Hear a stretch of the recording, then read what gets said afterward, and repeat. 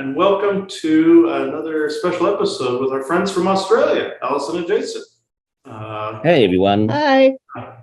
Yeah, this is a very special episode because we're delving into the areas of basically galactic politics and other areas surrounding this. It's a fascinating topic because I touched on it a little bit on our Patreon one time, but I don't think it even covered what actually goes on out there. I was just covering some Galactic Federation bureaucratic type of stuff that surrounded that organization at that time on our Patreon.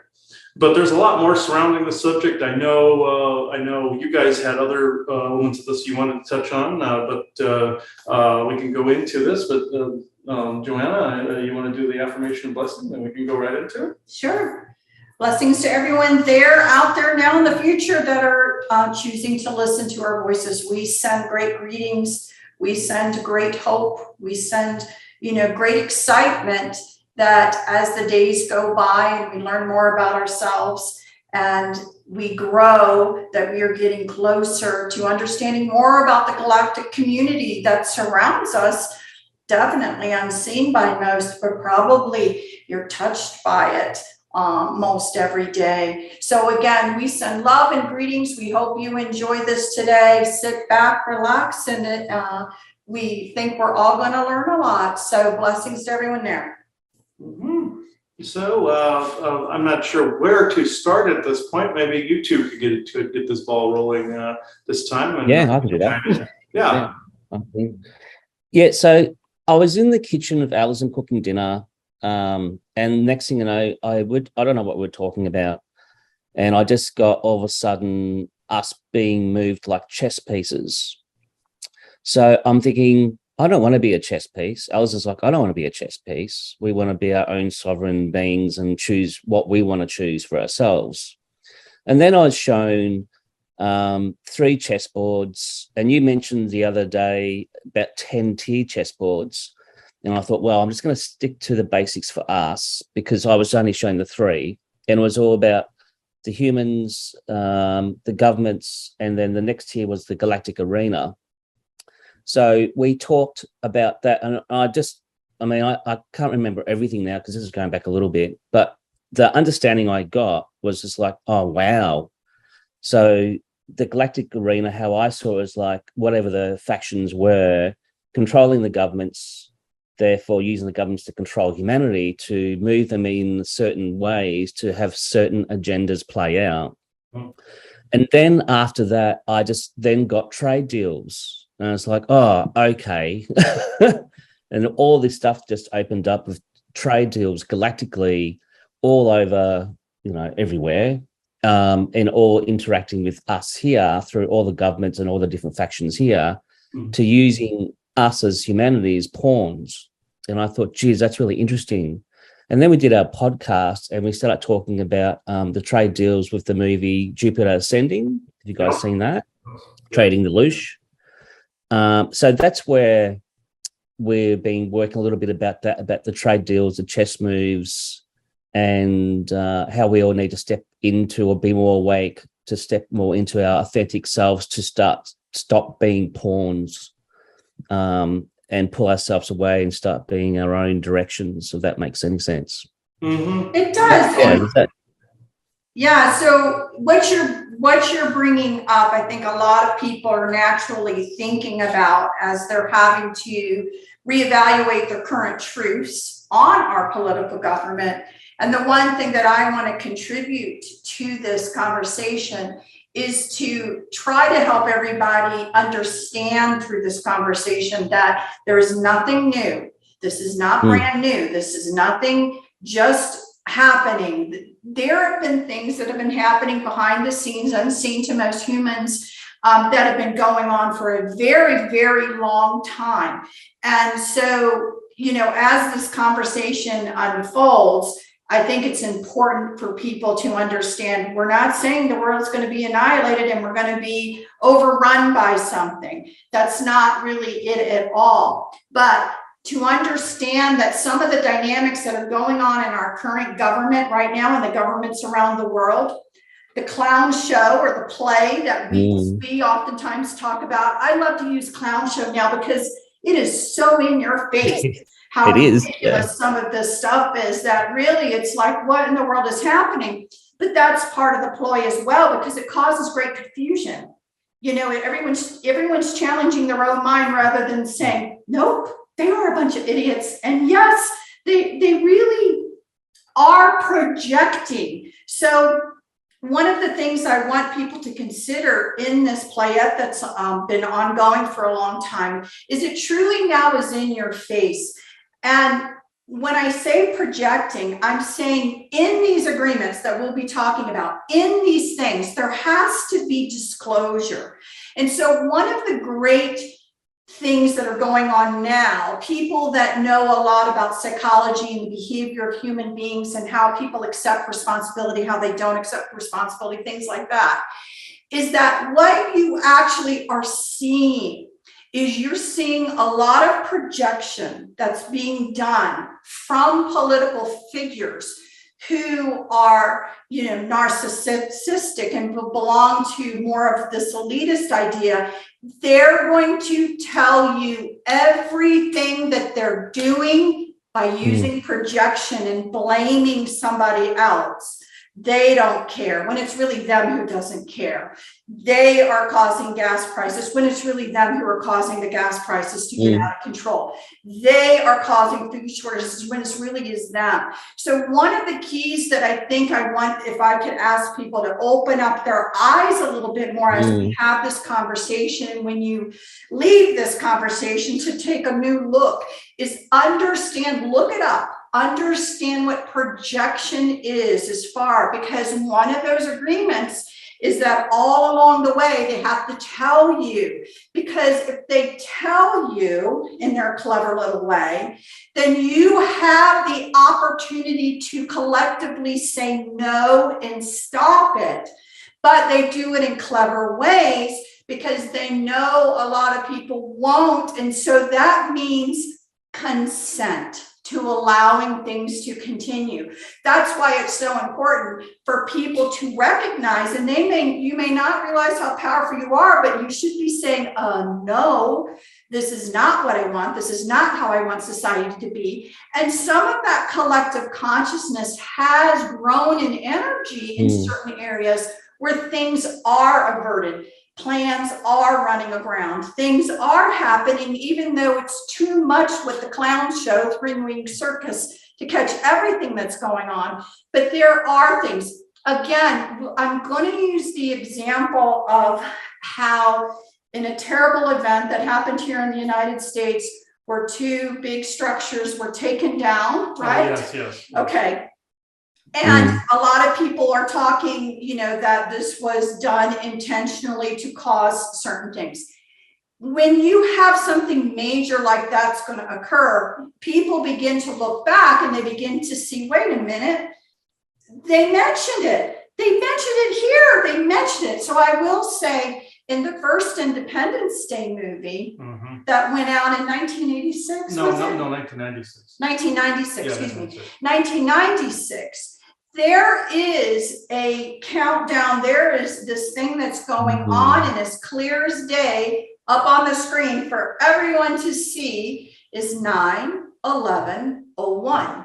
In fact, we watched that, happened to watch that on 4th of July today. And it's in the scene where Jeff Goldblum is staring at his computer, where the aliens are counting down towards them doing damage. And that was basically the disclosure precursor to their fake alien invasion agenda that didn't play out. That's what that was. Right. So again, what we're saying is that now, as far as, and I'll just bring up one other thing. So I really, really want everyone that's listening, because we really, again, this is all about us seeing things, us understanding, us catching the clues, and then us deciding whether or not we agree or disagree. Is this what we want, or is this not what we want? And then again, you are an energetic being with intention and ability to create.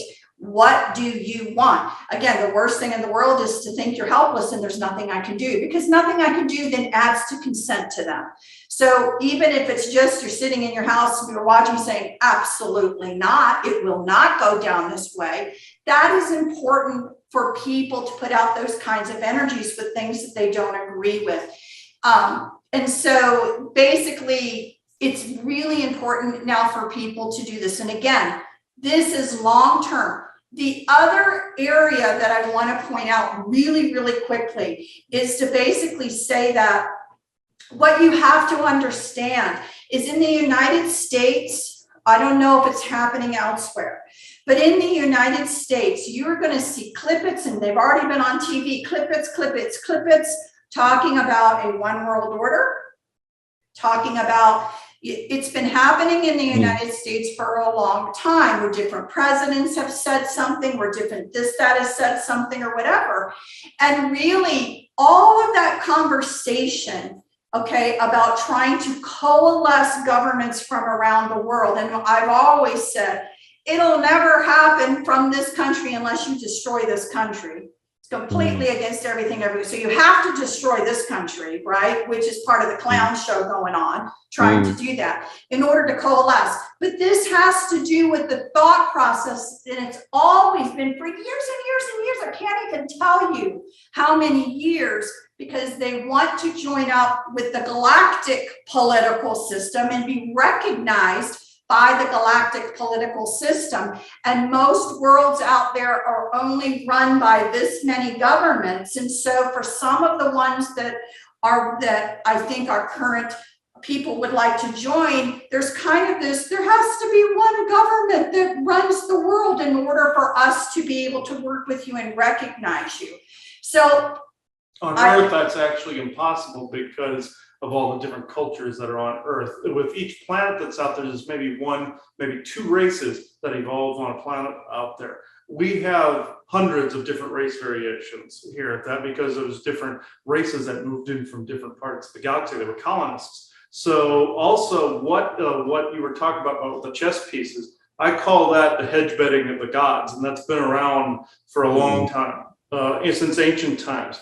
My friend Ryan and I were talking about this in a session him and I did. Whereas we were looking into the time of the 300 Spartans, the Daedalian League, and those types in the Peloponnesian War time frame.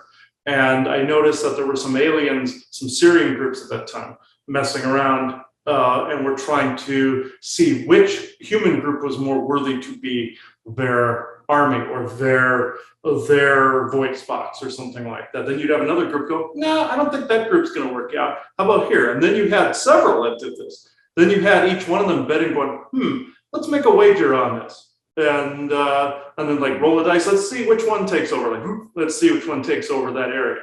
Let's see which one's strong enough to actually dominate that area. And this is how you got the Nazi regime to start as well later on in history. What happened was eventually, in the times of the Daedalian League and Peloponnesian Wars, that was about 50 years after the famous 300 Spartans time frame. Within that 50-year period, it's evident that somebody was trying to kind of nudge a particular army towards a particular means. One group had like Xerxes and his Persian army over here. Then you had the pre-Daedalian League, the Greek nation states, and Sparta had their army. Athens had their army, and you had all like the different nation states. What ended up happening was that these different races were trying to figure out who was the strongest. Fast forward 50 years, then you had the Daedalian League, where all the Greek nation states had come together. And then at that point, they figured out, hey, we're supposed to be united. We're supposed to be working together.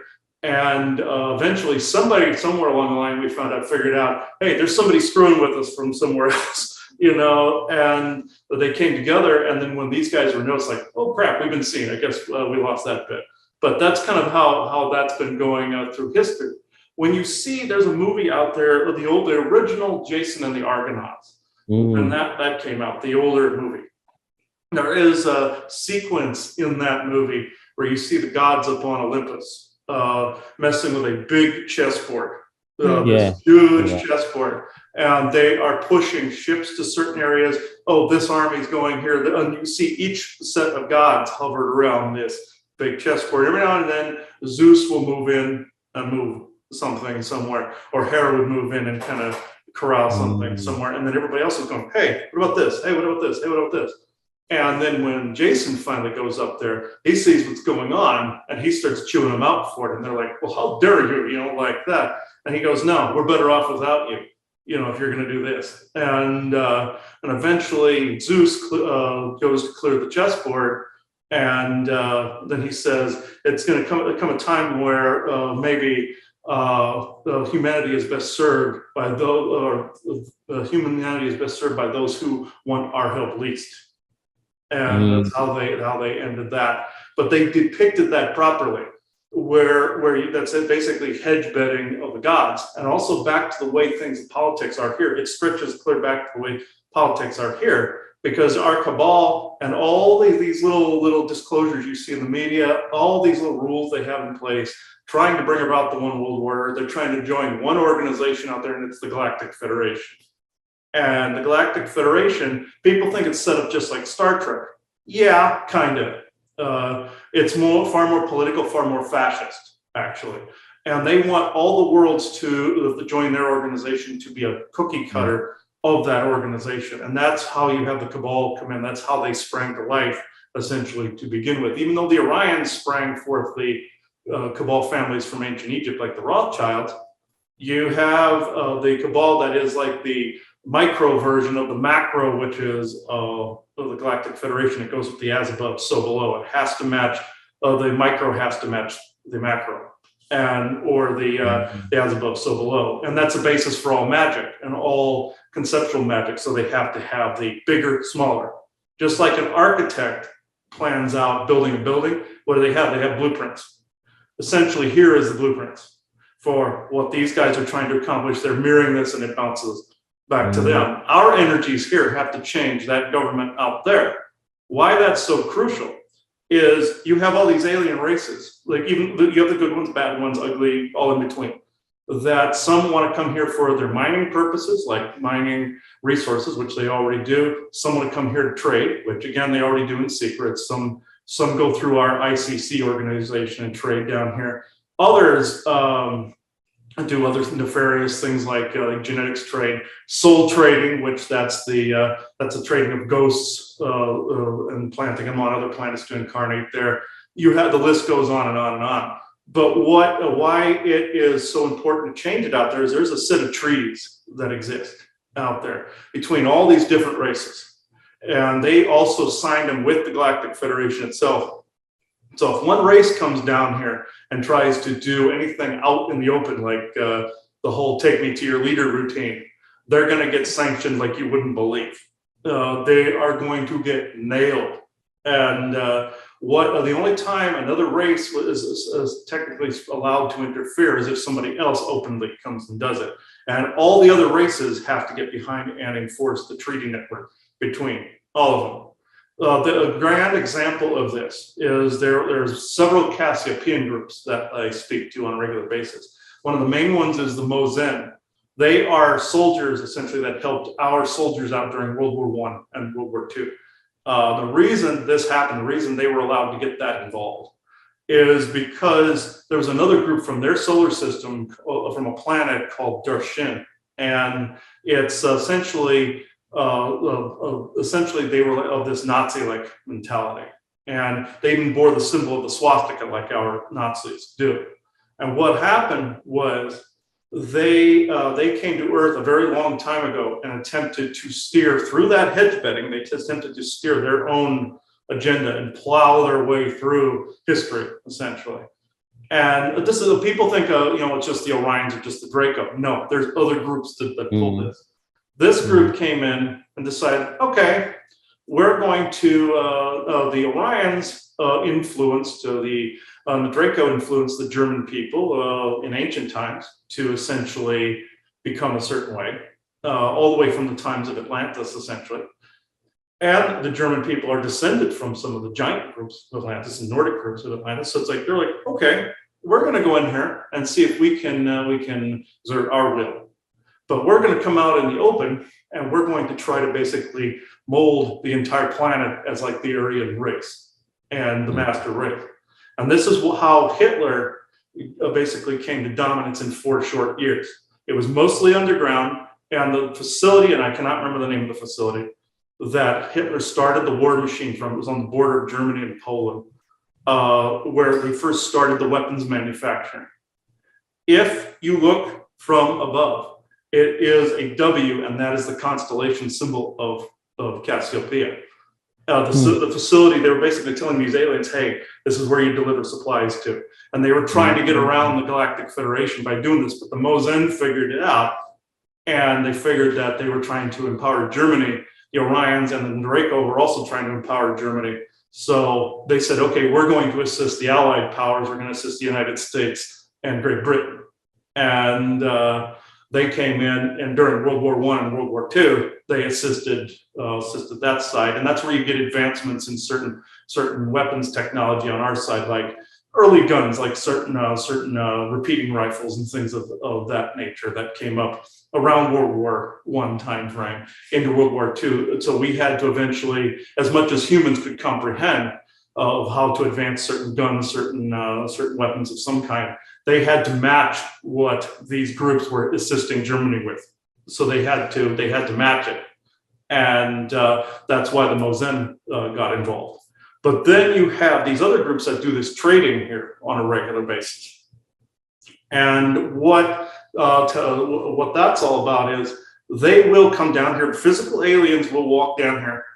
They will say, go into one of our markets. And they will go, oh, hey, I like this thing. I'll buy this thing, or I'll trade for this thing. Then they take that thing back with them to go trade somewhere else. And then it goes through that go-between. The other go-between is the Galactic Corporate Conglomerate, with the ICC for short. That is the conglomeration of all corporations on planet Earth.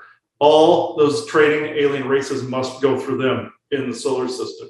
Them and the Martian Germans, the lunar Germans, and the Ceres Germans also control that parts of the solar system as well. The way they got there is because when they got the technology, they basically faked their own death or own losing in World War II, went to Antarctica, Argentina, the moon, Mars, and Ceres out in the solar system. And they became part of the galactic community at that point. But they decided that they were going to be the gatekeepers for who came and went.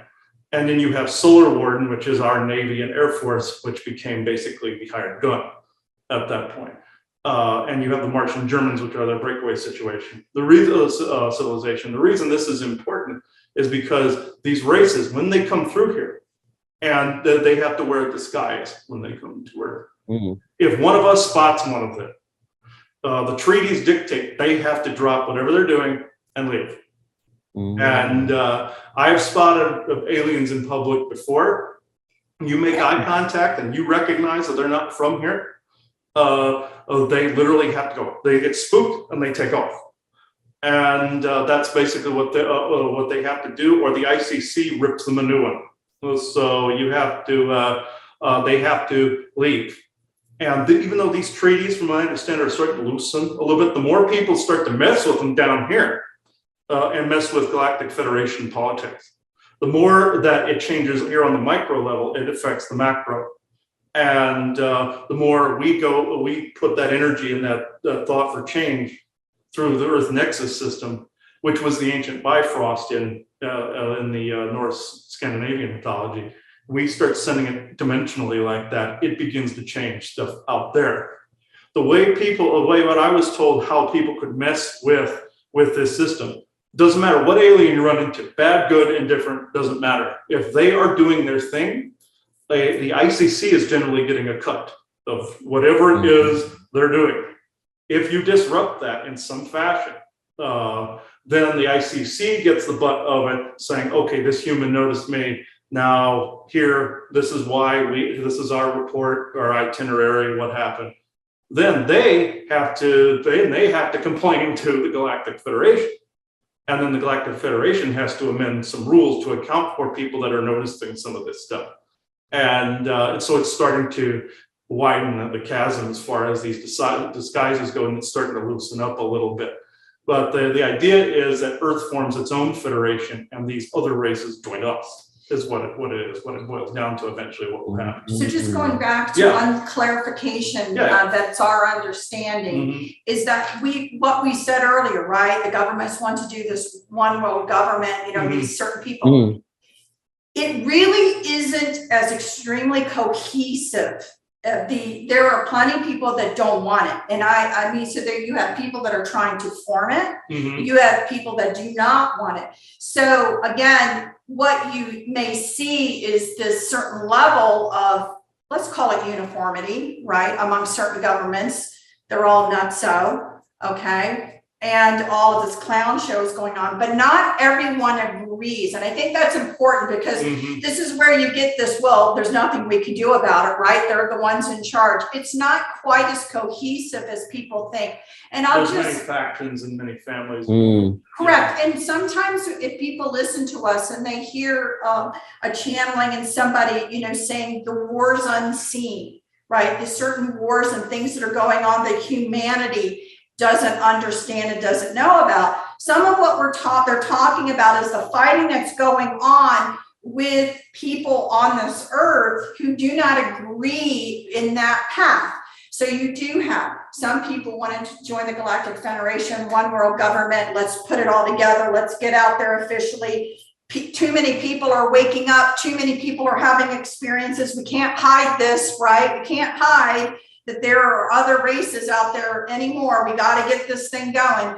But then you have other factions and other groups that do not agree with that concept at all. Again, don't care to join the Galactic Federation. You're going to have to accept, a world that has a multitude on it. We need to start a new way of thinking, right? And so you have that. Now, I'll give you one example that we do believe is a example of the wars being fought that are unseen.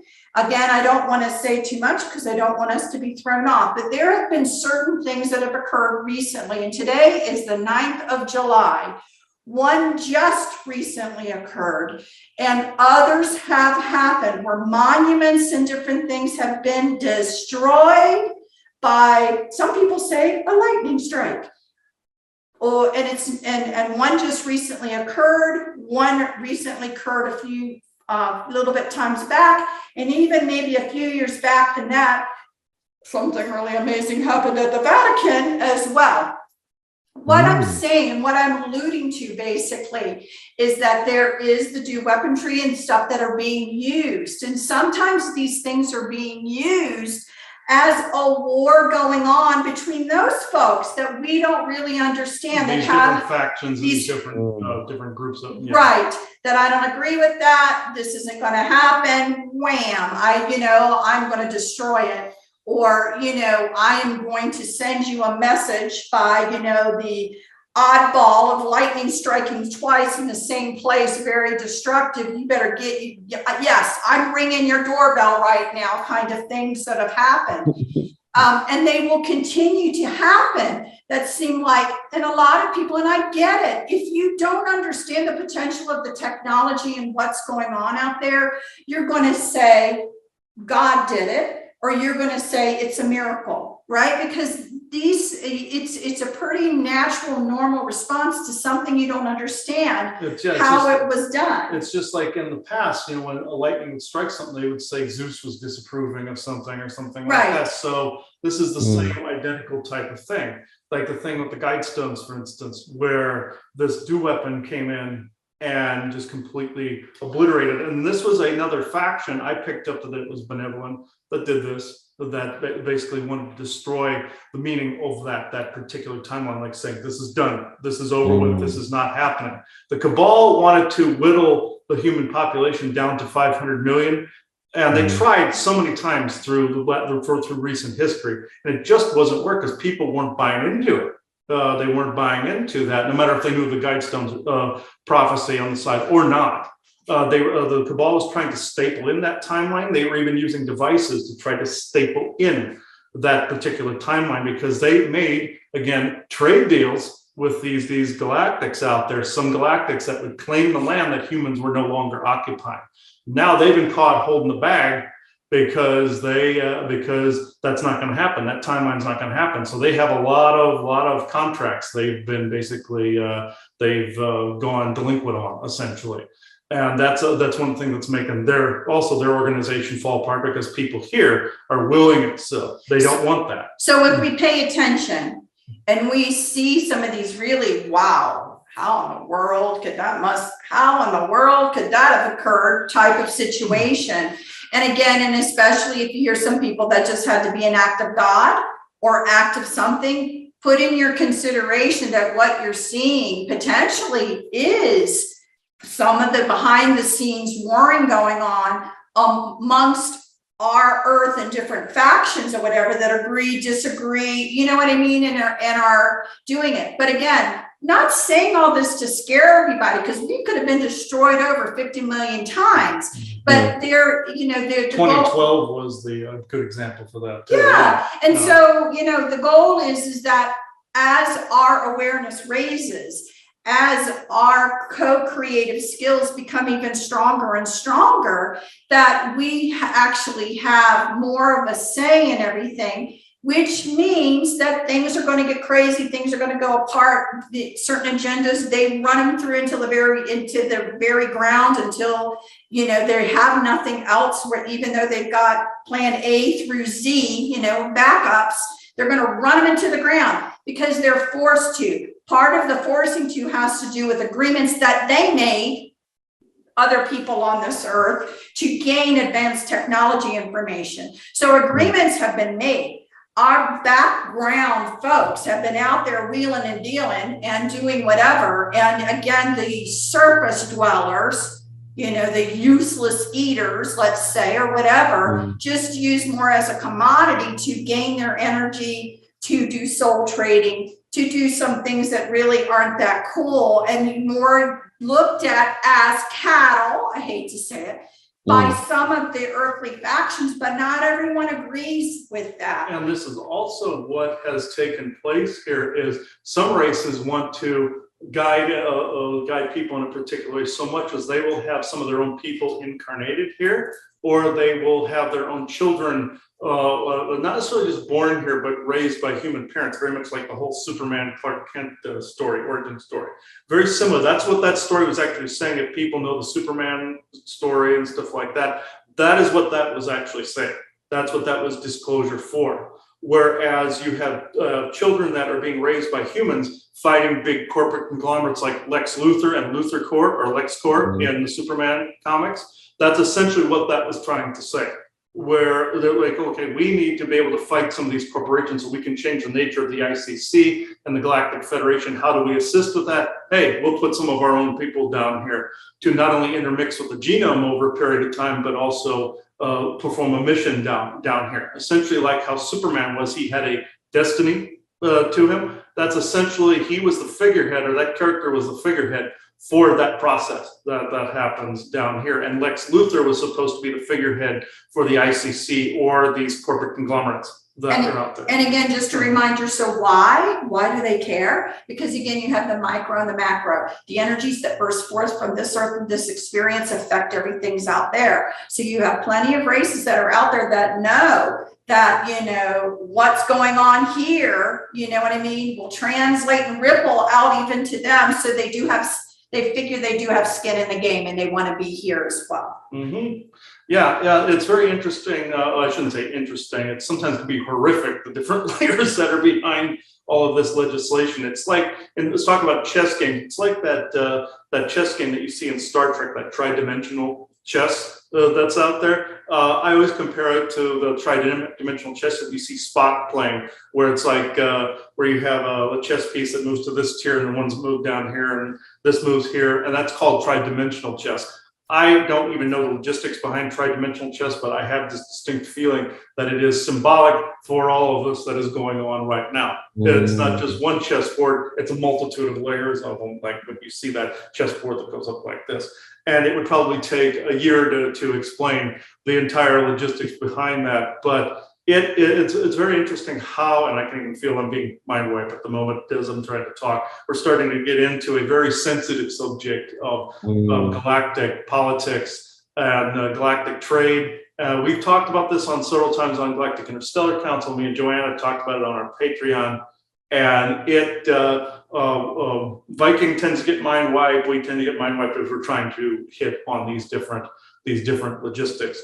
And it goes on and on, the different types of trade. Also, there's also the big slave trade that goes on out there where people are put into this galactic slave trade. Then you have the movie Jupiter Ascending, which you were talking about off recording, that depicts depicts the loose trade absolutely 100% perfect. And depicts them basically getting a society to a critical mass, and then they turn them into soul shards to be able to ingest them like a vampire, essentially to stay young. The same goes with the movie Eternals. People don't see this in this movie, but the movie Eternals, you have another being by the name of Ashram that comes in and says, okay, don't get attached to the earth. We're building the population to be food for a brand new celestial, a new egg, essentially. That's essentially, again, looshing to create another being out of a huge population of people. It's essentially, it depicts the same thing. They try to disguise it as a universal cycle of life and death. I don't completely buy into that. Ironically, my friend Ryan and I were just talking about this on some of the spiritual beliefs of the Elder Scrolls. By the time people see this episode, they will have seen that one. They can go back and listen to that. But we were talking about the cycle of one thing dying and then creating the new egg or new civilization. That's what these evil beings and Eternals try to disguise themselves as. Oh, this is a natural cycle. No, you're just looshing the entire planet. That's what you're doing. And they do it to countless civilizations. And they left it to where they basically kick Ashram in the butt, and he essentially says he's going to retaliate one of these days, and that's where they left it. But he's like this giant celestial that essentially can vampire a whole world and basically feed a birthing celestial or a seed that will be born of the planet being destroyed, sort of thing. And it's supposed to represent something good in the universe, or like a black hole taking suns and planets and then rebirthing. And they tried to mix the looshing concept in a lot of these different movies and cases with that of the universal rebirthing cycle and the seasons. Complete crap, because they're trying to fuse something that's more demonic with something that is natural and nature oriented, and that's wrong. They're trying to get people to associate visual and word associations with two things that are completely different. Like the Draco, for instance, that do a lot of the looshing. You have them and you have dragons. In history, they're known as the same thing. They fuse those two things together, when in fact they're two completely different species. Some are from ancient Earth, from primordial times, and then you have ones that were created in a tube, like the Draco. So it's like, or in a bottle. So you have out of some of that very DNA, but they were created to be like vampiric entity.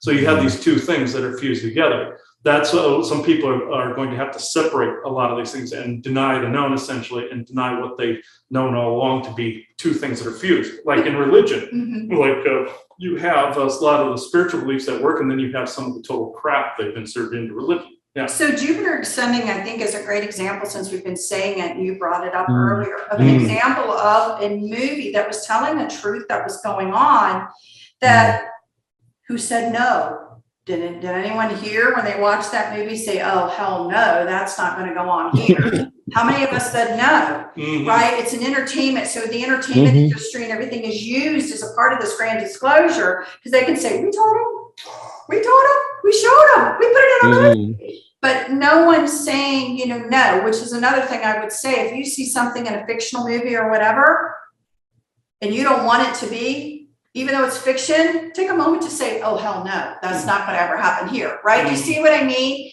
It's the game that they play. I bring that up because I do want to interject one thing. I had an experience that happened in Raleigh, North Carolina, when I was there one day. And it was many years after that I saw the movie Jupiter Ascending. There was, when I went, it was literally at work, going with a group of people, just walking with them to get out of the office for a second to a coffee shop that was just literally across the street. and just was walking out, and I'm standing in the back because I'm not ordering anything or whatever. I just wanted to take the walk, and I'm standing there, and you have your orders or whatever. And you have this big little station where you can add your cream, add your whatever, right? And so I'm standing there, and they're starting to order, and then I just happen to turn my head, and I am staring at somebody who is not from this world, okay? Now, he, in a sense, he's a shorter male. He was shorter, happened to be shorter, okay? Had short hair, in a suit. And so, but the one thing about him is that his skin was this color, and you could see through it. Okay. And his hair was white. Now, some people would say gray, it was older man gray, but there was something about his hair that it was just white. And I just was looking at him. I didn't do anything. I just stood there. Kind of hard for me not to look at him, not breathing. I'm breathing. And I'm like, something's, my brain tumor is acting up or something's going on. And then he turns around and he looks at me, and he knows that I know. And he knows that I know. And he looked at me, and his eyes bugged, and he got the hell out of that building. The bad news is he was walking over to the legislature building, which disturbed me to no end.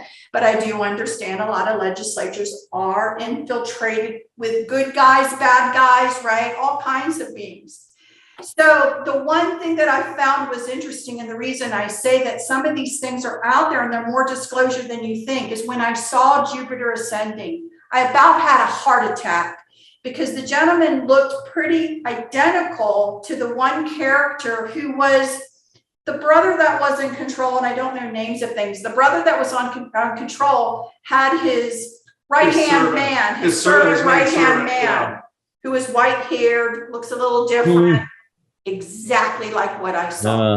This depicts basically the Anunnaki clans or Orion clans and their different servants. Like you had the Draco depicted in that, and you had these Syrian-looking, blue, grayish skin looking, elf-looking servants, and that's basically like who she saw in. Right. So I was like, Chris, this is what he looked like. This is what he looked like, not knowing that really, again, that they were representing a particular race of people. Not that all of them were short. This guy just happened to be shorter. I think that race has a variety of sizes, but that particular blue skin, white hair, translucent like skin, things like that. And again, did anyone else but me see this? No. To other people, he looked just exactly like an average guy who walked over and got coffee. For some reason, I saw She saw through his disguise. And, but it freaked me out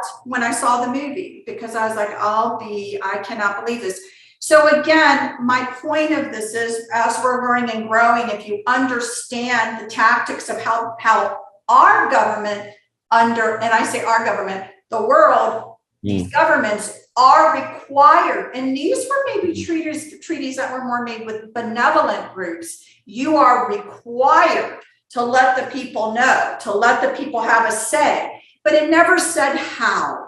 Okay. And so they do it in these very clever, you know what I mean, underhanded ways. So again, I always tell people, you know what did you think of that? Do you want that happening here? Why don't you just say absolutely goddamn no? It's not going to happen.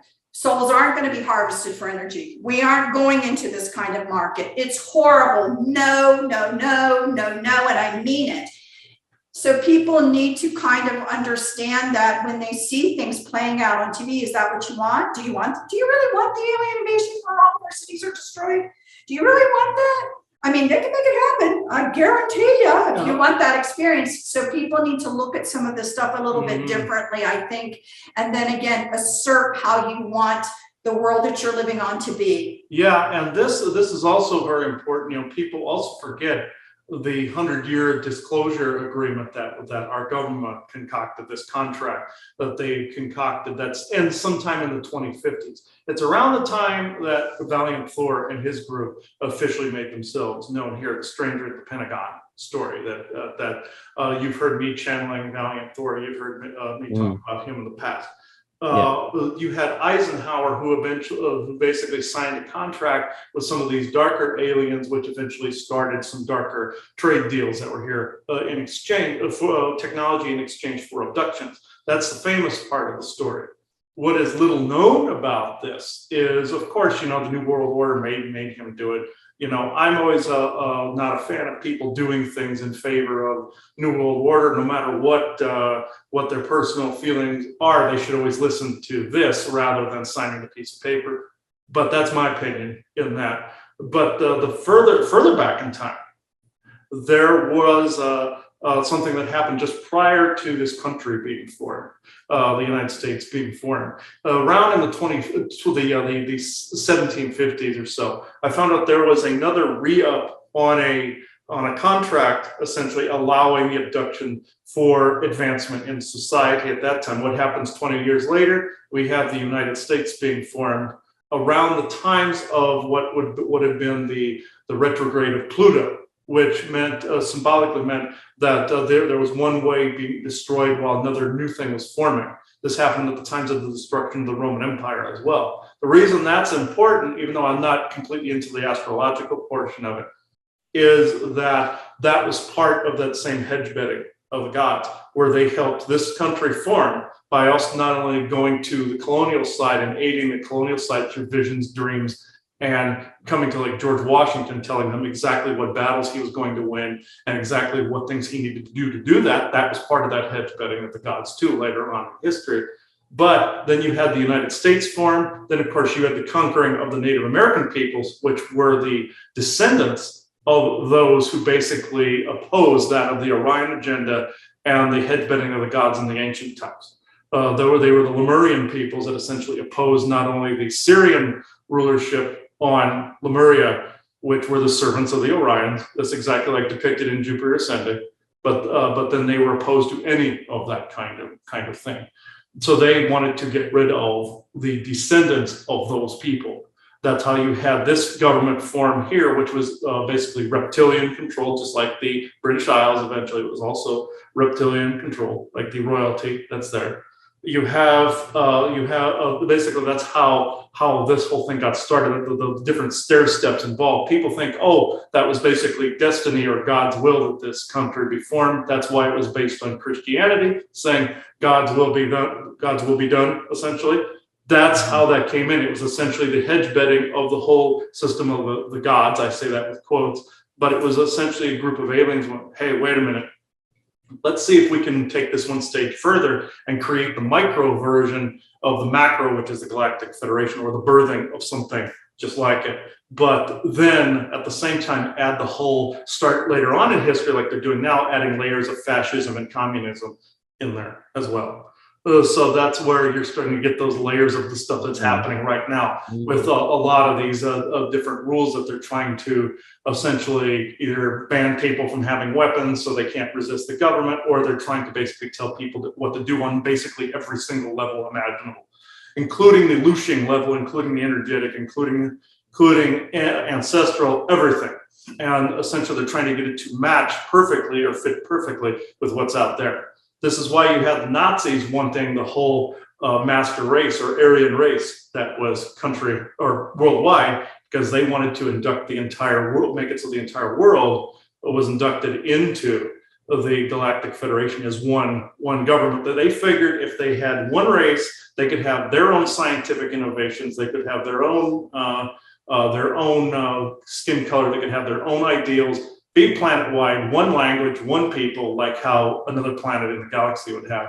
And we would have been instantly in the Galactic Federation. And that one race that was caught trying to assist in that over a period of time, or several races that were caught trying to do that, that's why they were stopped. This happened in ancient times where Germany specifically, I'm not dumping on Germans if you guys are watching, but I'm just saying I have to give credit where credit is due in this conversation. In the ancient past, around the times of the 100 Years' War, I found out that they had, there was a false flag operation that happened in Germany around that time, where they were actually fighting an alien race, or what they thought was an alien race. And it was actually some races out there trying to build their egos up or build their whole mindset up, so that they were telling them, oh, you're the greatest, you're the masters of this planet, you're the masters of the universe. That's a whole other conversation with that cartoon. But with this, they were trying to build that up. By the time, fast forward in history to World War I, where they tried to assassinate world leaders and they tried to take over the globe. Well, fast forward to World War II, and then now you have the Nazi regime and the Third Reich. So basically, they wanted to make it easier on the Germans to beat whatever this race was, so they felt more empowered, and they let it cross over into evil at that point, saying annihilate everything else but us. And they were manipulated over a period of time to become that. And then eventually became what we know as like I call them the space Nazis. I give a joking name to them so it pisses them off. But what I'm trying to say is they built them towards that to try to bring about the one world order faster. All, Aryan race. And where the word Aryan actually came from, stretches back, clear back to ancient Persia, and the swastika came from there. But those are the descendants of that particular alien group that actually showed up in ancient times as one of the hedge bidders. And that's where you got the Persian army and Xerxes at their head. He was actually one of them. And also this goes into some of the other world religions. You have the Muslim religion, where you have Muhammad trying to steer towards a certain goal with his people. I found out he was one of those as well. So trying to steer them towards this was another area where it was another hedge bet, where they tried to create an army that would conquer the world. Hence you have the Ottoman Empire trying to conquer Europe at that time. And then you had the Christian Crusades, where you had the Crusader Knights trying to come in going, okay, this is another group that now we'll see if this group conquers the day here. And all it resulted were in several crusades and holy wars. So they wanted to see who would actually win. This is where also you get the ideas of He-Man and the Masters of the Universe. You always hear Masters of the Universe. They're trying to say master race, because you have blonde-haired, blue-eyed guy with a big sword and a Templar cross on his chest, just exactly like the Nazis had. They had their swastika, but they also had the Templar cross. And you also had the Crusader Knights. Some of them have the Templar cross as well.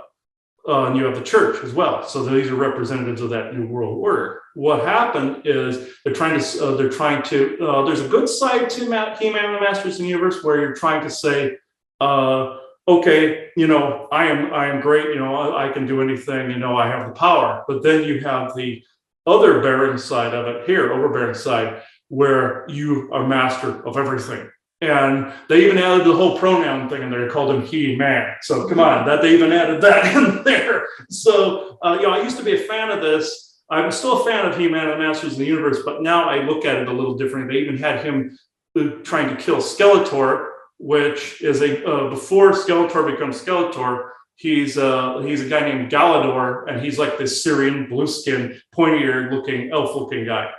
And those are the same types of races that the German people during the 100 Years' War and back in the Middle Ages were trained to actually defeat in battle. They looked exactly like that. These were the aliens, or some of the inner earthers participated in this too, where this is how they built them up. Skeletor is an embodiment of also the Orion agenda and all of that as well.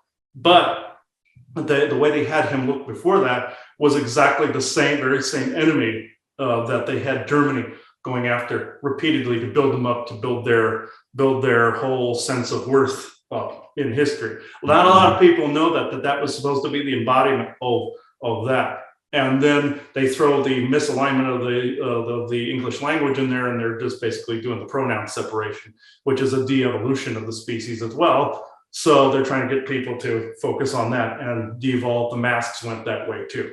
I'm not going to go completely into that argument, but people get the idea. That's what I was able to figure out about He-Man. They even had the birthing of the Cabal families in that storyline too. They had in the show She-Ra, that was the spinoff. If you reverse the name and say Ra-She, that is an abbreviation of Ra-Shield, which was the eventually contorted into the name Rothschild. That's where that came from. Ra Shield was the family in ancient Egypt that were the servants of the Orion factions surrounding the Osirian bloodline and the Isis bloodline. And that became the birthing of the 13 Cabal families at that point. And that was depicted in that show. Worship of the bastardization of the sacred feminine. You have the woman with that looks like the bird or the eagle type feathering, which is also the sorceress in He-Man, which is also essentially the goddess on top of the capital. Again, macro, micro, what some of the aliens look like.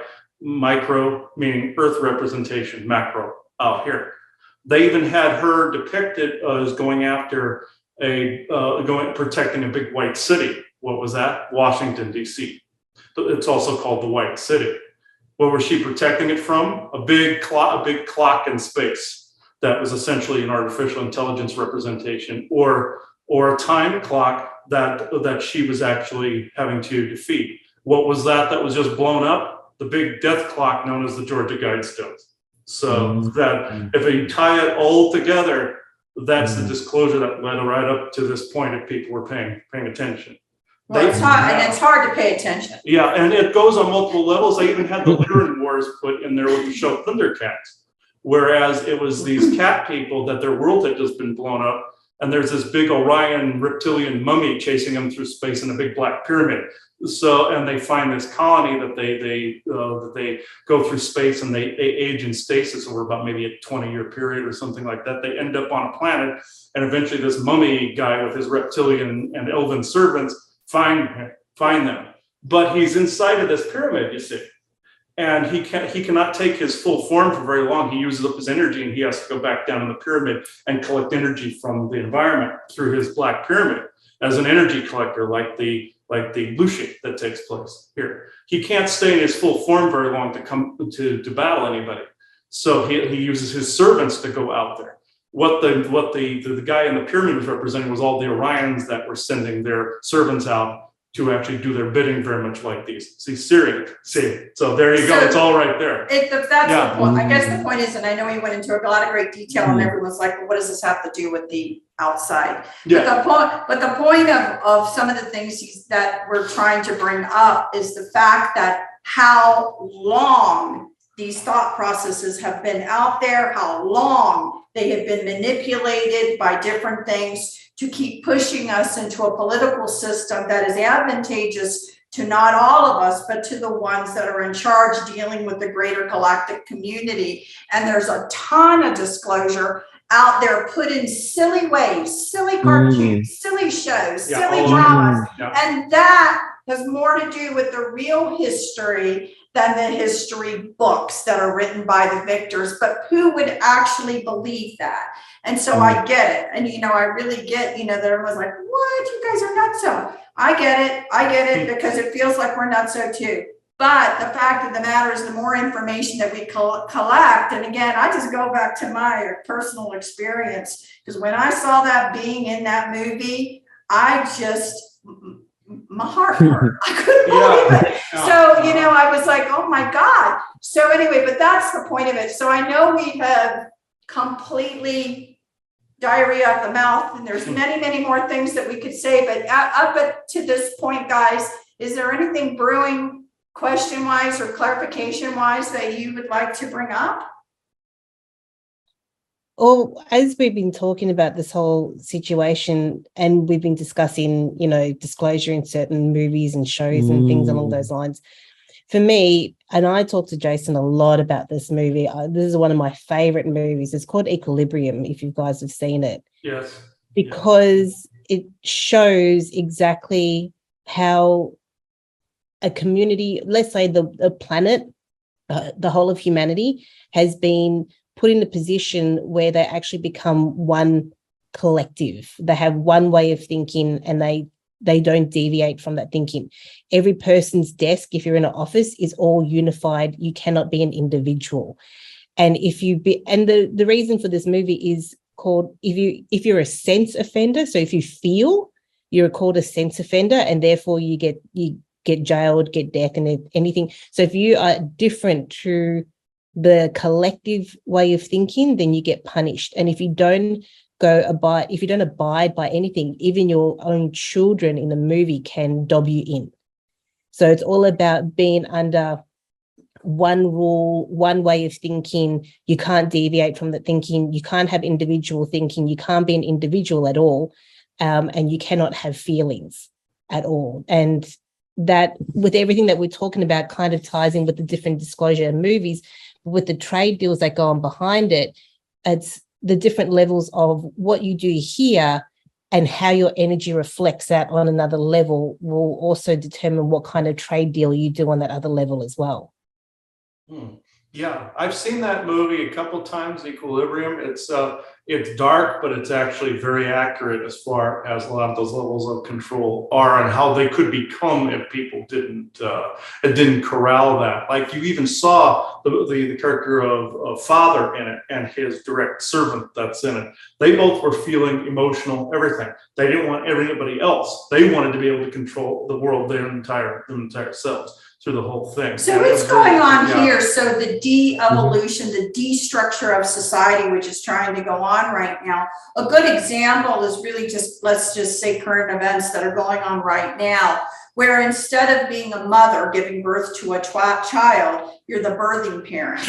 Yeah. So, I mean, there's a lot of, again, in certain societies, where you're supposed to love the supreme leader more than you love anything else. There's certainly less like that in Korea right now. I wouldn't be surprised if it's kind of sort of like that in other countries as well. But that is, again, you have to de-evolve and get rid of the emotion and emotional relationships.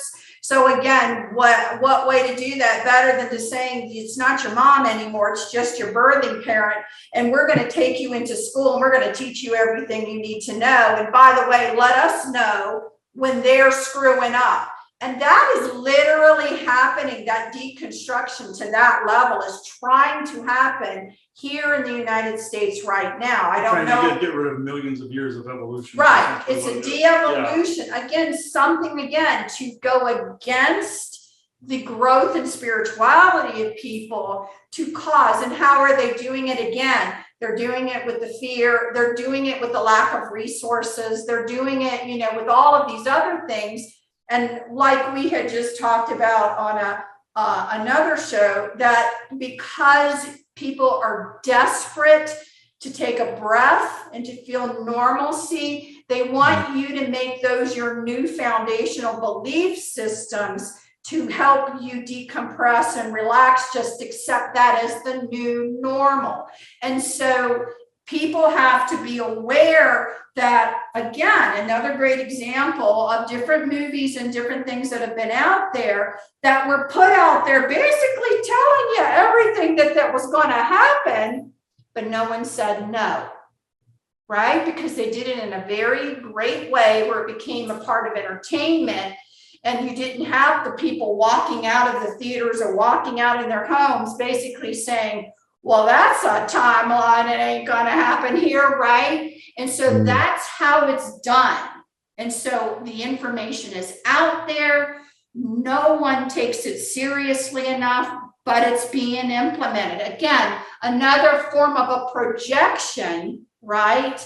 Where people don't take, I'm going to move ahead with my plan. You didn't say no. And so you have to understand how this is really all playing out. Again, in order to break down certain societies to gain that concept of a one world order. Because I guarantee you, the other countries that do not have a higher, income, that are very poor, the goal is not to raise them to the level of other countries. The goal is to push everyone down to the lowest common denominator, struggling basically and in also life. not being able to think properly with the effects of binary network and all that other stuff that are out there. Yeah. Right. In order to do this other agenda, people have to now be wise to think maybe this is some kind of where things are trying to be taken to. I think here in the United States, for a lot of people, there is the recognition now that the government and Hollywood are in cahoots.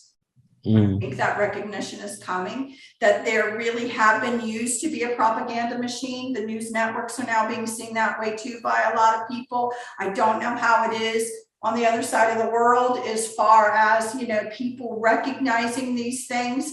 But the more that people recognize it, the more people basically just say no. If this is your attempt to tell us what you want to do, the answer is no, then they need to start, understanding that and doing that. Or if you're around the water cooler with people and everyone saw something, you saw something crazy, bring it up. I'd be asking, do you want that to happen here? No, you want everybody to say And also, no. also another part of this is the erasure of our history too, even the bad, the good, all of it, to conform with how people want it now. And this is essentially what was going on in the movie Equilibrium. And one other thing, they were erasing history, they were erasing art, they were erasing all of this. This happens also in the, what was that horrible series you wanted to get me to watch that, Tim? Oh yeah, Handmaid's Tale. I couldn't watch that, it triggered me too much. Yeah, me too. Where they were erasing the history in favor of uniformity and religion. Because it triggered you too much, not that it was a horrible series. Oh, no, not that was a horrible series, it just triggered me. I couldn't look at it. So it was like. That's a good series. It's a good series. Yeah, but Yeah. crazy. I'll correct what I said. It triggered me too much, I couldn't look at it. So, but that's what was depicted also in Equilibrium. That's also what's happening in reality, where history is being redacted, monuments are being taken down, so people don't remember certain things in history, so later generations find it acceptable. It's like in the book series, and they did a mini series I believe it's called Childhood's End, I believe, I could be wrong, whereas these aliens come to Earth and they erase all of our history, wherever they were involved, depictions of themselves, everything, they erase history. About maybe 4 or 5 generations down the road, no one remembers this other history. They can appear, and they appear as reptilian forms, like demon-looking forms. They can make themselves look as they look, and nobody's going to contest it. Everybody's going to think they're gods again, like in ancient times. All they had to do was redact a little bit of the history, so that because people were starting to notice, they got rid of the people that noticed. Then later on, they made it. They appeared to people, and everybody's like, "Oh my God, who's this?" Because they got rid of all the history of themselves. And that's another thing where they're devolving they're devolving people by not, and also culling people, so people aren't getting enough food, hence the wiping of the resources, the food, those plants burning down, the food plants burning down, all those things they did to the Native Americans in the time are going now. People think this is new. This is a new, horrible, surprising thing. It's horrible, but it's not new.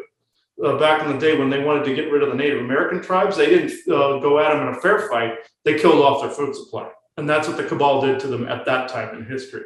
The same thing is happening now, wanting people to be desperate, hungry, dying off, and also lacking nutrients, brain power. That's where the baby formula is going, and also masks, not getting enough air to the brain, have them on children. That's why that was there.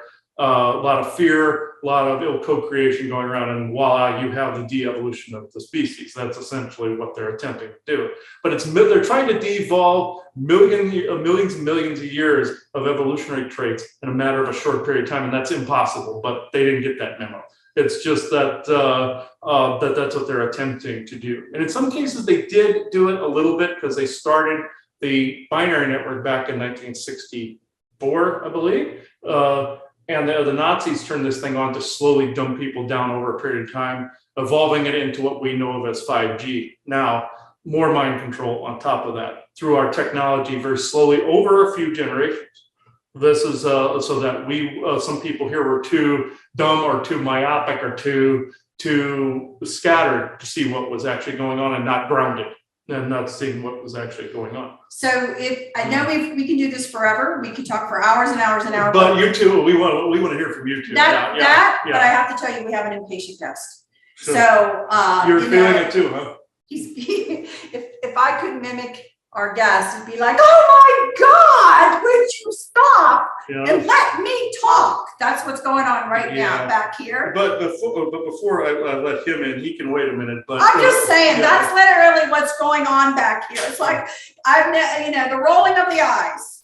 Yeah. That's going on with our impatient guests, who you guys will like a lot. But I do want to hear from you guys. I know I've had diarrhea of the mouth most of the time here, but just when I get into that mode, it comes spilling out. But definitely want to hear anything else you guys have to input as well.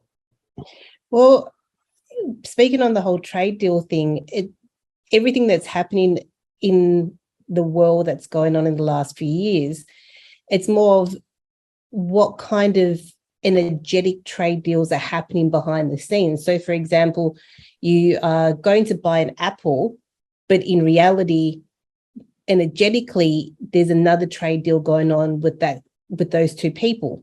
Just like with Jason and myself we talk on a physical level, but there's also another trade deal going on an energetic level. And that's the different kind of trade deals that I'm interested in, because everyone might be going, I'm just going to Kmart, I'm just going to Walmart, I'm just going to go, I'm mixing with people, I'm doing all these kinds of things, I'm having a drink, I'm doing something normal. But what is the trade deal that is going on behind the scenes with that? And that's what the interesting thing for me is because we don't always know what is actually going on behind the scenes with that kind of level of trade deal. And is it a fair trade? And is it a fair trade? Because the fair trade is like you go buy a candle, yep, you paid money for the candle. But the other fair trade could, but on the other level is, what is actually that trade going on? Is it still a fair trade on other levels, or is it an unfair trade on other levels? Even though you're just going to buy a candle, buy some food, going to say hello to your next door neighbor, that kind of thing. Right. Is what you're doing on a day-to-day level beneficial to us in humanity or beneficial to someone else in the background? Exactly. So actually, that's probably where we should bring our guest in. Because I think that I would say that he probably has a better perspective to answer that, but I understand what the question is, because I do think, as we've been saying, I just have again, personal opinion, and what we've been saying is oftentimes some of the things that we're doing are actually for someone else's highest good, not necessarily ours, but you wouldn't recognize it unless you saw it in that different energetic level. So, and you can do things on a multi-dimensional level, and there's also a scattering through the whole, I call it now the multiverse of madness, thanks to that damn movie. I've gotten a multitude of downloads about the nature of the multiverse. I will not go into that here. That would be 2 hours, 3 hours in and of itself. No, 5 hours. I'm just saying that, no, my brain has had basically, I'm up to here with the multiverse of madness, but just know that in those exchanges, you're doing things in the multiverse as well, either going this way or that. If something doesn't happen here, it happens there, and vice versa. You're doing those multiple things there as well on the oversoul level. And also those exchanges in the store have also been bastardized because the cabal and some of the alien groups try to get people's consent through the number coding of not only the money exchange, but to the exchange of the receipts and the signing of the different receipts in business as well. It's essentially contract upon contract upon contract that are both dimensional and artificial intelligence levels. So you have those all involved. So yeah, I also see the soul exchange as well. You know, you hear a lot at the psychic fairs.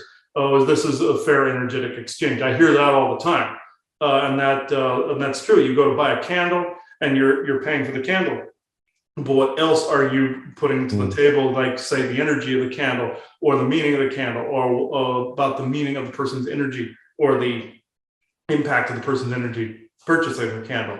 There's that exchange and that conversation going on that level. And that, I'm glad that was brought up, because I feel that that's actually very, very meaningful. But yeah, I know, yeah. So he's actually, Chris, move forward. He's like this, and this means how dare you? This is a because universal. You're crossing into what he wants to talk about. So yes. Start moving. Well, okay. Fine. Okay. Yes, you can come in. I will introduce you. Yes. Okay. Okay. If people saw through the entire 5.5 hours, not the entire 5.5 hours, but the episode we entitled Viva Las Vegas, we had Elvis Presley come through, we had Marilyn Monroe come through, we had James Dean come through, and we had Freddie Mercury come through. And that's who's around today, is him. So he's of Pleiadian origin in his galactic form.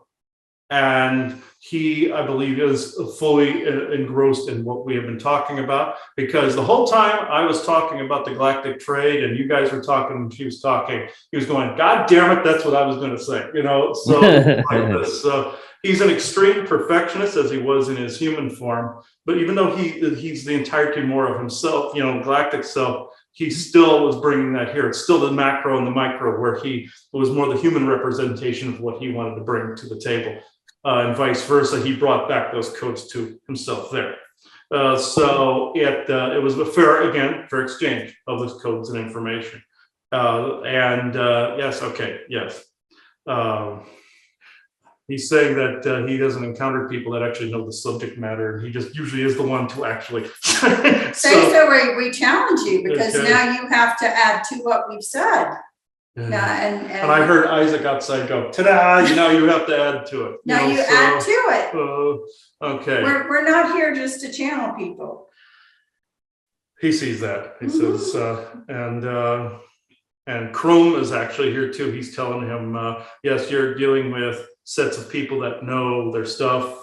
Yeah, they're just not going to hang off every single word. They will question every single thing. So, okay.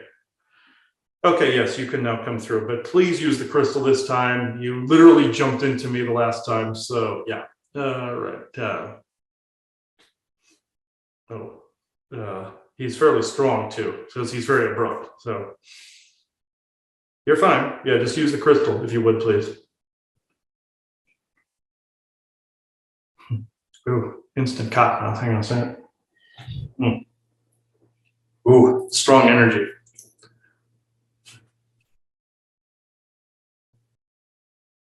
Well, it's about goddamn time I get to speak. You see, I was listening intently the entire time, and this is information that it's not surprising that people know it, but the depth that people know of the logistics of the chess game and the logistics of the Galactic Federation politics, of which I do not approve. I am saying this for the record.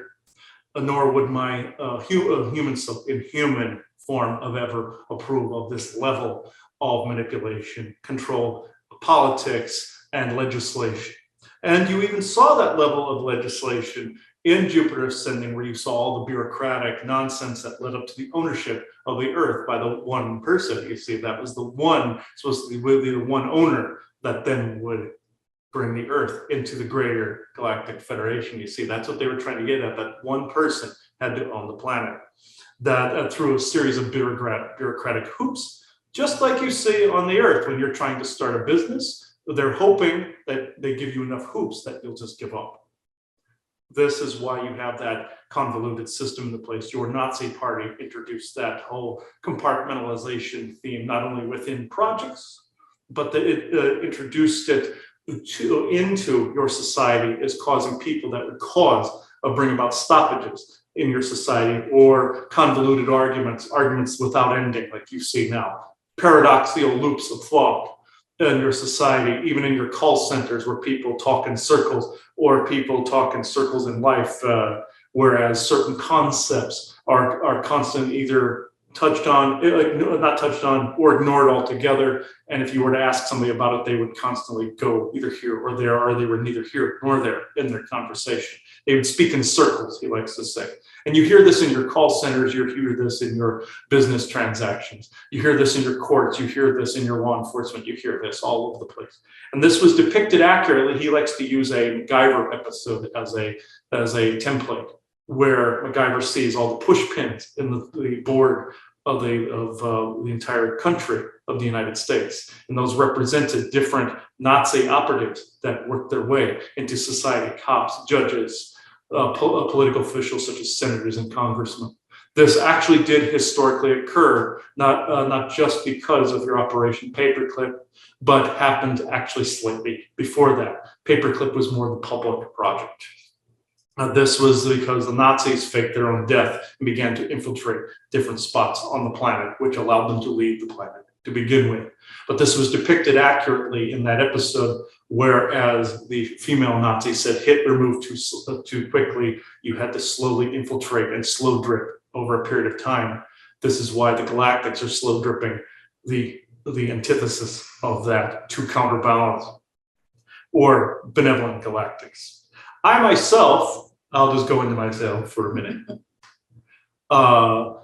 In my human form, I know I was slightly ostentatious, but an perfectionist, which is a reflection of this version of myself.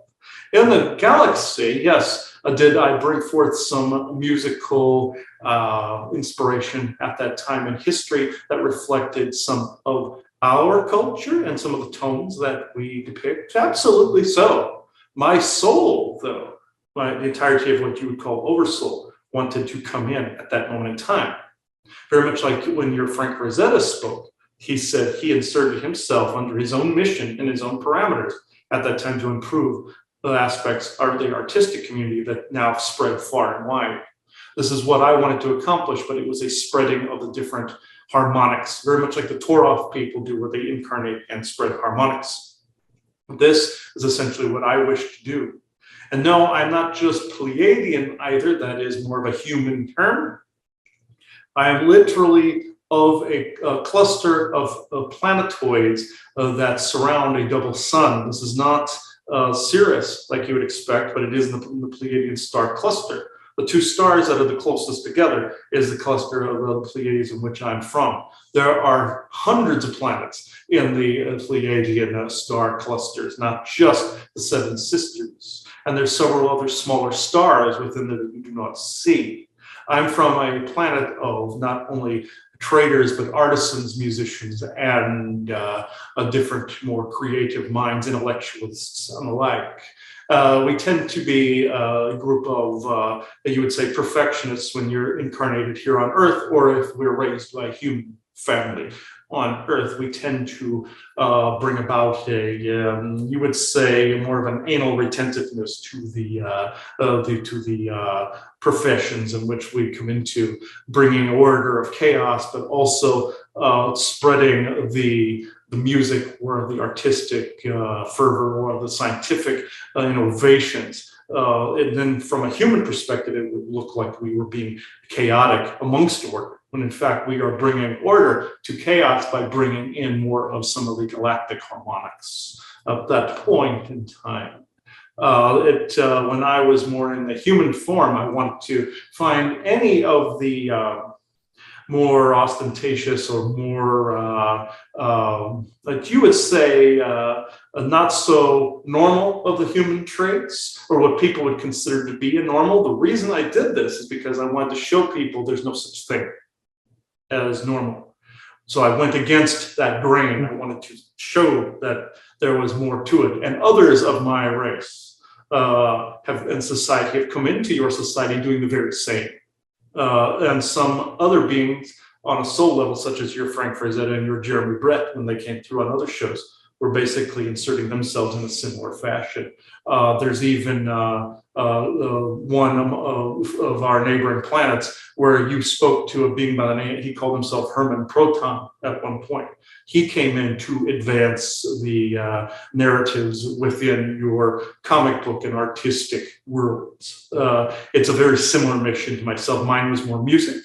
Also, I came in to change the harmonics within the music programming that your AI and your binary network put in as mind control on a regular and constant basis into recordings, such as on your YouTube and your television apps. And even Netflix and the like has it as well to varying degrees. The symbols that the binary network and your AI flash into your TV screens and your phones and your computers on a regular basis is rather sickening to watch and behold, but the music programming is some of the worst. You may think it's the lesser of all. You would think the visual is the worst. No, it's the auditory. It hums regularly, constantly in the back of your mind, in the subconscious of your mind.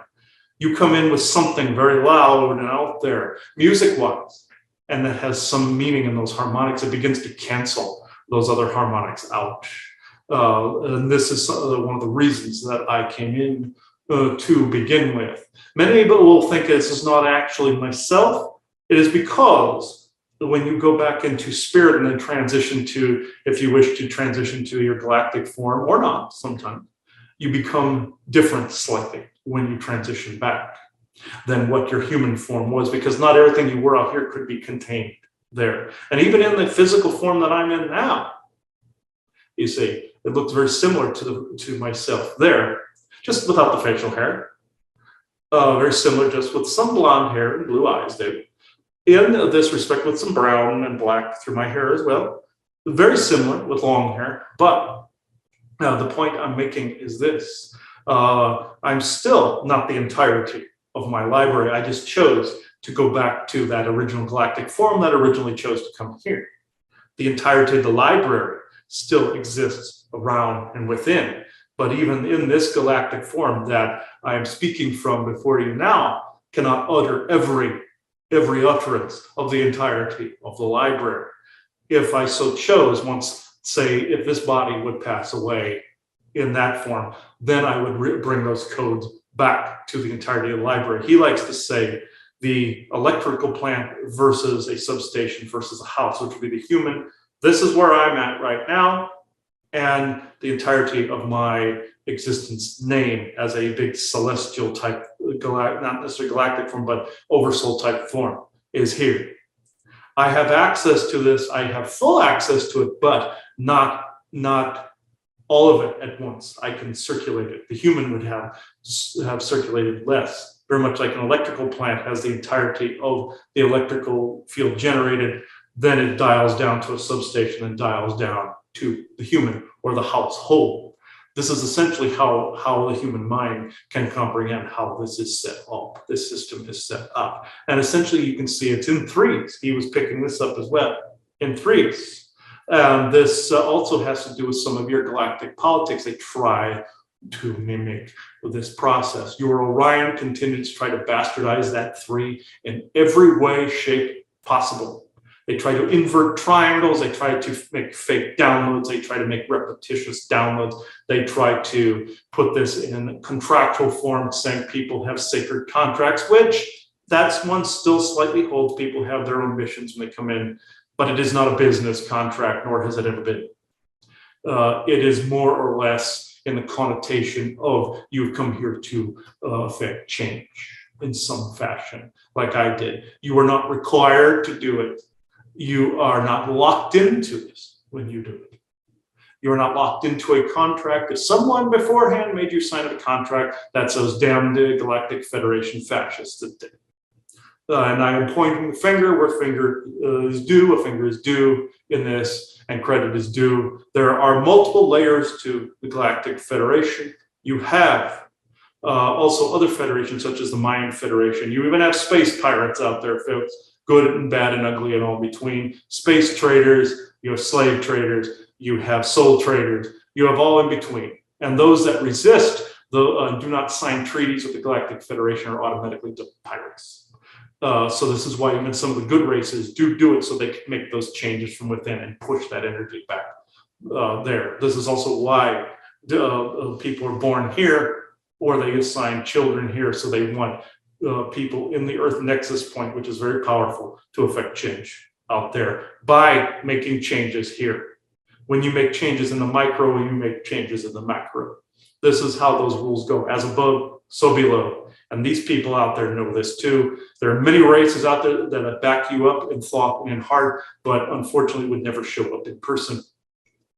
The reason he has said, and Isaac has said, in the past that these treaties are breaking up, it is because the human heart and the human will has made this possible to fracture that fascist system. And by the time you begin to see things more clearly out in the galaxy, there will be other races waiting, joining your side at that point. And you have brothers and sisters waiting for you out there in that respect. And you do have some that are affecting change in their own way down here.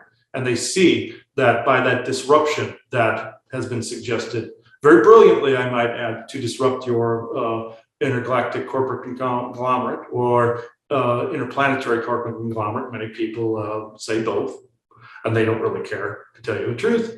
it is actually disrupting those rules and shaking that foundation at its core. And it is transforming the very fabric of what the original tenets of the Galactic Federation were, which were one people, one planet. But there is a good side to this. You can be unified in your choices and even agreeing to disagree with each other, but choice must always remain. You cannot just say, okay, that religion is obsolete, that person is obsolete, that people is obsolete. Those people need to be called, they're myopic. These people need to be called, they're stupid. You must leave choice, but just know there's never going to be an extinction event. This will never be allowed. The Guidestone timeline is no more, as he likes to say. This also happened in 2012 when when there was a galactic group that stopped your own very sun from sending a coronal hole to the Earth. This was never going to take place. The Mayans are just seeing an alternate timeline that is no more here. That is essentially what he calls the multiverse of madness. He is right. This would encompass an entire week of talking about it. But just suffice it to say, there are some things that would never be allowed, including by the bad guys who would never want their farm to disappear unless they made it disappear. And they themselves are sitting on the Galactic Federation Council. You have, many people think these are the Creator Council. No. Those were a long time ago in celestial forms, as you have touched on, guys have touched on before, brilliantly, I might add. But you have some representatives of different planets on the Galactic Federation Council that are, even as we are speaking now, rethinking the nature of some of these treaties. Some planets agree, some planets do not. The ones that do not don't necessarily have to be part of our little sandbox, but the ones that do eventually will join Earth in its own federation. As that forms, it begins to reform it out there. Other races, there are other races out there that back you up that you've never heard of before, that want your, what you would call salvation. But we know some people hate the church language. Just know they are betting on your side. I know that sounds something that is not a comfort. Just know that there are wars, as he says, and battles going on that you know nothing about. There have been extinction events planned that you've known nothing about. There have been multiversal invasions that you've known nothing about, and dimensional invasions you've known nothing about. I know this is a little comfort to people that live their day to day. Just know that since I myself have been on the human level, I do get that day to day, and many of us out here know that day to day because we've lived it. So I will quit babbling now, and I will go into questions if you like. So before we talk politics, and I know there's lots of questions, I do need to bring one thing up that you need to comment on, because I do not want anything that you've said to be misconstrued or taken advantage of. So I'm going to bring this up. You, again, chose a particular lifestyle. Okay, you wanted people to be more accepting and understand there weren't all of these really structured norms. Anybody who studied histories, can say that they're in the history of time, you would have different couplings of different people, be it man and man, be it, woman, woman, be it man, woman, be it all kinds of mixes. So I know you brought that in to open that up a little bit more. You also then started talking about the perversion of the threes. So things constantly that maybe even can be good, then get perverted somehow. That's the goal. So weaponized and perverted, yes. Correct. So I have to bring it up. You must comment on what's currently going on. For example, which pronoun do you want to be called? For example, taking a person who has grown up at the hormones to be a man, and then all of a sudden identifies as a woman, and then all of a sudden is in women's sports, and then all of a sudden is dominating like crazy, and then we're supposed to follow the rules that's all okay. No, this is the bastardization, not only of your sacred feminine, as you guys have pointed out in the past. This is a bastardization of your society and language. It has been weaponized, just like how the Orions bastardized the 3 and began to invert that. And then they began to bastardize other numbers like the 5, the inversion of your pentacle from your pentagram. That is a whole other satanic story altogether. But in this, He was correct when he said it was alterations on the microbial level. It was mental manipulation from the time the person was a child. This was also MK Ultra junk in there, and this is also body transfer technology going completely awry, where people are put into the wrong bodies, memories erased, and put out there in society so that they have this overwhelming dysphoria. This can be done on a mind control level too for someone who is not even that. They've perfected this technology to where not only do they want you not to see yourself, as he likes to so aptly say, as an I am this, I am this person. I have the power, not necessarily an overbearing as the Nazis, as he said before, but the importance is the I am, and always has been. You are the embodiment of the entirety of your library in the applicable moments the library needs to apply codes and information to this dimensional state. You are an I am, you are not a they, them, you are not a he, she, you are an I am. How you choose to apply that I am is always and always has been up to you. They have weaponized anything from transgender to gay to language to human evolution. Both sides in your political spectrum have it incorrect. You cannot tell somebody what to do, but you can also not allow the manipulation, like how your left is being depicted. You cannot allow just this carte blanche, they, them. You can also not say that your religion on the right-hand side is crown king and always has been, and you must adhere to the nuclear family standard. Wrong. Both sides are idiots in this, because not only have they allowed their mental states to be divided, it's a divide and conquer in your society. They've allowed themselves to be at each other's throats. But in this scheme is common sense key in this. Yes, you allow somebody to be themselves, but know when you are being manipulated, know when your I am presence is being disrupted. That's wwhy they want you to utter the words they and them, here or here. Then it allows invasions of the body. It allows some, as YouTube like to say, there are some aliens that invade on the microbial level, on a codex level. That is true as well, whereas they cause a dysphoria. There is also weaponized dysphoria from the body transfer tech, MK Ultra. All of this has been part of the agenda, what you call the Orion Kabbalist agenda, all along. They have timed this for many, many years. They have been causing this dysphoria build up for a long time. The real, genuine people that myself, like I was homosexual when I came in. The genuine people that are this and truly this are not necessarily homosexual, but transgender are an extreme minority. The ones that are overblown are the ones that are being programmed. The ones you see that are causing such a stir and a disruption are those specific people that have been MK Ultra. This is something that I know is controversial in your culture currently, but your Nazi party is essentially bringing these things up to cause so much dysphoria, so much confusion in your culture. People don't know what cause to fight for. The cause to fight for is to keep your I am presence at all costs, know who you are, staying in your lane. Of course, you guys like to say this a lot, which is very interesting and apropos in and of itself. And know who your true enemy is. Know that they try to cause an enemy from within. Do not allow them to cause an enemy from within, from mind control to heart space. Don't allow your heart or your mind to be tricked and keep them separate. This is why they created the New Age movement to begin with as well, where they tried to get people to separate from their mind from their heart. The ego played a crucial role in evolution because it was a survival instinct. When it goes too far in the other direction, you get somebody like Adolf Hitler.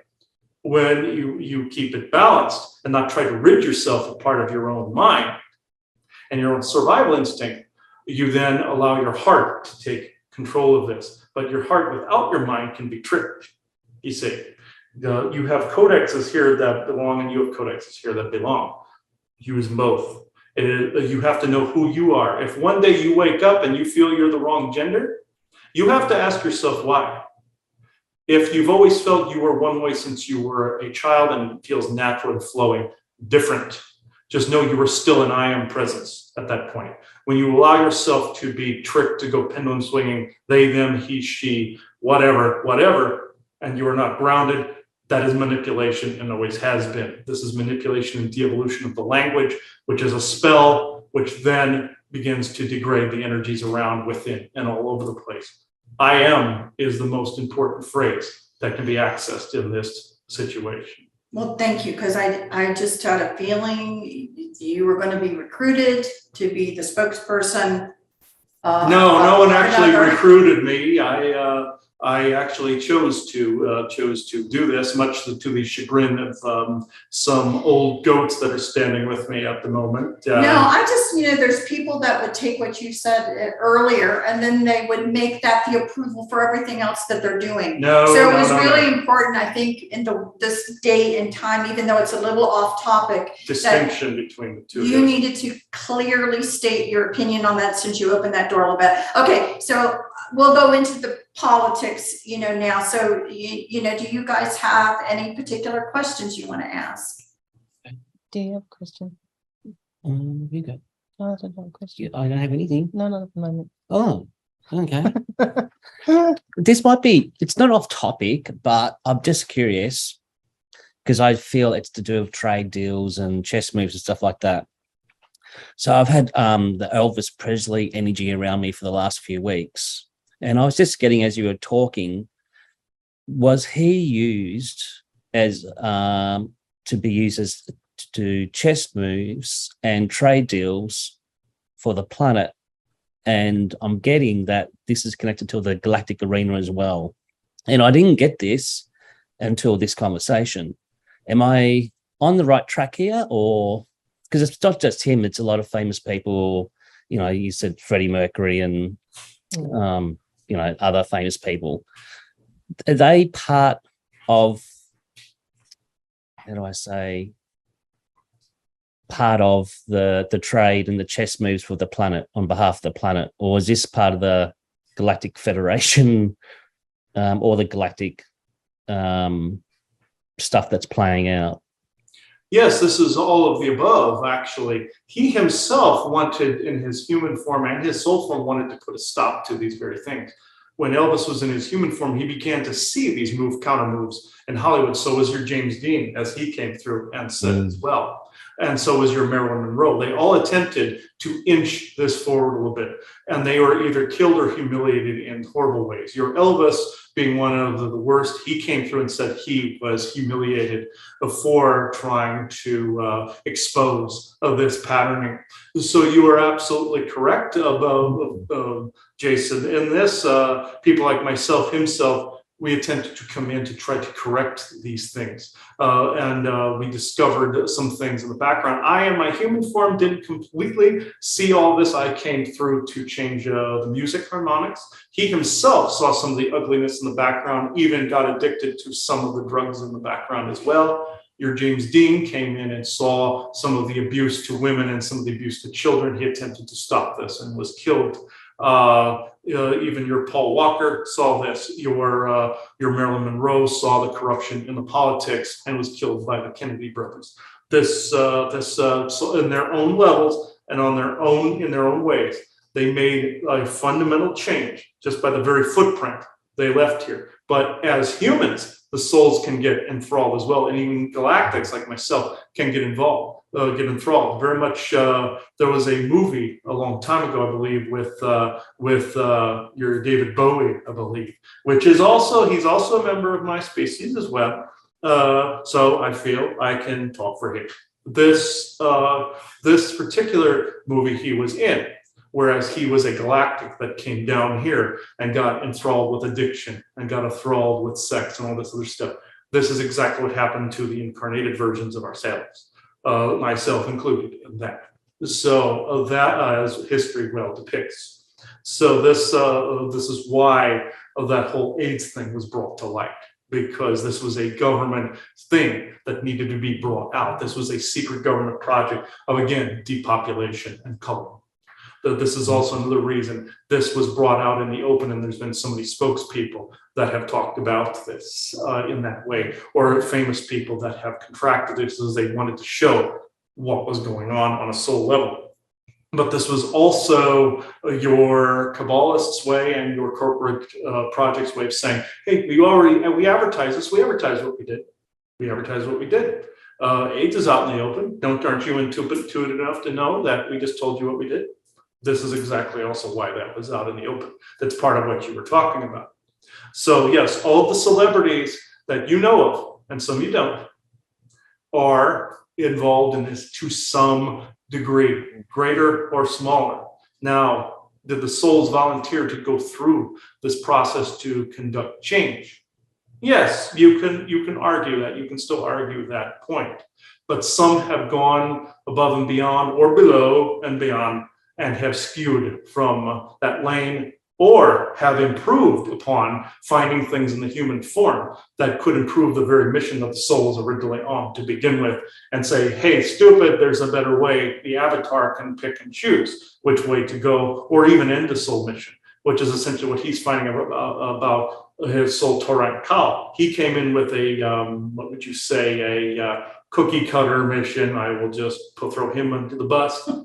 And he came in, and then the avatars over history realized playing it out was fine, but there were better ways of going about what was thought of back here could end up as something totally different here. And it was still the same lane that you were in. Just like you shift gears in a car, but you're still in the same lane. So shifting gears, humans like to say, shifting gears, I've shifted gears. You're still in the same lane. You're just taking a different stance and a different methodology as to how to play this mission out. And some of these celebrities learned this, where they learned the pros and cons of how Hollywood was through that celebritydom, what they could get enthralled with, what they did not anticipate they would run into completely, because there's one method where you're just on the drawing board saying, okay, I'm going to stand up here, or I'm going to fly above this, scan this whole terrain, and then I'm going to jump in and go, hey, I'm going to save the day over here. And this is not how this always works. This is essentially, as he liked to say, a helicopter pilot viewing someone in an apartment building looking in a drawer, or in a closet, or on a computer screen. It doesn't always work that way because you're on several frequency levels above or faster moving. You can't always see it. It looks like static sometimes. You can't always see every logistic. Or in a show you guys stopped watching at one point, where some time travelers came back based on some data and information they had in the future that they thought they could change here, doing their facts and figures like representation of your time core. They would come back and try to do something here, but the information they had was based on broken information they had in their time. And it was totally different when they had boots on the ground and they had to play it out differently. And their future government went, hey, you're off skew and we have to reprimand you. This is it was ironically called Travelers. It was not that great in my opinion, but it had a good point in that respect. You have to have boots on the ground to be able to change things here. This is why these celebrities are there. There is still a soul there, unless they're a damn vampire or adrenochromos, then there's no soul there. But the soul chose to implement certain codes in any respect with that damn vampiric virus that's in play. But where there's still a soul in play, there's still a mission. So to answer your question, yes, they're intricately involved in this. Thank you. I know that was a total mouthful, but that is exactly what is going on. I don't think you can do short answers. No. I actually do have a question. I would like to know, can you give an example from where you sit, what kind of trade deals happen for humans on an energetic level? So for a normal interaction, say, for example, like we're interacting now, or people interacting in the street or wherever they are, what kind of energetic soul or spirit or energy level is actually happening to them just by talking, just by being? That's very, very interesting. Just like speaking and being in your daily lives. Say if you interacted with someone at the store, a clerk, for instance. This is actually quite an important topic and needs to be spoken about. Say if you were talking to the person, you call them oversouls, but they're in you, around you, and integrating certain codes at all moments of time, the same way you're transmitting it back. That person also does. Both of those oversouls are speaking to one another. very much the same at the same moment. You're speaking to the person. You may even run into an ancient adversary of yours. You may run into an ancient friend of yours that's out there. People you have mysterious robes with, and you have no idea why. That, as you call it, karmic cycle, that can be worked out in that moment where you may have a robe of some sort with that person. You have no idea why. Some people go, I have no idea why I don't like this person. That may be a person that might be some kind of synthetic, evil, alien, Nazi, that could very well be there. But in a normal situation, those two souls are interacting always. Even if you don't sense it, don't see it, they are always interacting and always playing out or conversing about what has been taking place amongst the earthly populace. Say also, you are speaking to somebody online like this. All four of your oversouls are actually interacting right now, speaking about what these topics are and what is being said. This is why I give long-winded answers like I do, because his soul was transmitting the long-winded political, whatever you want to call it, the bureaucratic red tape, as humans like to call it. This is also why at the spur of the moment you're coming up with, or what you consider to be spur of the moment, you're coming up with questions that you thought of just now. It is because that conversation is going on and then arcing up through the human avatar vocals. This makes it grounded to this level. This is why he always says, I grounded this into the benevolent earthly Akashics and the benevolent galactic Akashics as of this moment in time. When you speak that through your vocals, you are indeed making changes here in ripples and waves, in millimeters and centimeters, as he likes to say, that you do not see. This is what's currently going on, even in this conversation, even exchanges of gratitude, even exchanges of fights and anger. This is why sometimes in his sessions, he sometimes sees someone smashing a stone, meaning a karmic cycle has been concluded. Even if he's not doing a session, he saw in one of his business meetings, he saw stones being smashed, meaning those oversouls were hashing out something from a very long time ago that did not apply to the now moment any longer, and they're saying enough, done. And that's what what he calls the stone smashing is. It's the two oversouls saying enough, we're done with that particular conversation, let's now move on. People call it karmic resolution. You can kind of say that, even though your system of cause and effect in the karmic sense is slightly or almost completely flawed in its application or of its understanding. It is more or less an exchange of energies that have now their oversouls have come to a resolution in that respect. I know this was again a long-winded answer, but that is what is going on. But to add to that, honestly, it's a great concept, as you were saying, because of the importance of the interaction that people need to be having. Mm-hmm. So one of the big things that occurred over the last few years is separating people, keeping people isolated, because the exchange of codexes, the exchange of information, the exchange and evolutionary markers and karmic resolutions. Correct. All that was being delayed by the lack of going to the store and interacting with who was there, or going into the school, or going into your daily life. So the importance of the interaction between everybody and what's really going on energetically behind the scene, as well as what's playing out in front of you, the importance of that. So that's one of the areas, again, where I have just tried to stress to people, for the love of God, get out of your house now. For the love of God, I don't care if you hate myopic people. You do not understand that you are now falling for something yourself, and you need to put your big girl, boy, and panties back on and go out to the store, go out to Walmart, go out to places, sit in a dog park, whatever it is that you want to do. Because if you have now isolated yourself and everyone else is myopic and thus you'll have nothing to do with them, guess what you just did? You fell for the big hook. You don't understand the importance of it. And you think you're beyond being hooked. No one on this planet is beyond being hooked.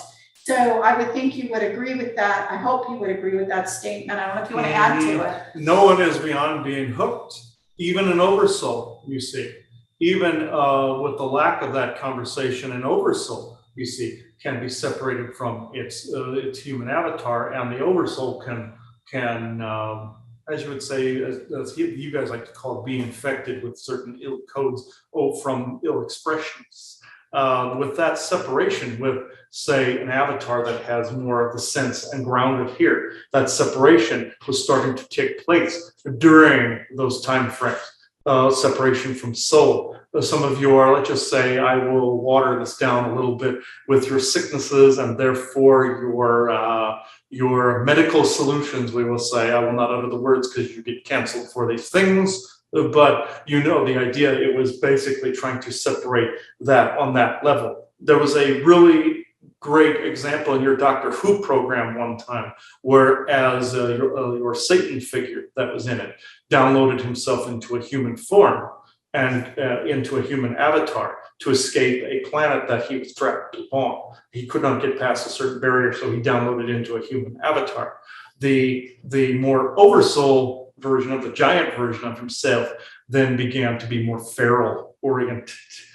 This essentially was accurately depicted there, where then that other version was more fully integrated, and then therefore could create another, how can I put it, another aspect or copy of a more stabilized oversoul. Probably not the best example using Satan, but I'm just saying, in this, somebody else can do this by, as he liked to use the example from the Andromeda series, whereas the AI oversoul was far less advanced than the avatar. That can actually be flipped, not because there isn't just a vast knowledge of the oversoul over here, but it's because the grounded avatar contains certain codes that are needed at that particular moment, that oversoul had to partition away from itself. This is the line that your governmental bodies or your Kabbalists were attempting to cut. This again was a de-evolution of the species. Again, I know that is a mouthful, but this is something that is still on watch, because another being then can connect to what you call the silver cord behind the head here, or the lifeline. This is what they were trying to do, to get another being to take over for that person's oversoul, cutting the cord and reconnecting it to something that had absolutely nothing to do with that oversoul, or leave it soulless like a vampire, but some of those became more feral. The point is, they were attempting to exchange it for something that was more like themselves. This is what's going on in your society now. If they didn't approve of what, say, that oversoul was doing, they would attempt to connect another one that was more in line with a mission that was more cohesive with theirs. Just like you always say, benevolent intentions or benevolent agendas. Some oversouls out there do not have coherent agendas that are even close to being like yourselves and exchanging that. Sometimes you run into them, sometimes on a soul level you're picking up on what they represent and what they're there to do. Or if it's a synthetic being, you know it because they're soulless, or if it's another alien in a human form that has an ill agenda, you know it. But on the soul level, you know when they're up to no good, or if they have a soul mission that is not cohesive for that particular moment in time. They're trying to disrupt things, or they're from a different timeline or time frame, or in the multiverse of madness, or what have you. But to end this particular point, know that it is more than one thing that you are looking at. So to get back again to the topic of the politicalness of the Galactics. So I'm going to ask, I'm going to just roll out a few things and then you take it and run. So in general, I think people's curiosity is, okay, so how many races out there that would be considered within our earthly galactic range, playground, sandbox? How many of them have joined the Galactic Federation? Are there other federations? How many do not join anything? What does it really look like out there? Ooh. You know what I mean? What does it really look like? And how many races are out there that love the Galactic Federation and what they stand for and what they do, and how many don't. There's a lot of do's and don'ts out there. This is why they created their own sub-councils like the Mayan Federation. You even have your pirates that fully do not, and I repeat, do not condone anything the Galactic Federation does. But you also have some aspects of your Mayan Federation and some of your Saranan and Mozen and Cassiopean factions that are in the Galactic Federation, but they are on the outer fringes of it in their own confederations. You have the Boots Confederation too, such as your races such as Fjorgi, Toroth, all of them. You have the Mayan Federation. You have also some of your what you would call evil factions like your Orions and some of your Dark Syrians and Dark Elves. You have also the Saranans that are heavily involved in the Galactic Federation. Some do not wear Galactic Federation uniforms, like you have your starships in Star Trek. You have those. And you have to note the different areas such as medical security, command, like you see in Star Trek. You have your Venusian colonies that are one of the races on the fringe of it. They are literally this close or a hair width close from breaking every rule in the Galactic Federation's book. Your Valiant Thor is a great example of that. Slow dripping things here to change it to be able to reflect out there. The Galactic Federation frowns upon this, but the Venusian colonies are also their own sovereignty as well. And they do not wish to cause an incident with other races because other races support them. They're basically a stone. In some instances, they're a stone's throw away from totally beating the crap out of each other. These treaties sometimes are a safety net to make sure there isn't chaos out there. This is why originally they were created, but the Orions had to get their mitts into it and say, hey, we can actually loosh planets this way, we can infiltrate this way, and we can make it so races are basically just at arm's length with each other, will cordially maybe shake hands, look at each other, but they're always a stone's throw away from another galactic war, just like what was in the past. It was pandemonium in the ancient past before these treaties were created. So there is a good side to them, but the bad side to them is if one wants to affect change beyond the writing of the contract, all the others scold them, very much like ridicule agents do in your society. If somebody comes up with something smart, they go, that's stupid, you're stupid. It's like that, or you're creepy, or you're ugly looking, or something like that. It's very similar to that, where if somebody comes up with something smart, here, they're ridiculed constantly, they're made to look crazy. In this is why some races leave it to humans to come up with this, because some races already consider humans nuts. So they will go, okay, we'll let this come out. Other races will block human communications altogether. It's a mixed bag depending on who you run into. There are some races out there you would find absolutely reprehensible. There are some races out there you would love instantly. It just depends on who you run to. It's just like Star Trek and Star Wars. It's a mixed bag. Some races you would find that, say, they smell so bad you can't be near them. Other ones you would say smell like a field of flowers. It's like that energetically and physically. As far as many races involved in the political schemes, nearly every race, or every race you've heard of in the channeling arena, is indeed involved in the Galactic Federation. There has been no exceptions. Even my own species has to have dealings with the Galactic Federation, or we're considered pirates. In this, we then can actually deal with the good pirates out there, salvage teams, what have you. Even the archaeological teams, all of them that are out there, trade teams, we can deal with them and eventually affect slow change. Another reason beings like myself have come to Earth to reflect that change out there. The amount of worlds are in the hundreds of thousands. The Galactic Federation has been around for hundreds of millions of years. And they predate the Orion invasion, and they were altered forevermore by the Orion wars and their wars. They invited some of the Orion contingent in, and they have never left. And this also solidified some of these treaties, more so that there was no free thinking or creativeness. This is why there's no creativeness in the galaxy, because those damned Orions put their foot down whenever everybody has a creative thought. Very much like here on Earth, whenever you have a creative thought, you're considered crazy, nuts, or insane. Or like say in the case of your Beautiful Mind movie or John Nash, the mathematician, he was considered nuts. And that soul came in to show that channeling is in more scientific community. It's that kind of thing where you come up with something legit, it's shot down. You come up with a legitimate device, your government confiscates it. Things of that nature. It is the same out there. This is what needs to be changed. But the order of species is in the hundreds and hundreds of thousands that are in this. And I don't want to say subspecies, but offshoots. But the main ones that you've heard of, every single one, even ones that have been on these channeling programs, are all integrated into that web of treaties. It has been because of the efforts that have happened to incarnated brethren down here and humans that have heard of these things, that even seeing these things and knowing these things that are beginning to change things out there in the galaxy. I'm not saying Earth is this centrist, even though it is a nexus point. I'm saying that true change has affected itself out there, and with some of the species that are involved with these treaties, they're going, hey, we need to change this. And they like to talk amongst themselves.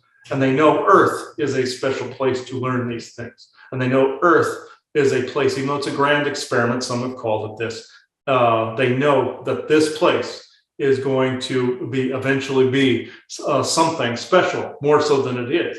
They don't know the outcome to this experiment. They don't know what will happen. They do know what will happen if people co-create more, present their I am presence, and they co-create more, take a stand against things that are wrong, and begin to correct things down here. It reflects out there. That is known, and that is why species incarnate here to begin with. Good. I really appreciate you being long-winded on that one. Just to say, that was great. You guys have any other questions? No, I don't. Do you?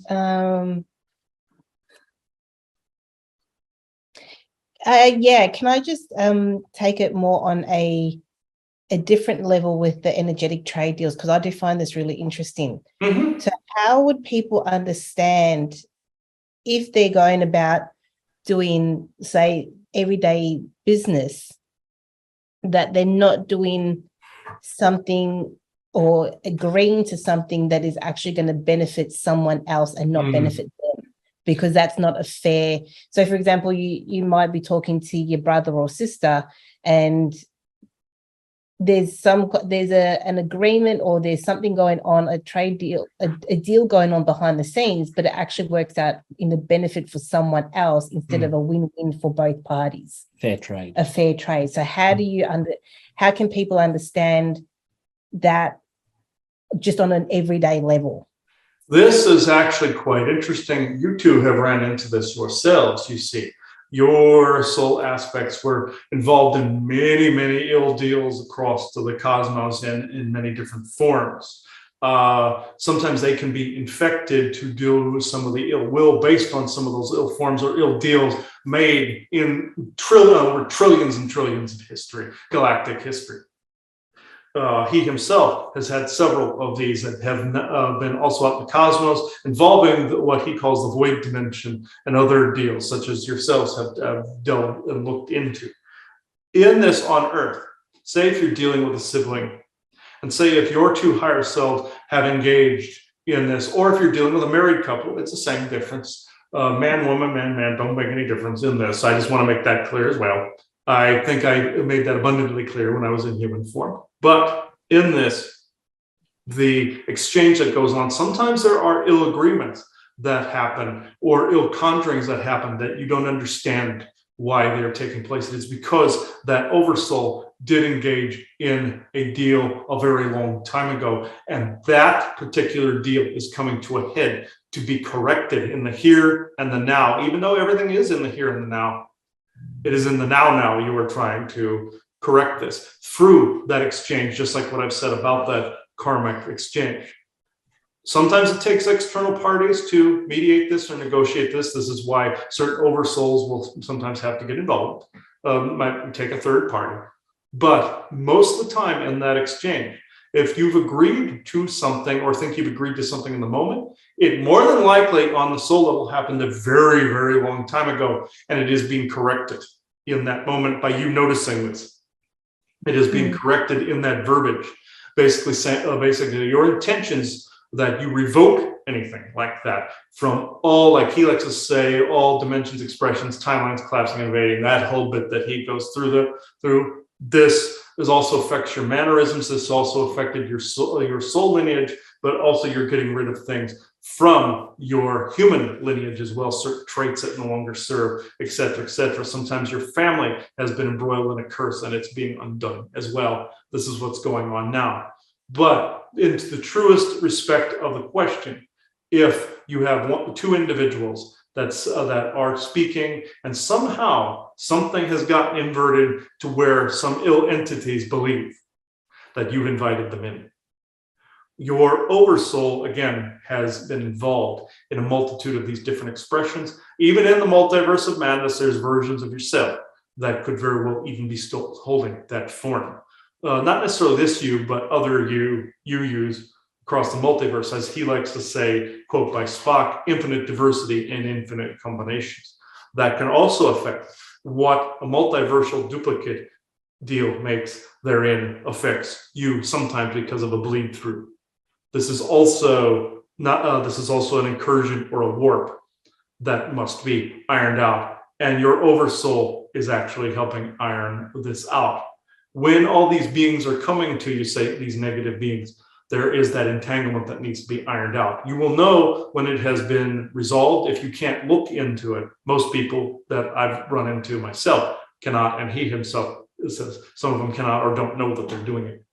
By the intention that you want this changed, it wipes it clean across the board and mirrors it. Once something has been noticed, like something you feel is wrong, an ill spell, something like that can be noticed and wiped clear across the multiverse itself. Sometimes you're being attacked by another version of you, like in that movie, and it is wiping it clean across the board. But to be more into the spirit of the question, in the moment that it is being noticed, it is already fundamentally changing the aspect of that agreement. And the fact that you even knew you had an agreement at all is beginning to change the fundamentals of that agreement. But now in your everyday life, say if you sign something or you're signing a contract with a bunch of numbers on it, like you do in receipts and whatnot, when you get to a certain level of recognition that that's what that is, those number codes can no longer harm you. This is what you guys have run into by, you've noticed he started to sign receipts and stuff like that again, because it's at a stage where it was fundamentally noticed and the mind is no longer taking that agreement in because it's seeing the numbers. The mind will always see something as factual, even a binary number coding on a receipt or on a check or on a piece of money. The mind will always take it in. Once you get to a certain level, the mind is now at that point where it will not take it in any longer. But we have to recognize, I mean, what you just said was brilliant, but we have to recognize how difficult these situations can become. Because you may, put on your Facebook, and basically, if they don't treat you well, leave. If they don't do this right, leave. If they don't do this right, leave. If they don't do this right, leave. But what if you're meant to stick through it to correct some of these issues? So it's a very hard situation to be in, because sometimes, again, people want to say Earth is perfect when we're all sitting on a cloud, everyone's getting along, right? Kumbaya. And until that moment, right, you need to just leave and leave and leave and leave and leave and leave. And that's actually not true. Some of these situations actually do become difficult. So the confusion isn't necessarily that you're in a difficult situation for a while, let's say, or for some people, they could be trying to clear it up and they're in it for a long while. And do they accomplish that in that life or not? I don't know. Sometimes it goes for an entire lifetime before it can be cleaned up. Very much like his friend Brian said in spirit form, or in the form he is now, your mission is not done until you leave this body. Sometimes that can actually be true in that respect, where it goes for an entire lifetime. very much like he encountered the artificial intelligence over in the neighborhood where you'd visit his family, where he'd have to keep revoking it. Eventually, time came to pass to where the mind no longer accepted that contract and made it so that those revocations were not necessary. So how do you know the difference between you are in an abusive situation, let's say that you need to leave, versus you're in it because the fact that you're working some of this out? It seems to me, this is again where you brought up the oversoul, and I go back to that, because there is a moment, you know, where if it's resolved, right, whatever it is, but if the personalities don't change, you do leave. Or you see what I mean? When things come to their conclusion that for some reason, all logic would dictate you should be gone. You should not be putting up with this crap. You should not be putting up with that crazy ass boss. You should not be putting up and leaving those people that aren't treating you well at work, or do you see what I mean? Or the family members, or those dynamics. But sometimes we stay in them for a while.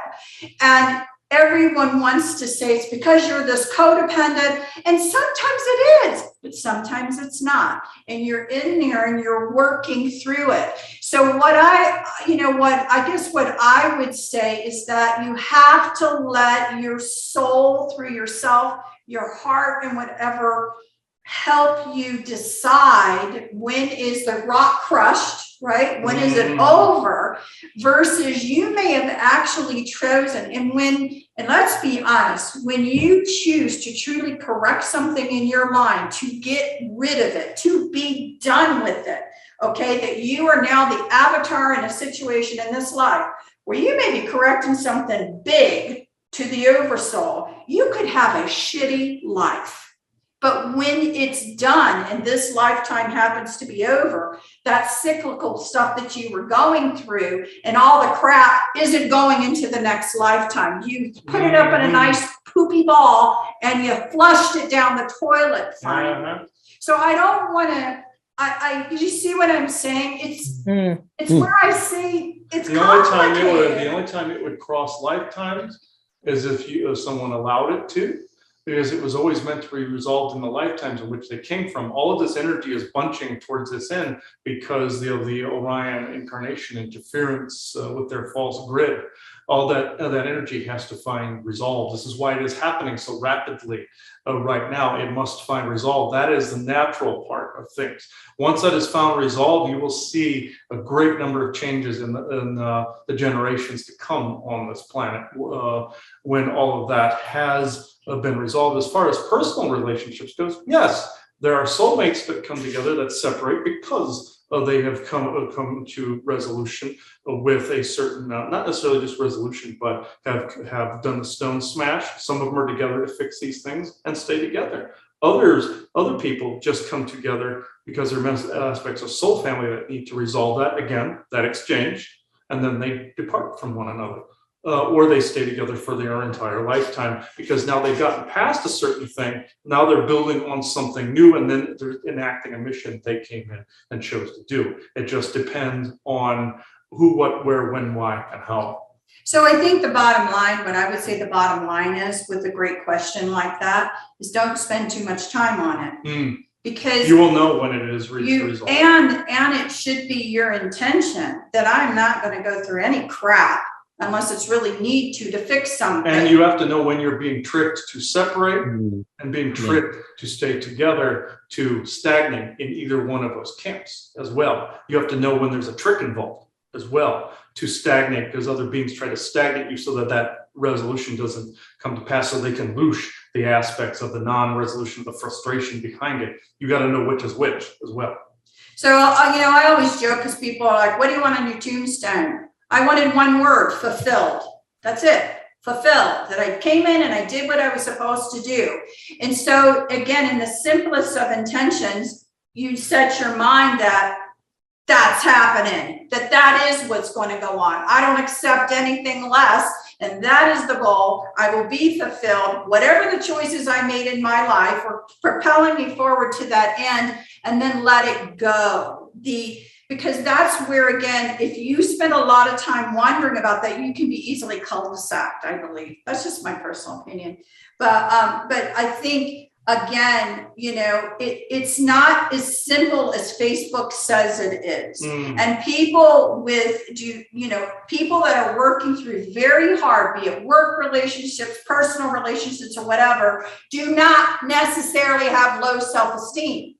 They're doing a purpose. They're working on, some things.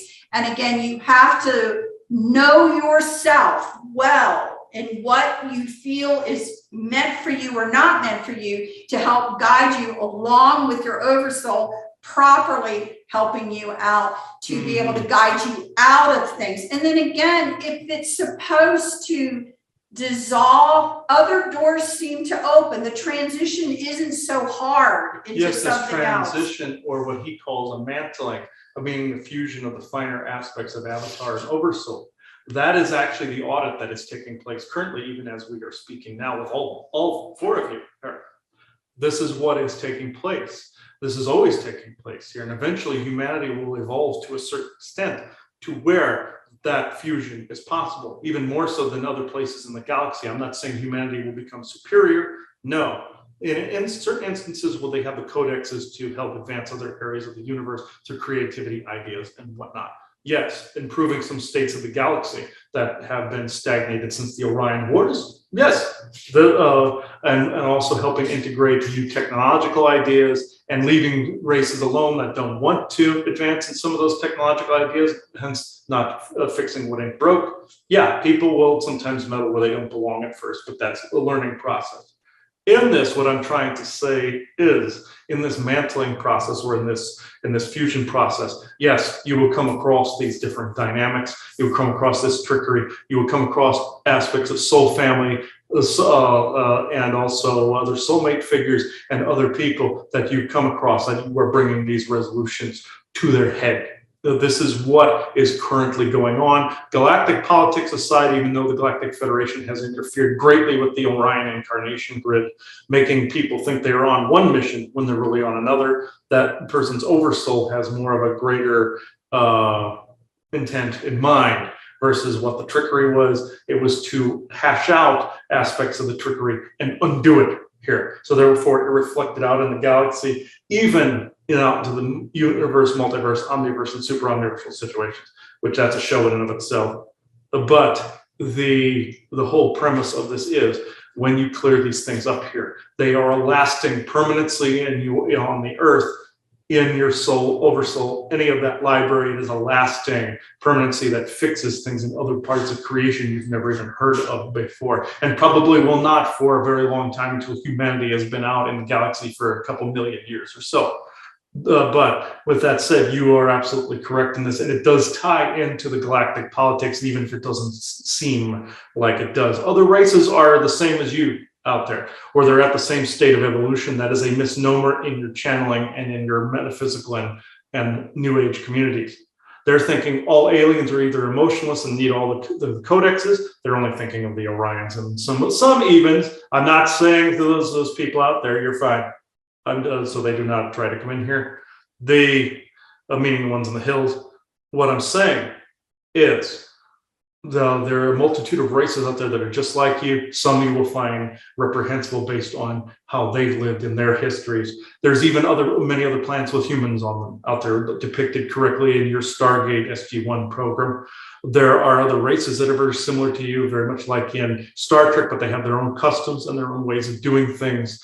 Humanity will have a learning curve with meddling a little bit, very much like in your beginning Star Trek programs where they tried to teach human values and it didn't quite work. Eventually having a non-interference pact of its own, depending on the situation. A little bit of interference, just like in your Picard program, what was said by your Wesley Crusher character. A little bit of interference, fine, or preventing the destruction of one race or another. But your non-interference pact or your prime directive is more like a fascist, like your Galactic Federation is. But yet they speak out of both sides of their mouth, and they interfere on many other levels, especially energetic. So therefore, they have to be mirrored. It needs to be mirrored back to them on an energetic level. That's one of the ways you defeat a bad guy like that. And yes, it may sound hypocritical that we are linked at the hip a little bit, and I'm calling them bad guys, but I'm just saying what I feel. And this is also something you should do here. Always say what you feel, always stand up to some kind of oppression that's around, always exert your I am presence, but don't force yourself on others, just be yourself. You will also see agreeing to disagree on your planet will bring about a lasting peace. You can be a unity consciousness by being your individual I am presence selves and allowing people to be their own I am selves as well. That is very, very important because your Kabbalist people want you to fight on a regular and constant basis. They want a continuous state of chaos, culling and for and against because of evolution that's taking place. The idea is that you are not slaves, crops, or a farm. You are not a prison planet. You are a world that is equal to every other world that's in creation. You are not greater than everybody else. You may have some different ideas, and you may have some ideas that fix things out of the galaxy. You are not better than anybody. You may have greater knowledge in some areas, but there are other species that also have great knowledge in other areas too, and that exchange can happen back and forth. It is all about unity in this case. Well, thank you. Any other questions, guys? No, I'm good, actually. I just want to say thank you for that information and how big it is. It is massive. Yes, thank you. Yes, they chose me for this particular purpose, or I should say I chose myself, but they wanted me to come through tonight. They think they chose me, I should say. I came in voluntarily, but I'm also being told I have to retract now because there is a bit of interference building because of this connection. It can become wobbly over a period of time. It can be lengthened by the use of crystals and the like his channel crystal here, but even now the signal is wavering and could damage the human mind if I linger. So thank you, everyone, for this chance to speak this way. And I know I'm not as out there and ostentatious as I usually am. This is why I began to quiet down over a period of time. Isaac had to do this with his friend Richie because he could not be his ostentatious self or his flamboyant self because the human mind was not prepared for that level of energy reverberation. This is why I've slowed down as I've been giving these long-winded answers. Otherwise, I would be just like, well, not like him, better than him a little bit, but well, you get the idea. We do this back and forth. Thank you for your movie as well, because it was amazing.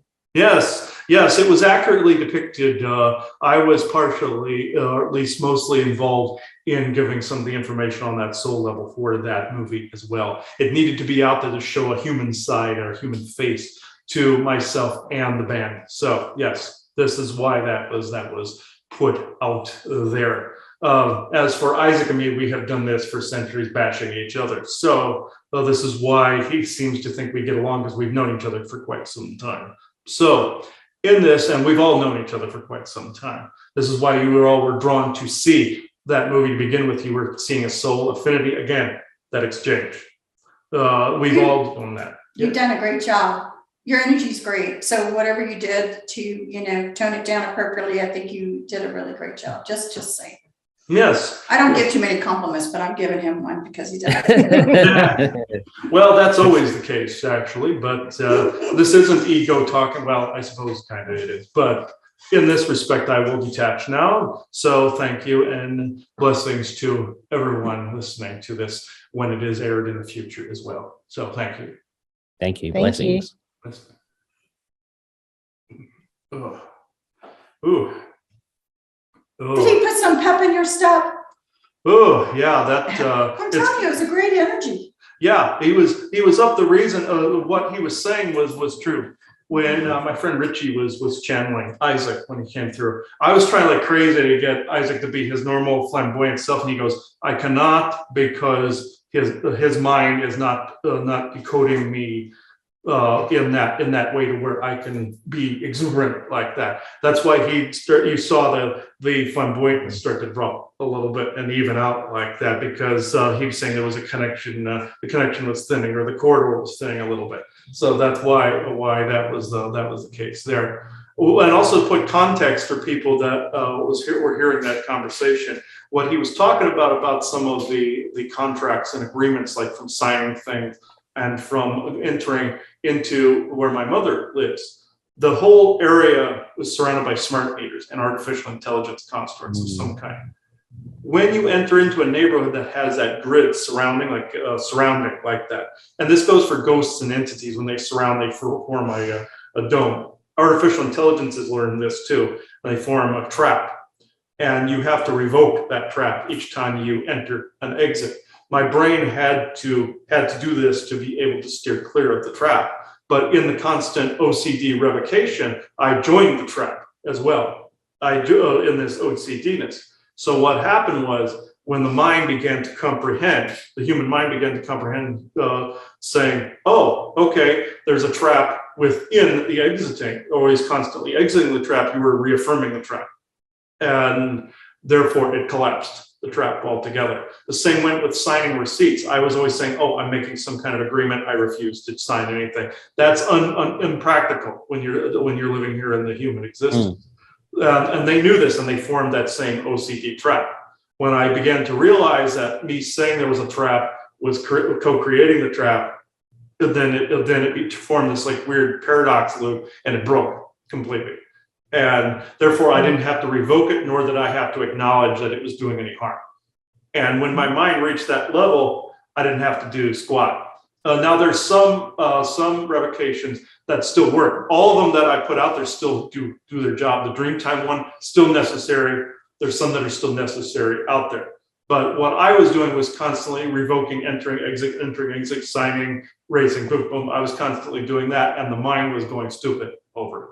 So I had to find a middle ground. When I found that balanced ground and silent space, it broke the trap that was acknowledged. It was this Chinese finger trap. The more you pulled on it, the more it keeps you. And the more I loosened that and relaxed it, it broke the whole snare. So that's what he was referring to, was that. It took me 2 years or more to figure out that was a continuous snare. That was a continuous snare within within that ether. But I don't know if you two have anything else to add before we do the affirmation and blessing. No. Okay. No, it's big, massive. It's a lot. I didn't want to. We didn't want to be the ones talking the majority of the time. I wanted to give you guys, of course, give you guys a chance to actually say more. But this has been a great show. So why don't you do the affirmation and blessing? I don't have anything again. So. So remember out there, everyone, that there are so many races and beings waiting for us to join their community. They actually look forward to meeting us. They actually look forward to our creativities, thoughts, visions. So remember that. And remember that, again, our job is to know and to learn more about ourselves so that we can create that relationship out there that we want, with great love, joy, and excitement of all the things to come, throughout the years with humanity. So great blessings. Hope you guys enjoyed the show. Yes, hope you guys enjoyed this show. I know it went on a bit, but that's what you get when you look into these types of communications, galactic politics, everything. It is this big wormhole, rabbit hole that goes all over the place that you never expected it to go. Did you have any final words, guys, before we take it out? No, thank you very much for this conversation. That was very important. And promote your channel, guys. Promote your podcast. Go right ahead. Oh, okay. Let's plug the podcast. So, thank you very much for all the information that was discussed, because it is really important. And we do have our own podcast and YouTube, a different YouTube station going on, which is Phoenix Awakened Podcast, both on YouTube and on Apple Play and Spotify as well. And we talk about our own experiences. So it's pretty much storytelling. with just a bit with the information that we go through. So that's what our podcast is all about. And it was mainly done for a healing, for me to do healing. But then what I realized is it's actually going to be a lot bigger than what I thought originally it was going to be, and for healing for as many people as there is, and also on a energetic level, I didn't realize the amount of healing it would have on the galactic arena as well. So that is the reason for Phoenix Awaken podcast. Yeah, that's good, guys. Yeah, definitely check out their podcast. We're definitely going to listen to what they have to offer on there. And we know these guys quite well, and their information is solid. So definitely check out their materials. So thank you, everybody, for watching this show. And hopefully you can digest the material that came through, because it's doing a massive blob that came through. But just even if you have to listen to it a couple of times to actually get the gist and the meat of what is going on, absolutely do so. So thank you, everybody, and bye-bye now. Bye. Thank you.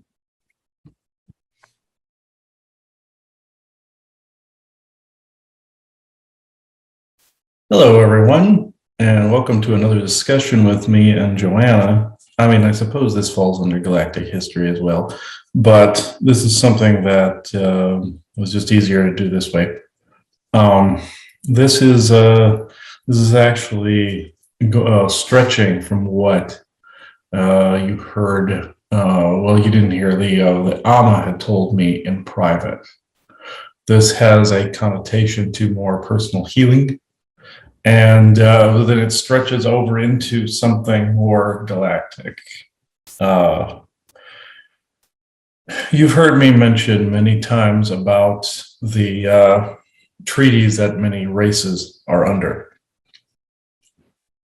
And that many races that are abiding by these treaties, if anyone violates them, it would cause pandemonium here a lot. And that humans have more capabilities here by affecting change here, either through incarnation or through descent lineage, or alien species leaving their own people here to grow up here and be us. So with that said, I will start with the other end of this conversation. The Amma yesterday, which this recording is being done on 8/7/21, the Amma stated that I had something health-wise wrong with me, and the previous race did too. And it said that going to a physician was a good thing. I said I didn't trust any human doctors not to be cabal-oriented or programmable, and that it would have to be someone that's associated with the Galactics, good Galactics. Well, they said they would help locate someone. So middle of the night, I will read to you from this.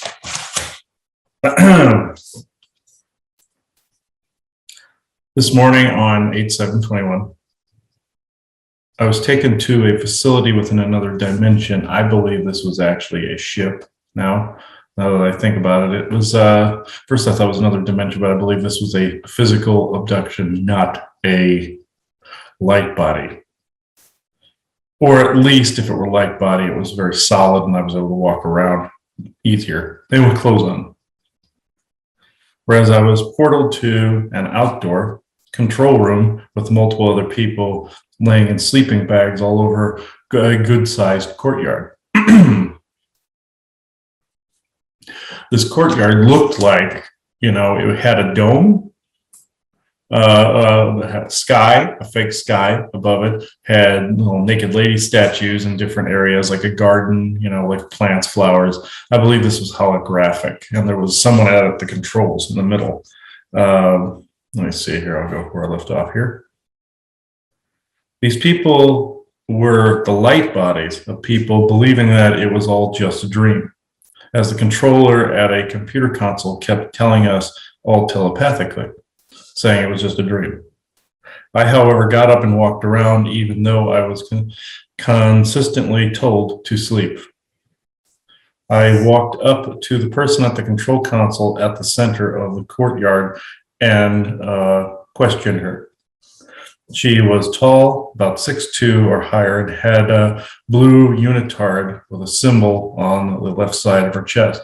I now know that's a symbol of the Galactic Federation, and you know my opinions on the Galactic Federation. She goes, "Sit down, please," she said calmly, but I did not. She also had long brown hair and dark squiggle eyes. That's the mark of Serranums. They have the squiggle eyes. She was visibly irritated but calm. She looked at me and said telepathically that I was in no danger and would have no harm come to me, but that I needed to lie down. I still refused and demanded to know where I was and who they were. The woman and several others conferred with one another, and then she came over and tapped me on the top of the head. "Sorry, but I must. Rules and all, you understand, right?" This is the last thing that I heard and saw before I woke up.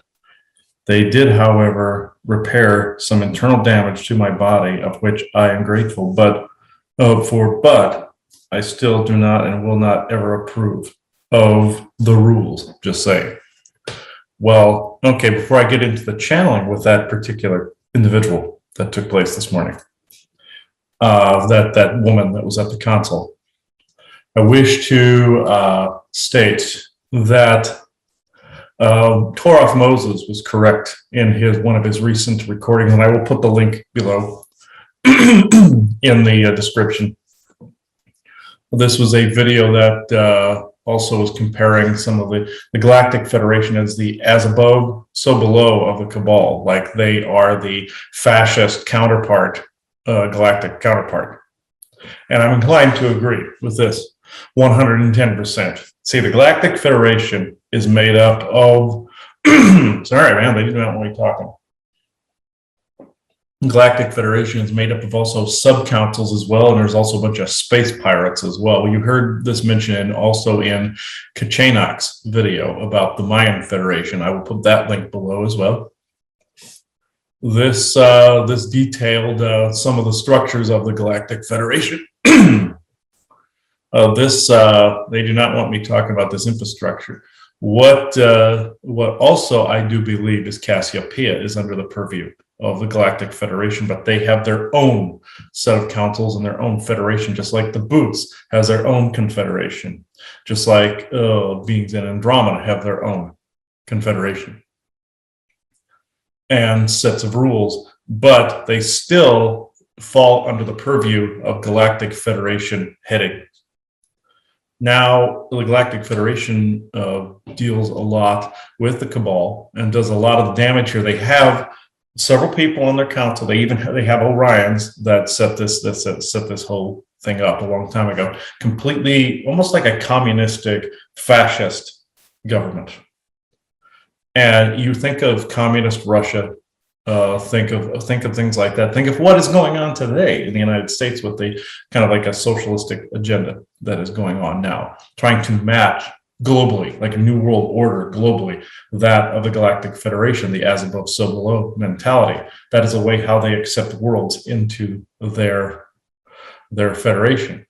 But if people have their own federations, they can have their own rules and have their own sets of subheadings that then the Galactic Federation has to honor in some degree.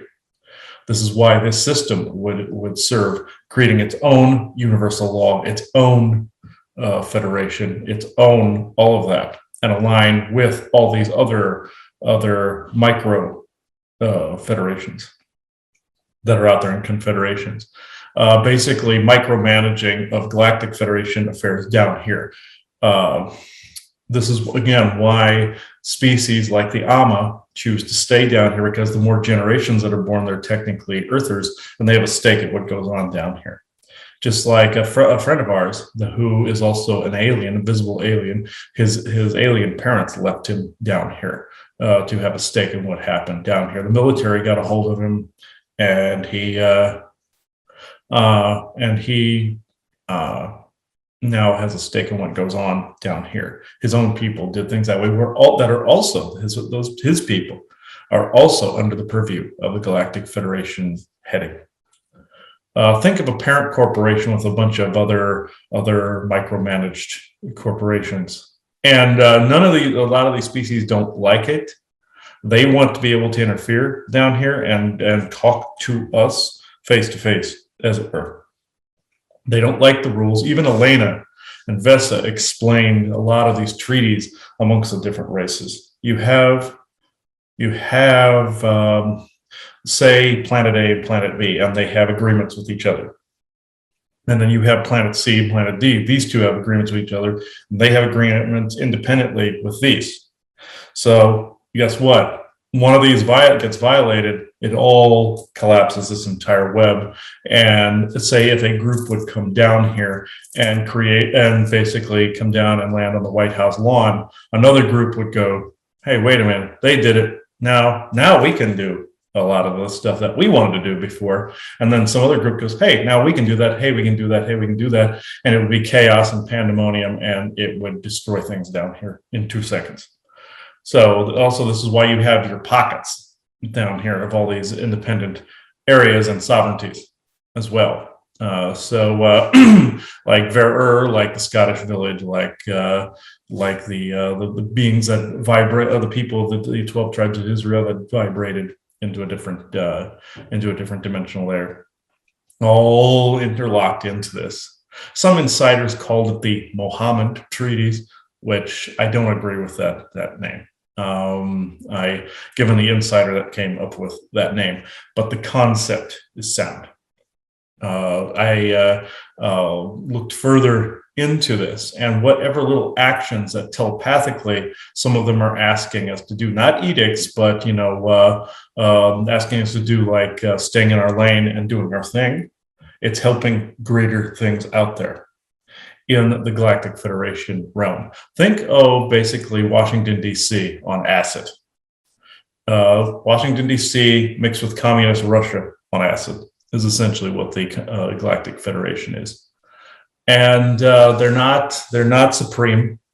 They do not control the entirety of creation. I want to make that clear. They do not control anything like that. What I also came to discover in someone else's session is that they were also making up their own soul missions as well. Some groups of them were taking, these are in 2 sessions, were taking these signets and putting them in people, describing what the mission was and the parameters, and not to sway from it. Very much like in the show Loki, when people would sway from the sacred timeline, they would get nabbed by the time variant authority. That would fall under more Time Core right there. So I believe Time Core, Galactic Federation, all of this falls under the same purview. This is also why you don't see certain interferences the way you would want to.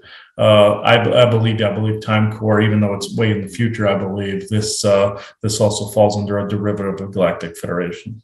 That's just my theory at the moment. But anyhow, before I get too far off track, these people, if you were to go to the capital, you would see something like the Federation in Star Trek. You would see, like, even the one jumpsuit unitard thing outfits they wear, and also in some of the old Trek you would see that. And the Venusian colonies also fall under an offshoot of the Galactic Federation.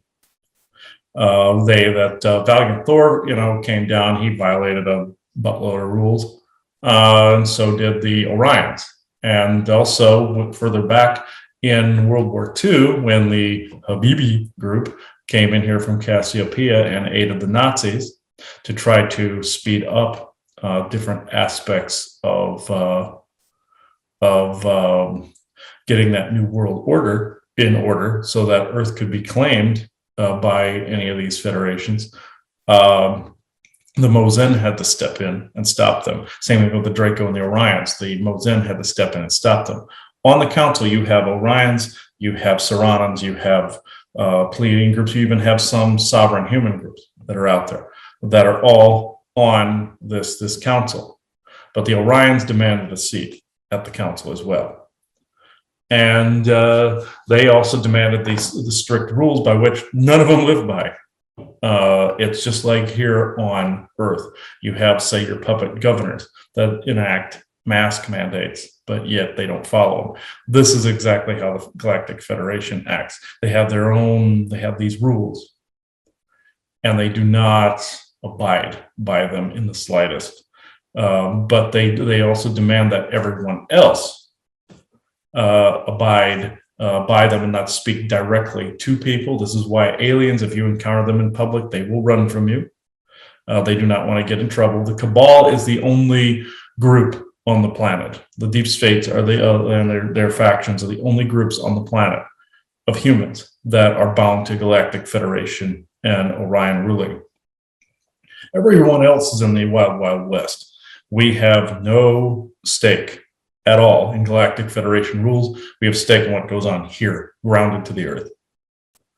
And I want to make that point and reiterate that because we have more capabilities than some of those aliens. You hear us talking about codexes. They're coming for codexes and genetics, and all these races are experimenting, and all that. This is the grand experiment, and this eventually will become a capital of one of those federations and change the rules of the Galactic Federation. At least that's my belief.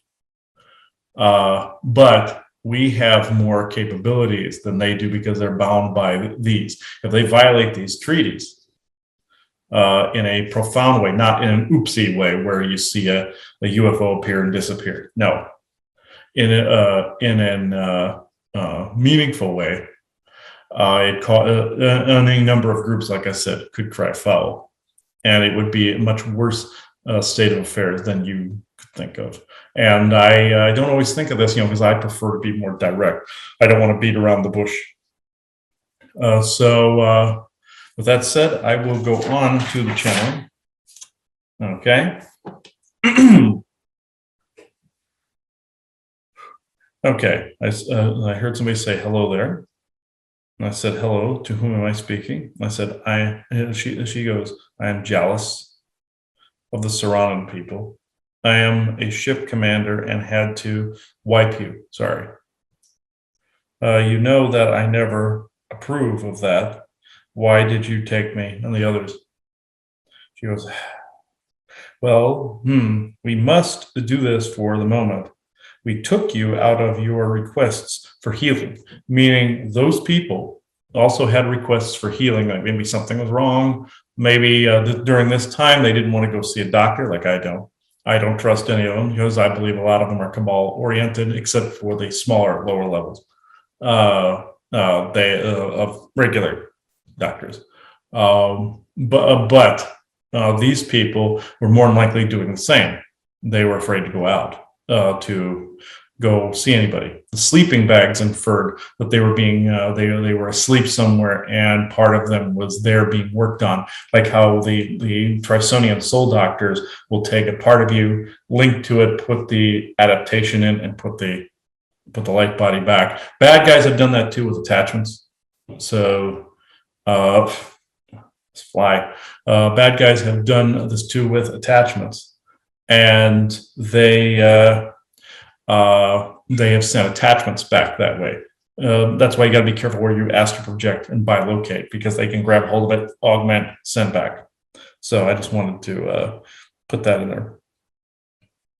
She goes, I was not irritated with you, only the fact that I had to do what I had to do.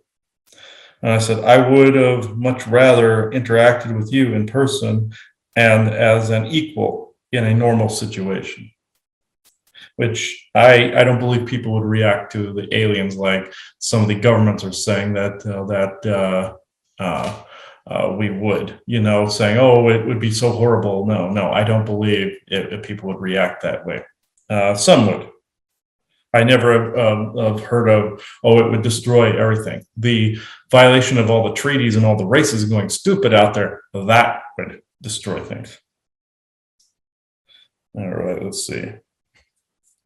As would I, but you need to understand something. We are all wanting this, but are being blocked by what you would perceive as a piece of paper. It is actually not that simple. I get that part, jealous, but there will come a time when those agreements will dissolve and we will all be able to speak normally. Why not now? Because of the fact that if one group does it, then chaos ensues. I can say more to you, no more to you now. All it will take is one group's courage. Also, humans on Earth are not bound by Galactic Federation laws. So with that said, we can act with a bit more impunity, as it were. Yes, this is true, Chris. Very, very true. This is why. I hint and wink, wink to you now to play your part. And the piece of paper dissolves into dust. It begins with that picture of your friends. Got it? Well, this goes back to what Aubrey and I were talking about on Conspiracy Sector. This picture, which I will put also in the comments below, since I cannot post it to YouTube. It's a nudie, so I can't do it. Patreon, I can get away with it. So I'll put it below. This video, I won't edit it into the video just in case this ever gets shared somewhere. I'll put it underneath.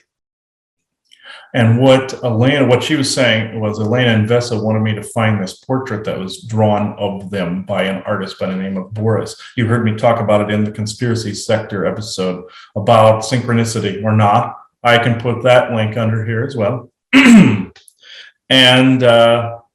compare that synchronicity.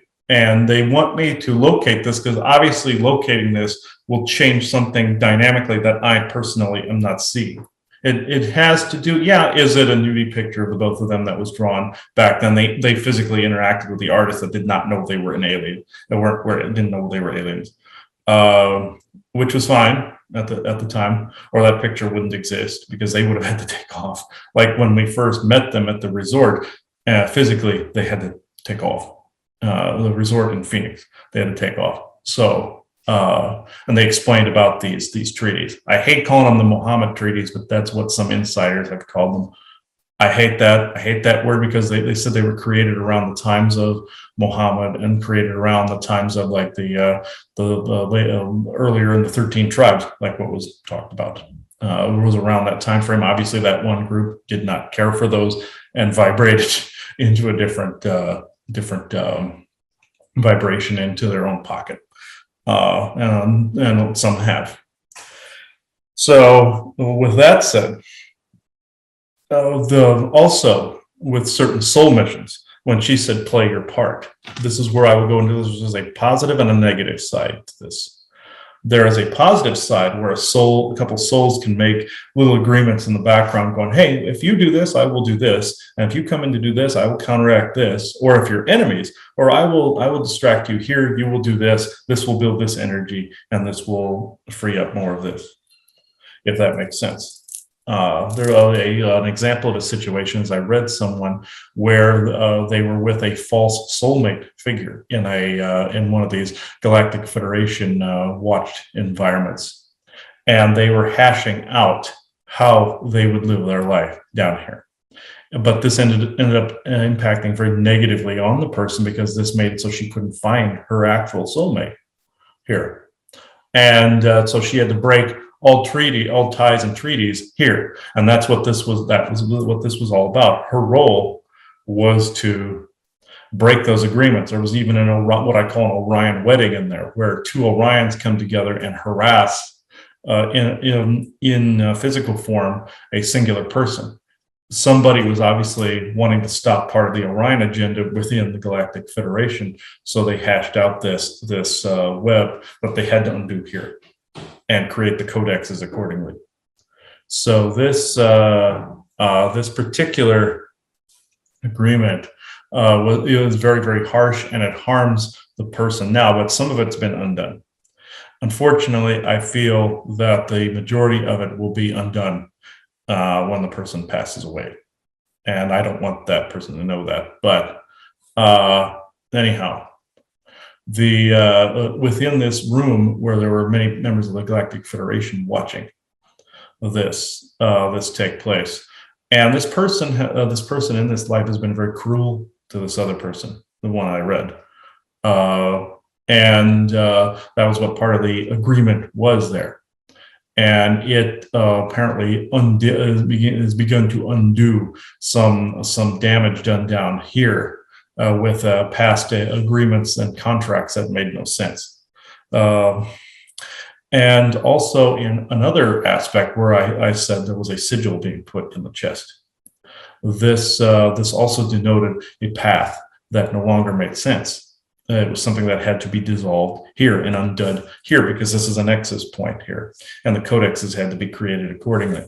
And this ended up rewriting some Galactic Federation rules on a very fundamental energetic level, as cruel as those things are.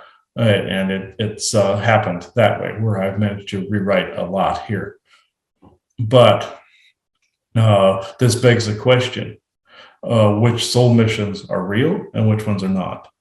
Which ones are Galactic Federation oriented, with people incarnating and staying here and being raised here, or is it a real soul mission that just encompasses the false thread, getting rid of the false thread?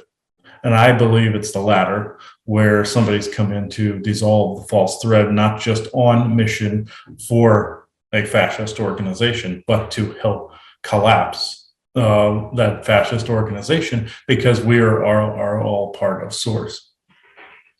And benevolent Source Creator, even though there's neutral, there is dark Source, or as Moses has said and the Torah has said, a photocopy of creation, which I love that analogy. And they compared it to universal law, but you heard me in the last recording saying there really isn't one that goes with the neutral side of things. With benevolent Source Creator, yeah, you could say there is, but we have to create that.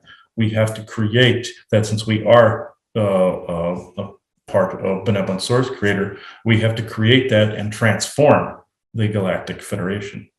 We have to transform them by what we do down here and staying in our lane. So I will move on from that to more of this. I said, yes, I believe that I see now. Sorry for being a pain in the ass to you and your crew. Meaning, I get what they were saying. It's the staying in the lane thing.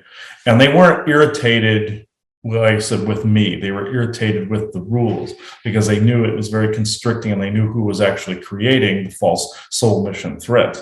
See? They knew who was creating a lot of that.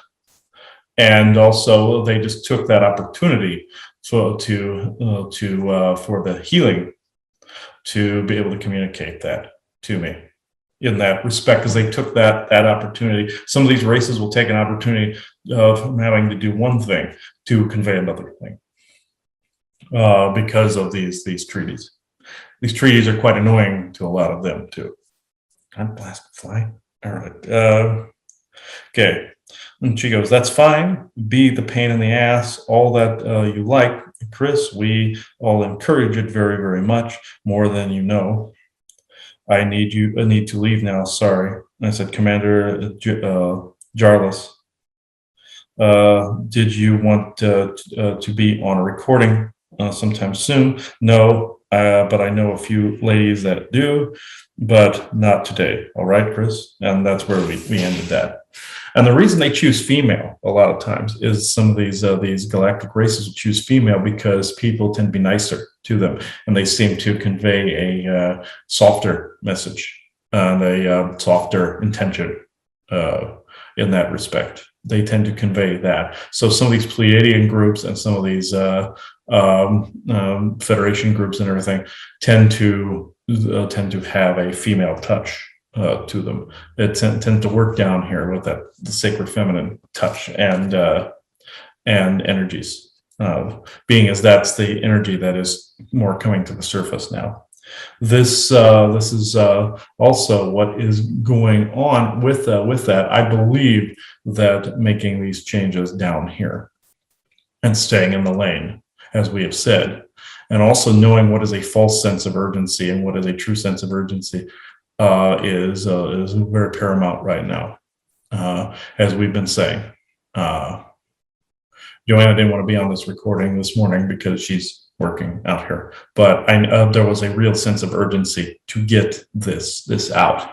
And I said I will put all the pertinent links underneath to compare to what has been going on, but just know that even within the false threads that are running now, this may be something that you're here to undo and unweave, to correct within the self, but correct out there. And there's also a reading that I'm going to be posting to YouTube from a man named Stephen in Ireland, where I made a comparison also with my sessions with Rob as well, where when we do things with the self, we end up collapsing a lot of threads. We're collapsing a lot of these false urgent threads or soul mission parameters, which in fact, it goes back to true and false. What is really true and false about this? Is it something you came in to grab all of it, undo it, and then transmute it? Just like what was said on Interstellar Council, that my oversoul said, oh, I'll just grab all this at once and do this, even though it was not really recommended. This falls under that category. Most definitely falls under that category. So as Isaac likes to say, being a pain in the ass means you're staying in your lane.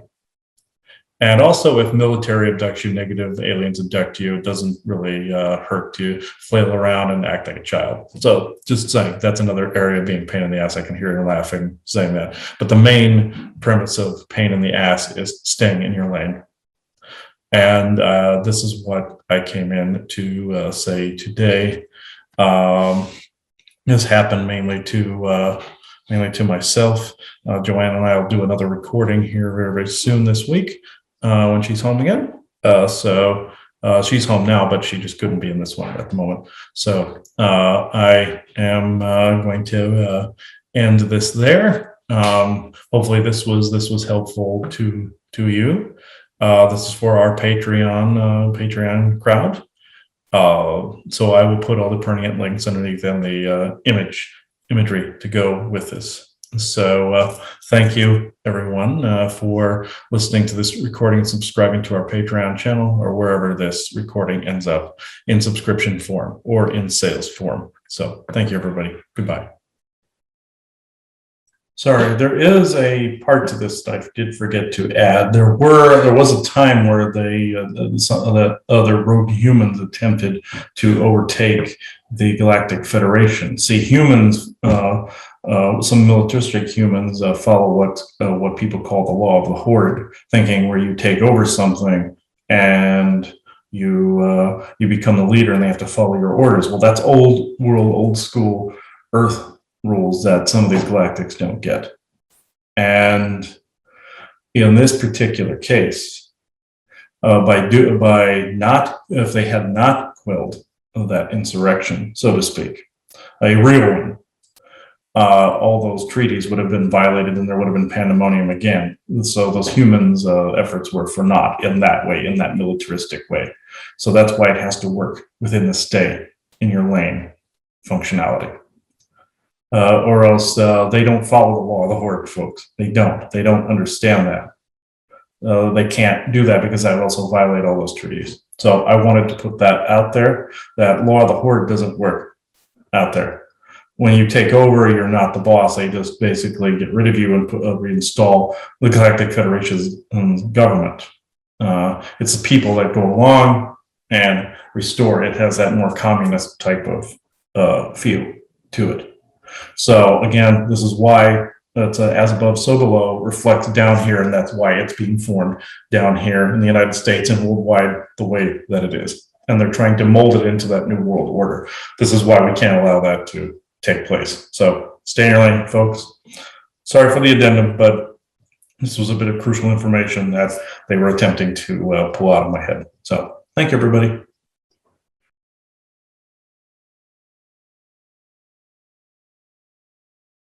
Hello, everyone, and welcome to, I believe this is going to be just a discussion with me and Joanna, like the past recordings here.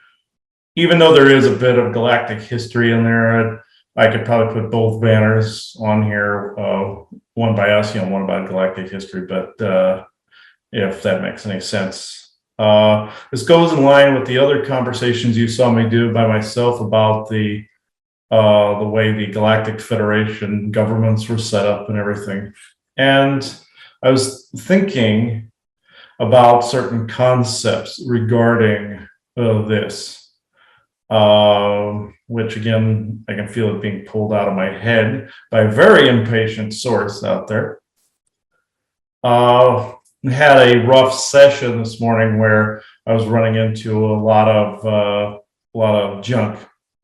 But as you heard in the previous recordings, where I believe the Galactic Federation set up false soul missions, false soul tags to track, be able to track people, along with Orion, assistants, of course, having them on their council. And then also all the little side councils, which I also believe the ones called the Council are members of the Galactic Federation as well. And, or with them in their own little confederation, which you have the Boots Confederation, which is, they're pretty good. You have the Cassiopeian Confederation, you have Mayan Federation, you have different Pleiadian councils, you have the Orion Council of Condafor, but which I believe that they're all like offshoots, but doesn't make them bad, mind you. You also have the territory controlled by the Antiqua, and some good and bad Syrians as well. But anyhow, the crux of this part of the conversation is also, it's an addition to what was said before, meaning that the Galactic Federation government and our own federal government are essentially the as above, so below, one and the same type of format. Meaning the coloring of the uniforms, also the coloring of the country choice, which is red, white, and blue, which is a lot of the uniform colors of the Galactic Federation. You see them in the red, white, and blue leotards a lot out there, or not leotards, but unitards, I should say. And this is what also came up, which is the same type of government, except they're, as I said in a previous recording, they're trying to mimic the more fascist, communist type of government that the Galactic Federation uses. And they don't like me saying this at all. Our military doesn't like me saying this at all. This is why you're seeing this switch over to this distractive talk about communism and socialism.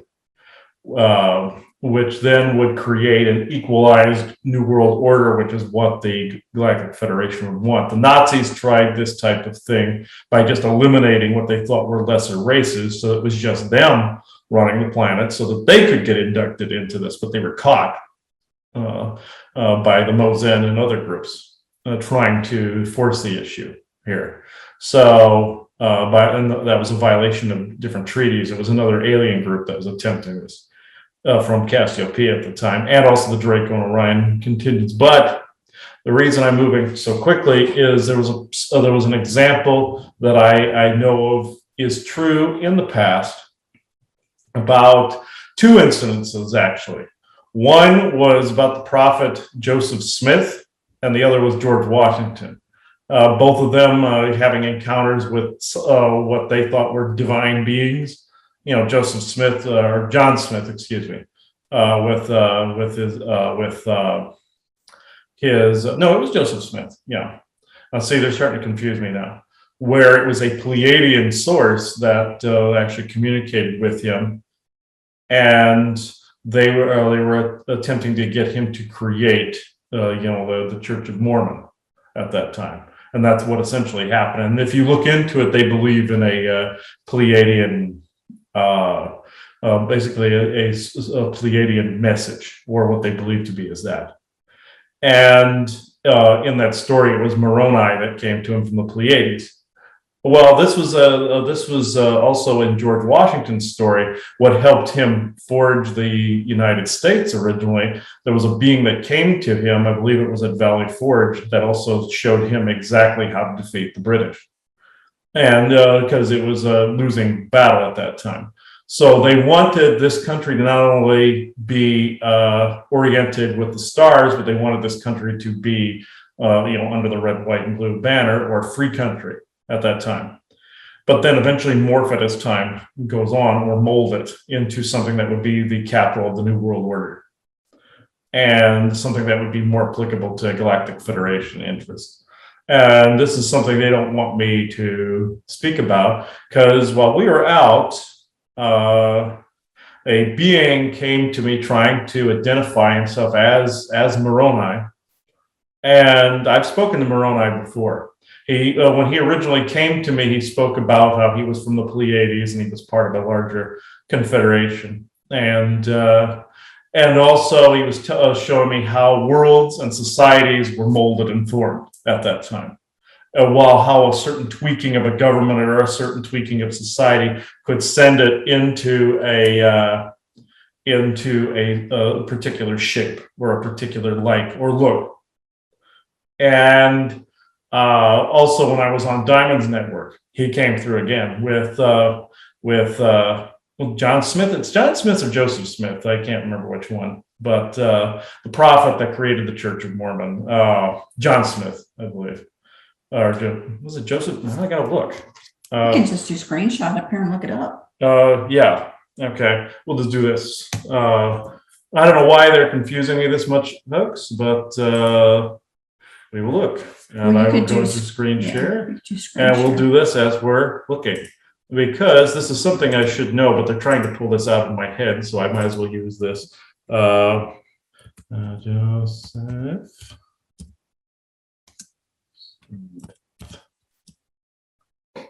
Okay. Yep. Okay. I was right the first time. Yeah. All right.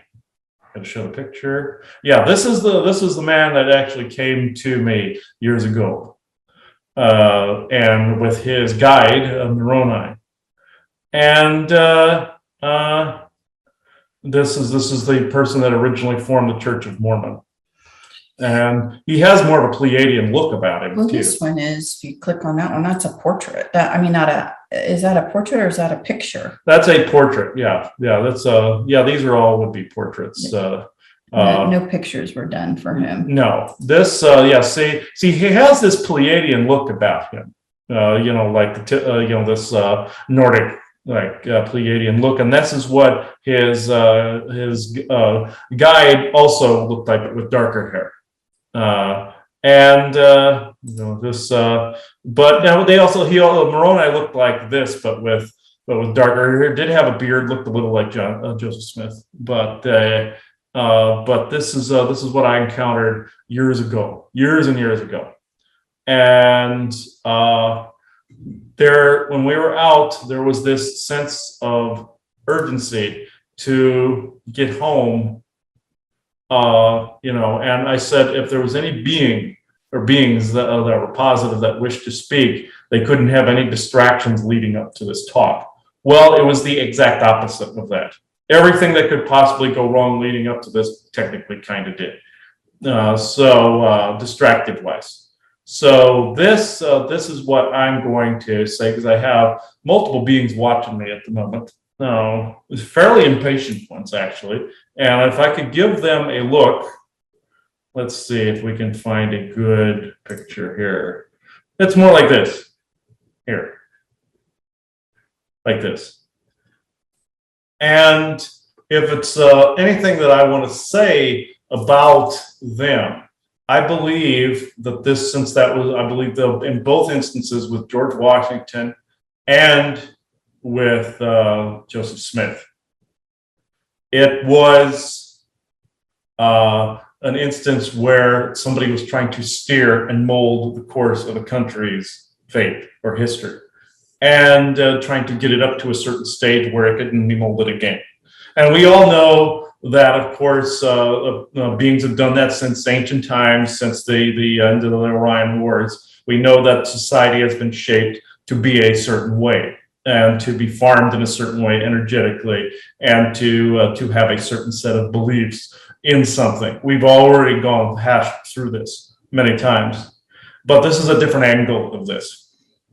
I'll get this off screen share here. This is a different angle of this, where it's basically how they were trying to forge the New World Order. They had Washington with the Masons. They had people like Joseph Smith being more on the prophet or religious side, but adding in both sides. You had Washington and then Franklin and all of them adding in about different worlds, different planets. They had their own little scientific community about that. Then you had on this side, things blatantly alien coming through.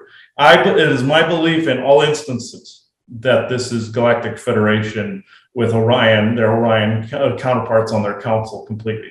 And also any channelings that you ever heard about from members of the council, like say Triumph and several other beings, I believe are also part of this. So it makes you kind of ask the question, since we were talking about, here recently about there would be an uptick of Archangel Michael prayers, things that, whatever. We talked about certain fringe Christian groups with the Armageddon and the prophecy. So it makes me wonder, again, we're just doing this. We've not really had a discussion. I had to wait like you guys did to actually kind of get an idea of why am I sitting here? What are we doing? So my question would be, well, if we're dealing now with the Mormon religion, it's kind of weird. Religions are coming up, and maybe it's something we can just search right now. Is it always makes me wonder, what prophecy are they trying to fulfill now? The prophecy of the white horse, I believe it's called. I'll just say Joseph Smith prophecy. I believe it's the prophecy of the white horse, if I'm not mistaken. Because this is what this would be. All of these prophecies coming to fruition that were actually crafted. Okay, prophecy. Okay, let's see. Prophecy. You can go to all, and I know I think it's called the prophecy of the white horse, if I'm not mistaken here.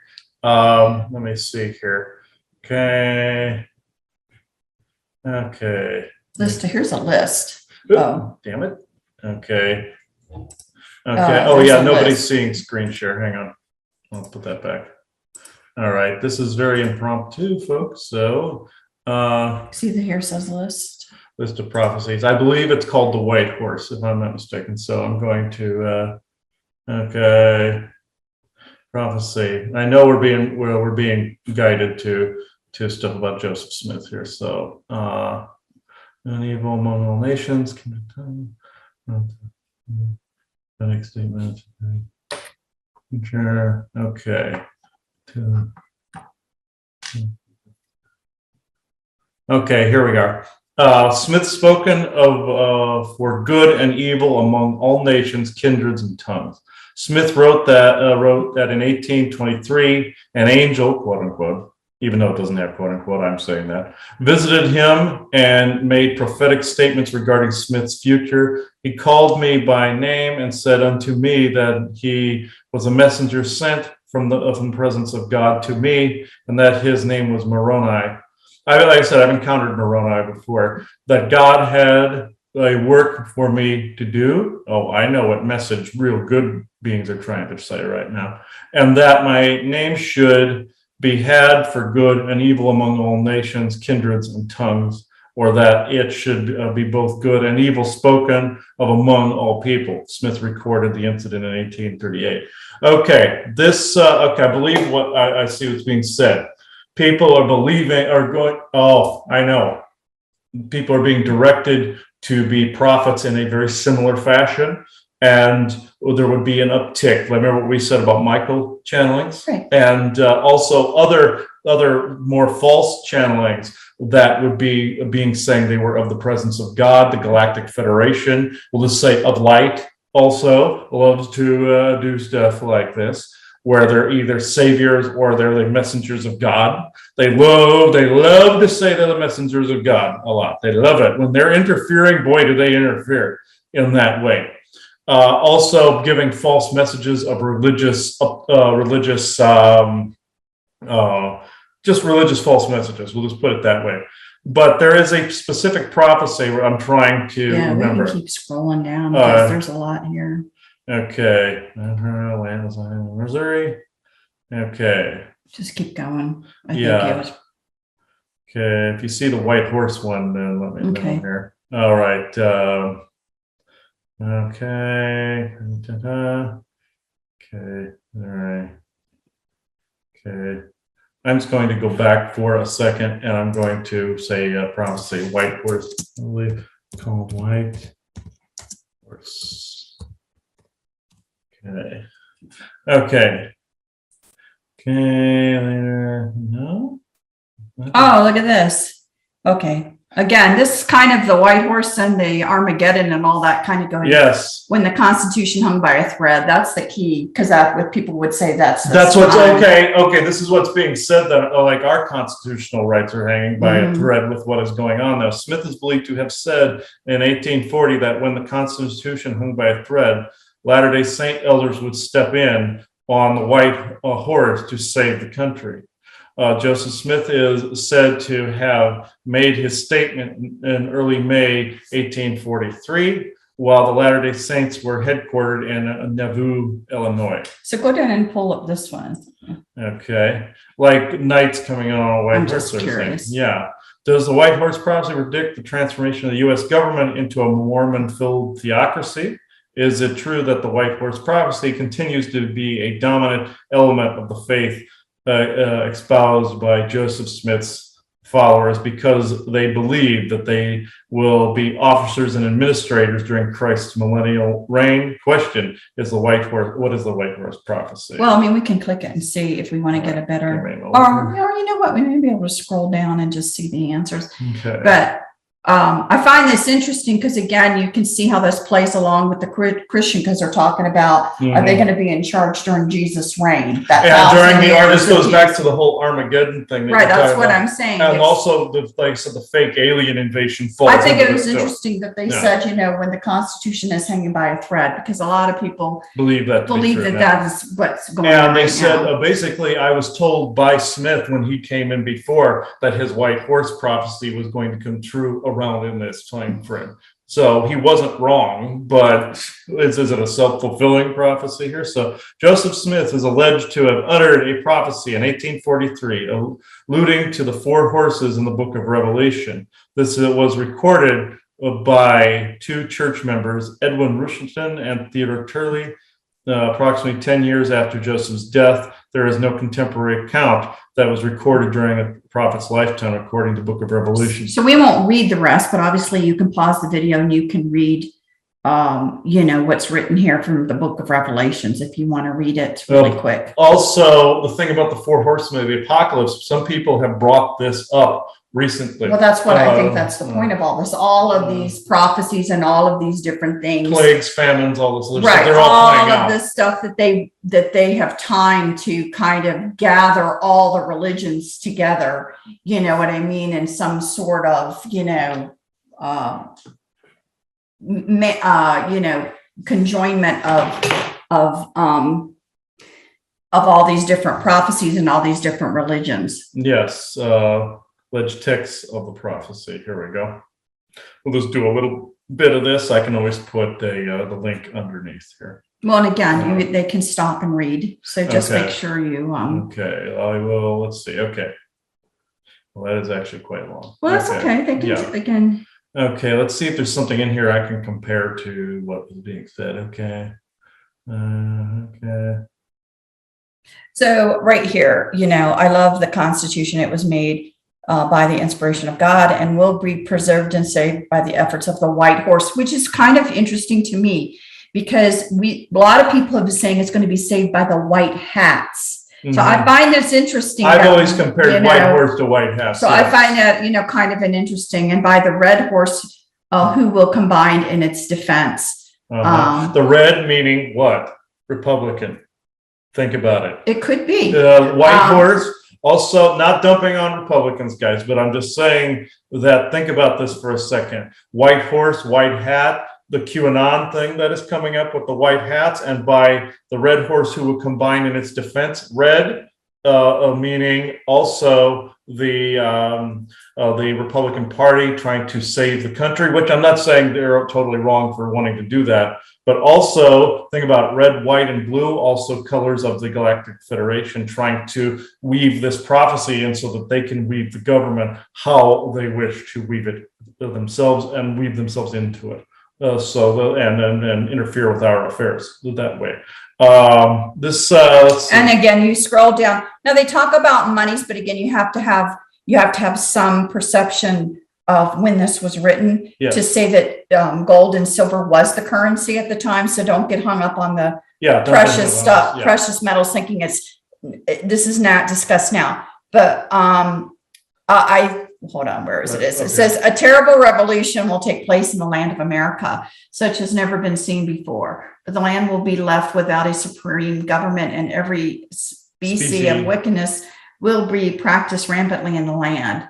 Father will be against son, son against father, mother against daughter. And this is currently happening with the current state of affairs with vax, anti-vax, mask, anti-mask, all of this, belief in something, non-belief in something.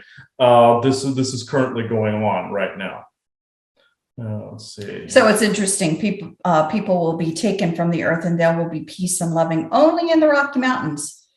This will cause many hundreds of thousands of the honest in heart in the world to gather there, not because they would be saints, but for safety. So it's kind of it's kind of interesting for us. Now, we obviously are in the Prescott Mountains. We're not in the actual Rocky Mountains. But let me tell you, people are coming here in droves. They're coming here in droves, and I want to add another arm to this, which kind of brings it all together. For a long time, this goes back to the whole 2023 thing, where many of you heard me talk about how I saw this alternate timeline. This alternate timeline where there would be war in 2023 because of a bomb that hit not only Toronto but the European Union bombs the crap out of China. Think about this. This goes with this prophecy and also goes with the 4 horsemen of the apocalypse, if you want to think of it this way. This goes with this. Don't you dare try to pull this out of my head, because you know I've made you. This what would happen if, say, some nuclear blast went off? Anybody west of the Rockies would be all right. Think about this. Rockies for safety, the rocks in the mountains, a blast would hit it. You mean if it's coming from the East Coast? If it's coming from the East Coast, yes. The Rockies would be a wall. So it's an interesting, again, it's a whole interesting conversation, because again, I always say, like I said, well, okay, is this what you want? Yes, this is a very hard discussion, because some people so fervently believe this. They believe it, and they want it so badly. They want it. They see it as inevitable, and so they're wanting it to go ahead and already occur so you can get into the 1,000 years of peace. And there really are, it blows my mind, there really are people that believe this so heavily that, again, it's like, even right now, it's like, just hurry up and happen, because I don't think I can stand it anymore. Let's get through this already. And let's get through this, but they don't understand they can co-create it out of existence. Right. So it's an interesting time now that's being brought up, I think, to show things that aren't readily being talked about in the news. So if you're only watching your news, you're being preoccupied with a few other things. But what else is actually going on and what is the strategy being used to have multiple faiths? It's like everyone is in their lane. You got the Christian lane, the Mormon lane, the Muslim. I wouldn't be surprised if there isn't Muslim prophecy right now that's going on for right now too. And the goal is that you have everyone in their lane, but there's a moment where they want all of the lanes to come into one lane for a little bit. This would be that moment of trying to get all those lanes to come in, to get all of the followers to kind of be co-creating the exact same thing. Ironically, also with the treaties amongst all of these alien races, as I've said before, there were some people out there that like to call them the Mohammed treaties. That's ironic right there. But I don't believe that's the actual name for it. But this goes along with this too. And this, it was like this sense of urgency by these particular beings. And I'm looking at them right now. And well, their sense of urgency, they feel, even though they're not talking, that we are actually still talking about it. Thus, we are allowing for now people to think about it, and they're hedging bets that they will start co-creating this. So I know so this is the strategy that we're faced with all the time. Betting, yeah. They're hedge betting that even though it doesn't matter. We're talking about it, thus people will think about it, thus people may fall off and start co-creating it, even though they realize, so they don't really give a crap whether or not we let them channel or not, because we're talking about the subject matter, and that's really all they care. And all their hedge betting, this is what these races have done in the past, folks. They do this hedge betting to where the gods have betted on humanity. They will also hedge bet on a particular army, a particular set of people, to try to see who gets to the goal line first. And they've done this in the ancient past. There's a read I did with my friend Ryan that I have yet to post that also talked about how the gods were hedge betting on mankind. And that this happened in ancient Greece in the time of the Daedalian League. I won't go into that. That was in that session. I'll try to get this up soon. But this I find very, very interesting because it encompasses all of this. The gods would basically roll the dice and go, "Oh, let's see how this group goes. Oh, they figured out they're being had. They're revolting against us, stuff like that." And sometimes they didn't count on how strong humans really were when they figured this crap out. But they've always successfully, been able to somehow turn it around. They've been always, for their interests. For their interests, there may be, a blip on the screen of something, and so this is again an interesting time of humanity of actively changing the course of something, more than it just being a blip on the screen of a change and then they gain control. But believe me, that's how they think. So, I know everyone, again, we always say this, we know you don't like to hear this from us, that, everyone's like, it's going to be done and over with. Well, they're to the last breath. And so they know there's been blips on the screen before for them, and they still do their stuff. And, in our previous recording again, unfortunately, someone else said it will take a few generations for some of these people and their prodigy and their children or whatever, for some of this behavior to be, more brought into balance, let's say, because of how they are manicured for their positions. And, I say manicured, but tortured is really the best word. It's not that I'm feeling sorry for some of these people. I'm really not. But I'm not going to sit here and say they lived in a bed of roses their whole life. They were broken people, completely broken. Very few are not broken. And then, put into positions to do the bidding of others. So that is a truth as well. Yes. And these beings that I'm looking at, they look, some of them look Nordic. Some of them look, they're in the unitard, jumpsuit, the standard.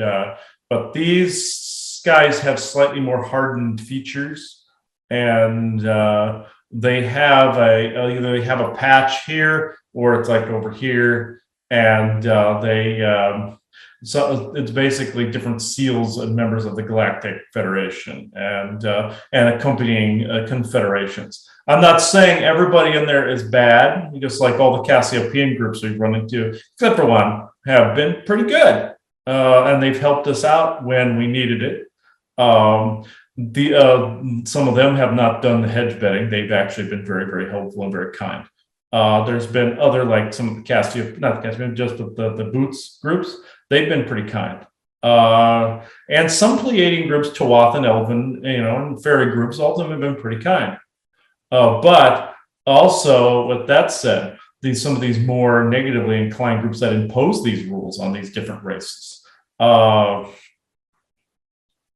they are fairly stern in these rules. They've been around for hundreds of millions of years.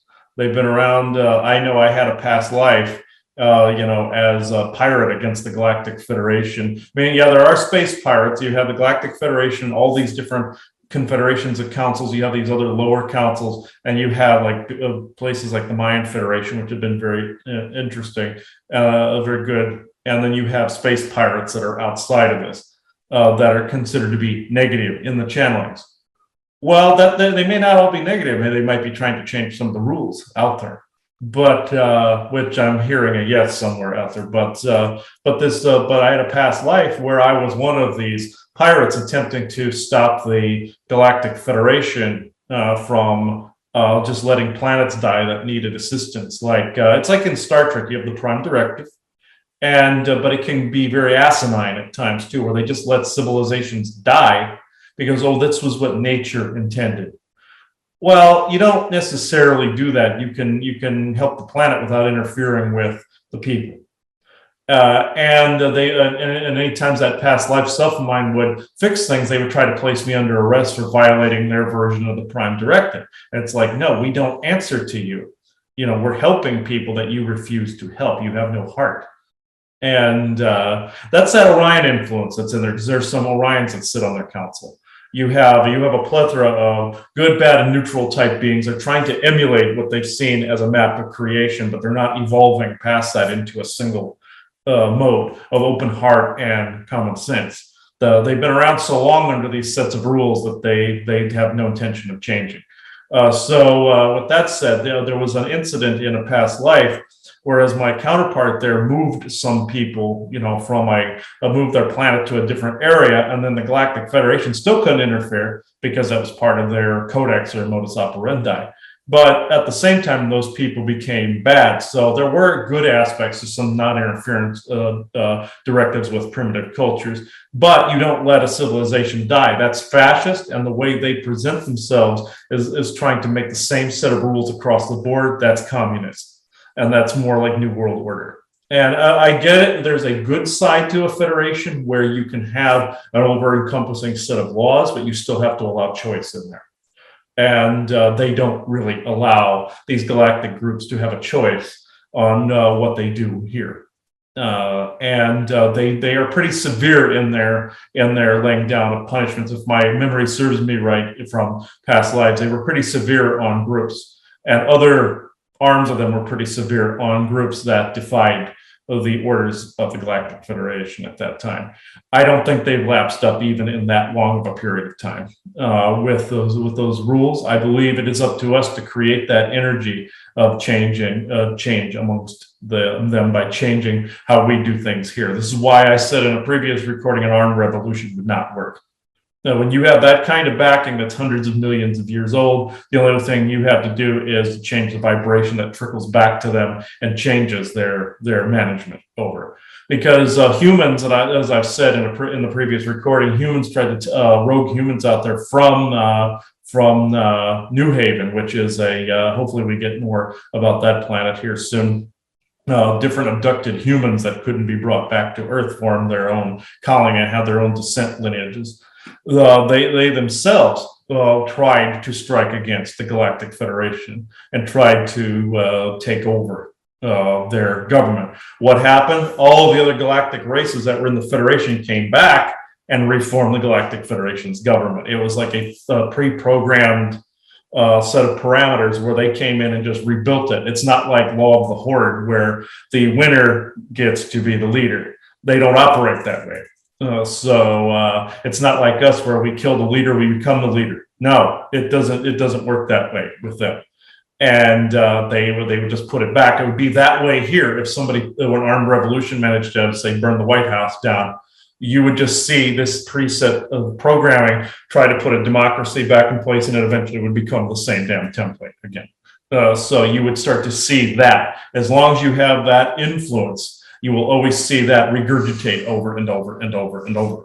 So the way out of this is to vibrate out of it. This seems to be like just changing how you manage things and do things, and you see the whole energetic dynamics change. But if people are constantly focused on a revolution, which is fine, I completely understand why they're pissed. I'm pissed for the same reasons. It's just that the focus has to change from believing in just one political party or other, or any part of that programming. You have to step outside of that and completely change your perception about what reality is. This is the way you change those parameters, because it lights like a fuse through the nexus point back to the heart of who's doing this. And like I said, Orions are on there. There are, like I said, all these different councils. Like Council of Candafor is one of the other councils. They've been benevolent. They've been great. They're positive, and a lot of these different groups are positive. Some aren't even affiliated with the Galactic Federation, but the Galactic Federation believes Earth is one of their territories. So, and they're trying to form this government to include the entire solar system into their collective, almost like the Borg.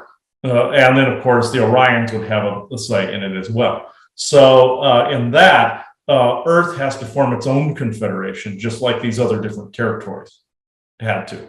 Earth is different because it can be an amplifier to be able to change the rest of the cosmos. It's a nexus point. So that's also what we have going here. This is why bad entities have never destroyed Earth, because Earth is a power center that they want to try to exploit. And also other races, they want to try to exploit it or own it in some fashion, rather than destroy it, because it's so unique. They will never destroy it. They will never destroy this planet. It's too valuable to all of them. So just, I want to put that out there. There is no earth-shattering end Armageddon where the Earth explodes sort of thing. That'll never happen, because Earth is too valuable of a gem to them, both in a financial sense and in a spiritual sense, to all of them out there, no matter if they're positive, negative, neutral, doesn't matter. Or don't care sort of thing. It's still valuable. So they would never even try to get people to co-create that. However, to some of the races out there, the people themselves don't necessarily matter.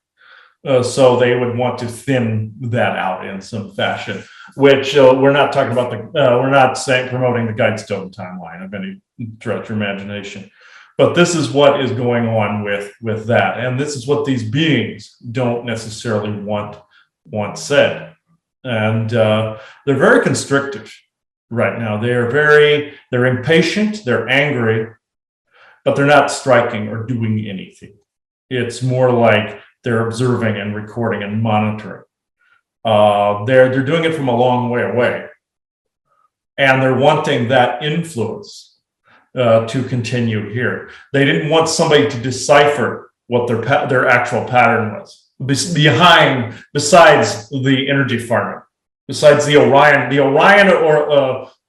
Orion agenda is only one portion of this puzzle, and the energy siphoning is only one part of this. Yes, it's an energy farm because the Orions are on that council, and they require that, but everything else is part of the Galactic Federation's agenda.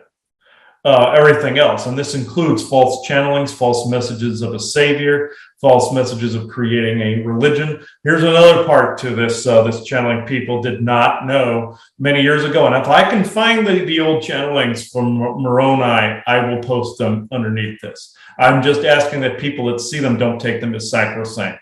They were from an earlier point in my channel evolution where I trusted more than I should have. I just want to point that out, as if I can find them. This is why they never made it into a book, because I didn't 100% trust them. So, but if people don't just believe them, this is why it's going on the Patreon, then I'm okay showing them to people. What happened was with Joseph Smith and Moroni, they were constantly trying to get me to create my own church or my own organization. And I asked them why. And they said it would be an asset to mankind. It would be like a shining light in the dark or in the black. It would be like it would gain both financial and religious prominence.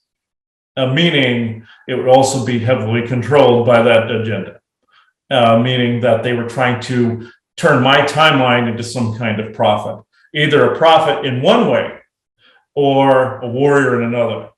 Meaning warrior's fine, warrior's great, but meaning in a different capacity, like almost like against the four horsemen of the apocalypse on a white horse sort of thing.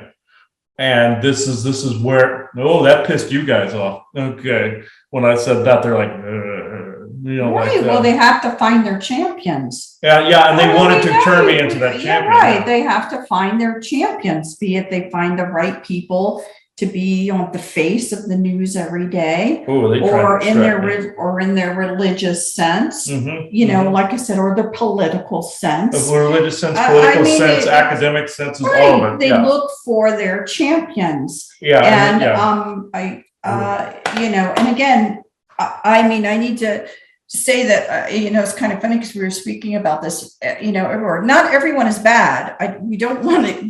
Not everyone's bad. No. Not everyone is bad in all these arenas. We're not even trying to say that. But what you'll find is that there will be this support to rise in prominence. Certain champions will get support and rise in prominence. Right, and they'll rise in prominence, but you're not seeing the behind the scenes support to rise them into prominence. Because it's fulfilling a certain agenda that they're trying to promote, versus maybe others that there's going to be effort to diminish them. It's just the way it would work. It would work that way basically with anybody. Also, what I find very, very interesting, she has not seen this yet.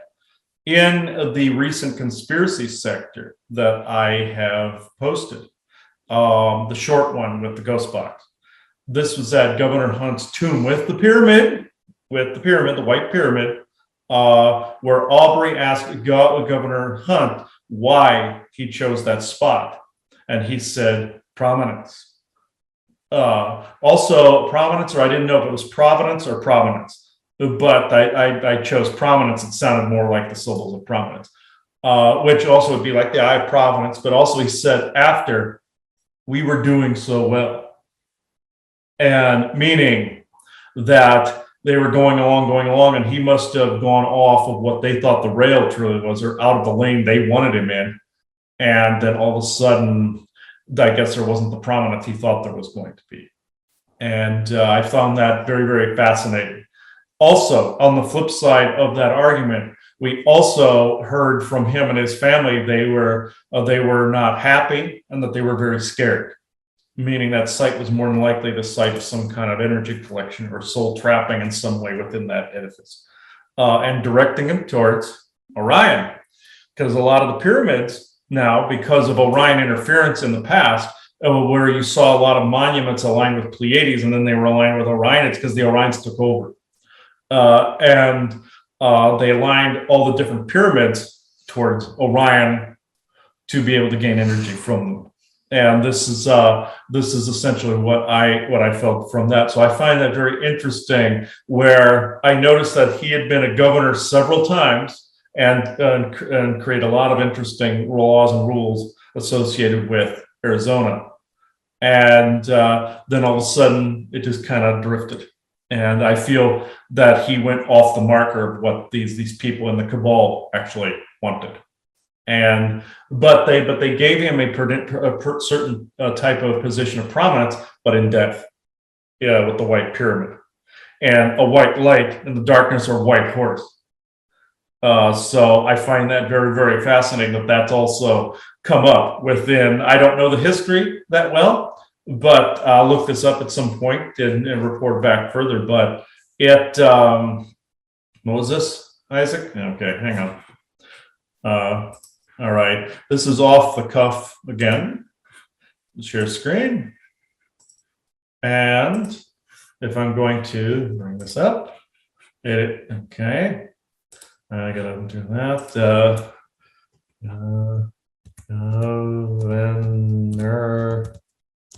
Or. Oh, yeah, would it be helpful if I could spell? Yes, okay. Hunt of Arizona. Yeah, this is who came through on a politician and businessman. He was first governor of Arizona, serving a total of 7 terms, along with the president of the convention that wrote Arizona's constitution. This goes back to the constitutional rules again. Okay, we'll go here. Oh, buried at Phoenix Zoo, yes. And this is the White Pyramid. that you saw Aubrey and I came to, Aubrey and I talked about. And it's interesting, we got the moon in the background on that, but this is the place right here. And you notice it's a white pyramid, the same symbol the Illuminati like to use. And we'll just look at this so people can go and look at this whenever they want. No, we do not want ads popping up. Thank you. All right.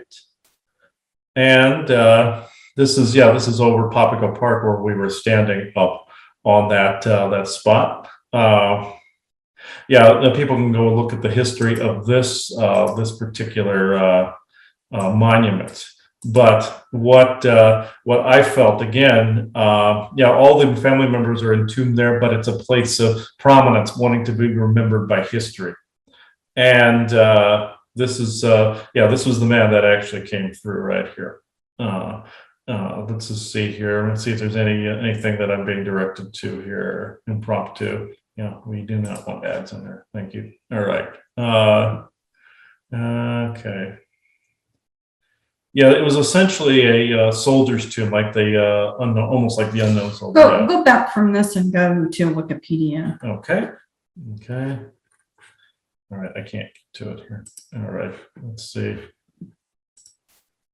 All right, there we go. Wikipedia hunts tomb. Here we are. This is a more efficient way of doing this. The shape of the small white pyramid behind the fence at the top of a hill within Papago Park, Phoenix, Arizona. George W. Hunt, Arizona's first governor, had the tomb built in 1931 to entomb his wife. He was placed there after his death in 1934. The daughter and his wife's family are also buried there. That's who all you heard Aubrey speaking to in that. And I feel, my immediate feeling, this is more intuition, is that he wanted this place of prominence, but he also, there was something that he may have done that was off the rail of this agenda. This goes back to that feeling. Scroll down a little more. Is there anything else? Nope, that is it. There's not much said on this. That's surprisingly enough. Tomb is easily seen from anywhere in the southwest part of Papago Park on a sizable hill overlooking the Phoenix Zoo and offers panoramic views of the eastern part of the Valley of the Sun. According to the roadside America dubbed King George the Seventh, he was a friend of the common man and a foe sometimes of the railroad and mining trusts. Okay, which he called coyotes and skunks. Okay, I can see why he was why this would the feeling I'm getting then. Plaques on his pyramid declare that he was a descendant of an unnamed Revolutionary War patriot, that he allowed women to vote in his state 8 years before the rest of the country, and that he was elected governor 7 times, which set the national record. 7 also, technically some people like to say lucky number 7, and I did not know this, but the episode of Conspiracy Sector was the 7th episode of Conspiracy Sector. So, Aubrey and I joked it was lucky number 7, but 7 times he was the governor, and 7 was was also considered to be the number of God in a lot of different prophecies out there. So this connects back to the whole thing, and the fact that he was like a white knight in society doesn't surprise me. That I'm getting this feeling like he was kind of quietly put over here, but we'll give you something in death, but you're not going to be able to completely accomplish your stuff right now, even though he was in there 7 times. So I find that very, very interesting. And it's also Michael's number, by the way. It's 7. So it goes right back to this whole white horse prophecy. It cycles back into this. The Illuminati and Freemasonry type symbols are very prominent here. So I find that very fascinating that this is all comes full circle to that. And I'll put a link to that episode underneath here as well. And we hope to do more like that in the future. But this I found very, very interesting. And I don't know why you guys are still looming here, but there's a lot of them, and they're not wanting this conversation. But at the same time, they're not interfering too much with it. They're trying to disrupt telepathically, but it's not it's not an outright attack. It's more like they're taking records of who is the white knight, or who is the rogue, or who is the they're like remote viewers, but these aren't aliens. So it's like, But they're hedging their bets. they're hedging their bets. They're like rolling the dice. Boom. Really, behind the scenes, they're like taking bets to say, okay, we think this recording will lead to this. We think this recording will lead to that. They're thinking they're informing people, but I think it's going to backfire. It's going to backfire. These people are now going to get into the prophecies of this doomsday and help promote it. And they're gambling behind the scenes. You'll never see me promote their agenda. You'll never see us. But I mean, that's what they do. Yeah. So they're going to allow also certain people to come in to inform, because, if they really thought we were making an enormous splash, we wouldn't be having this conversation. We wouldn't be here. So, right. There's this, approval of, let's see what happens when you sprinkle a little spice over here or sprinkle a little spice over there. And then they, with their big brainiac ways of thinking, they're, deciding which one of them, has the biggest, what, and knows how to predict what's going to go on. I mean, that's the arrogance of who you're actually dealing with.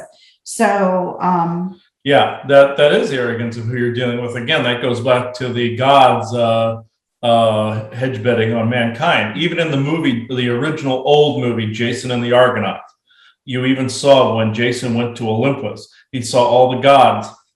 Basically, Zeus and Hera were playing a chess game on how certain events would play out. Like they were basically when Jason was told to quest for the Golden Fleece, not only at the end was he depriving another society of this magic, it was basically taking from one to give to another. That still was also part of the chess game. Oh, we're not, the gods are not in favor of the society. We'll tell Jason to go get this and take it from them. That's giving them prominence. Now we'll give Jason and his kingship prominence. Essentially is what it was saying. And the thing of it is, one of the best phrases came out of that movie. Was it mankind serve best those who need the gods least, or somewhere along those lines. But even in that context, you still see the gods hedge betting in the background. They're all kind of going, well, I bet he does this. I bet he backs out. I bet they were doing that in the movie. So I believe that characterizes this quite well. And through the whole thing, through the whole adventure, he only gets to ask only a few questions as he goes along of the gods, and then he's out of favors.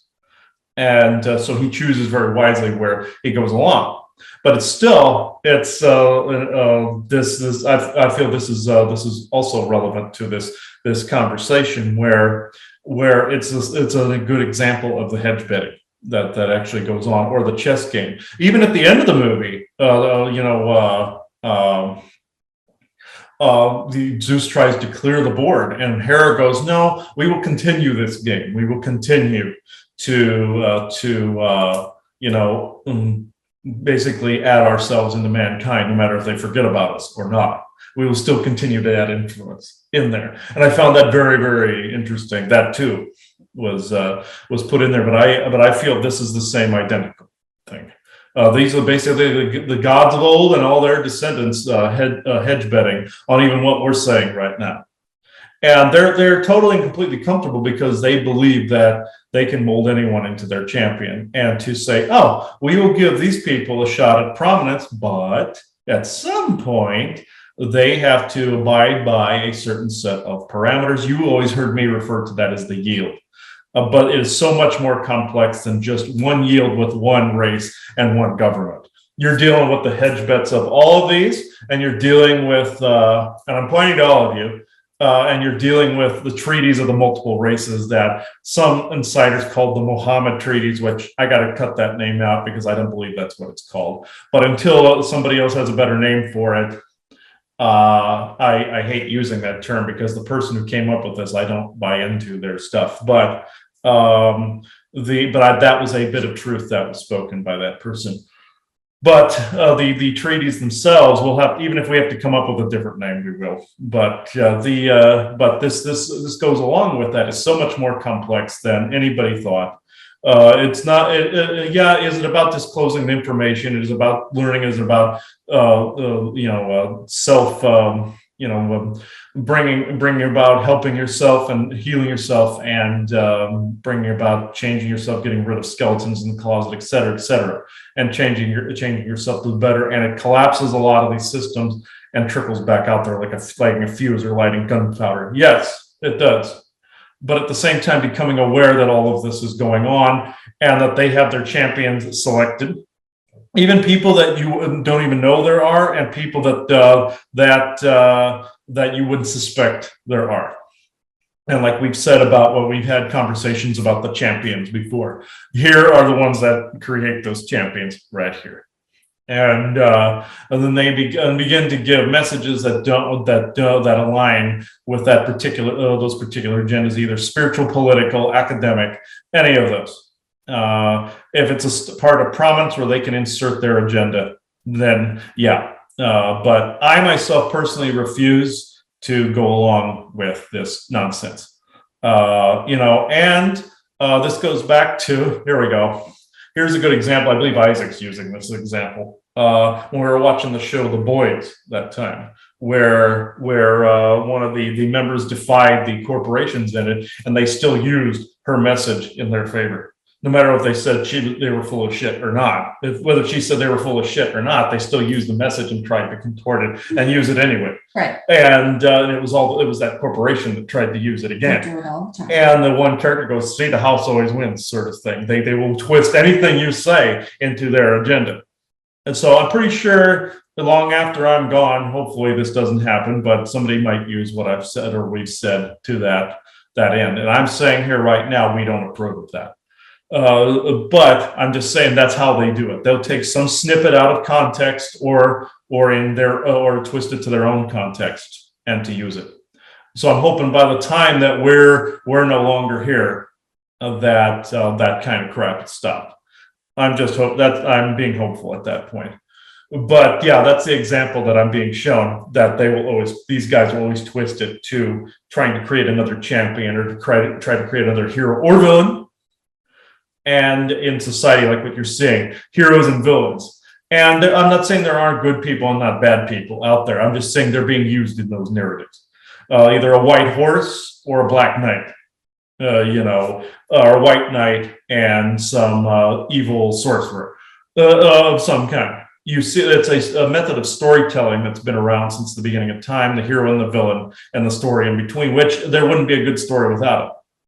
I'm just saying that's what they're using. They're using that narrative that people are familiar with in the movies and the TV shows.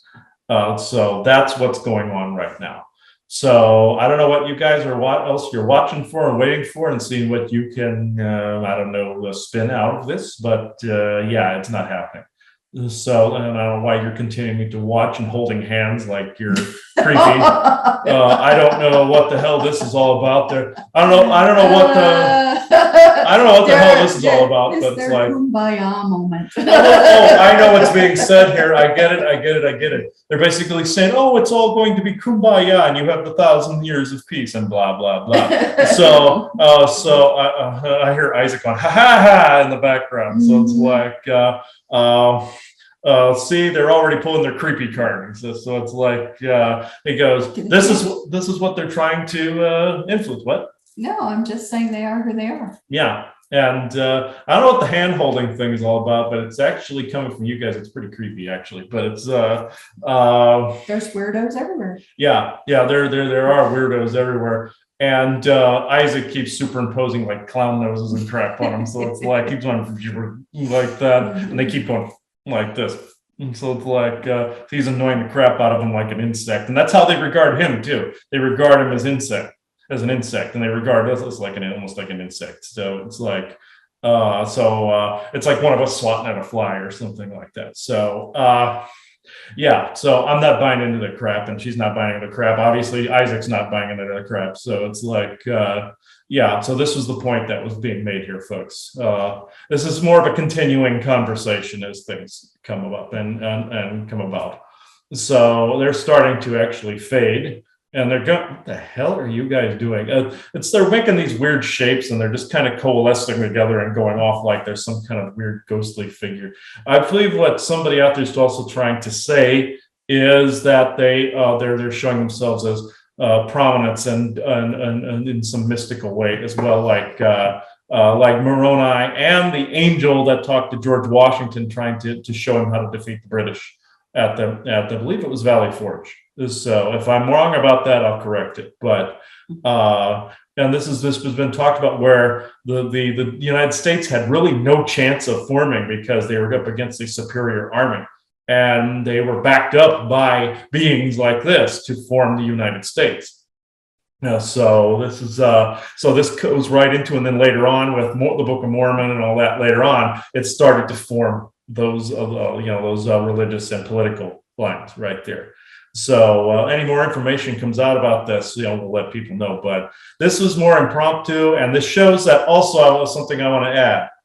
If anyone feel they're getting like this real sense of urgency, you have to, and this goes back to what we said in the previous recordings, you must discern whether it is for your highest good, highest vibrations, and for the path you're on, or is someone trying to take that sense of urgency, tell the public this because they're trying to hedge bet on you becoming their champion.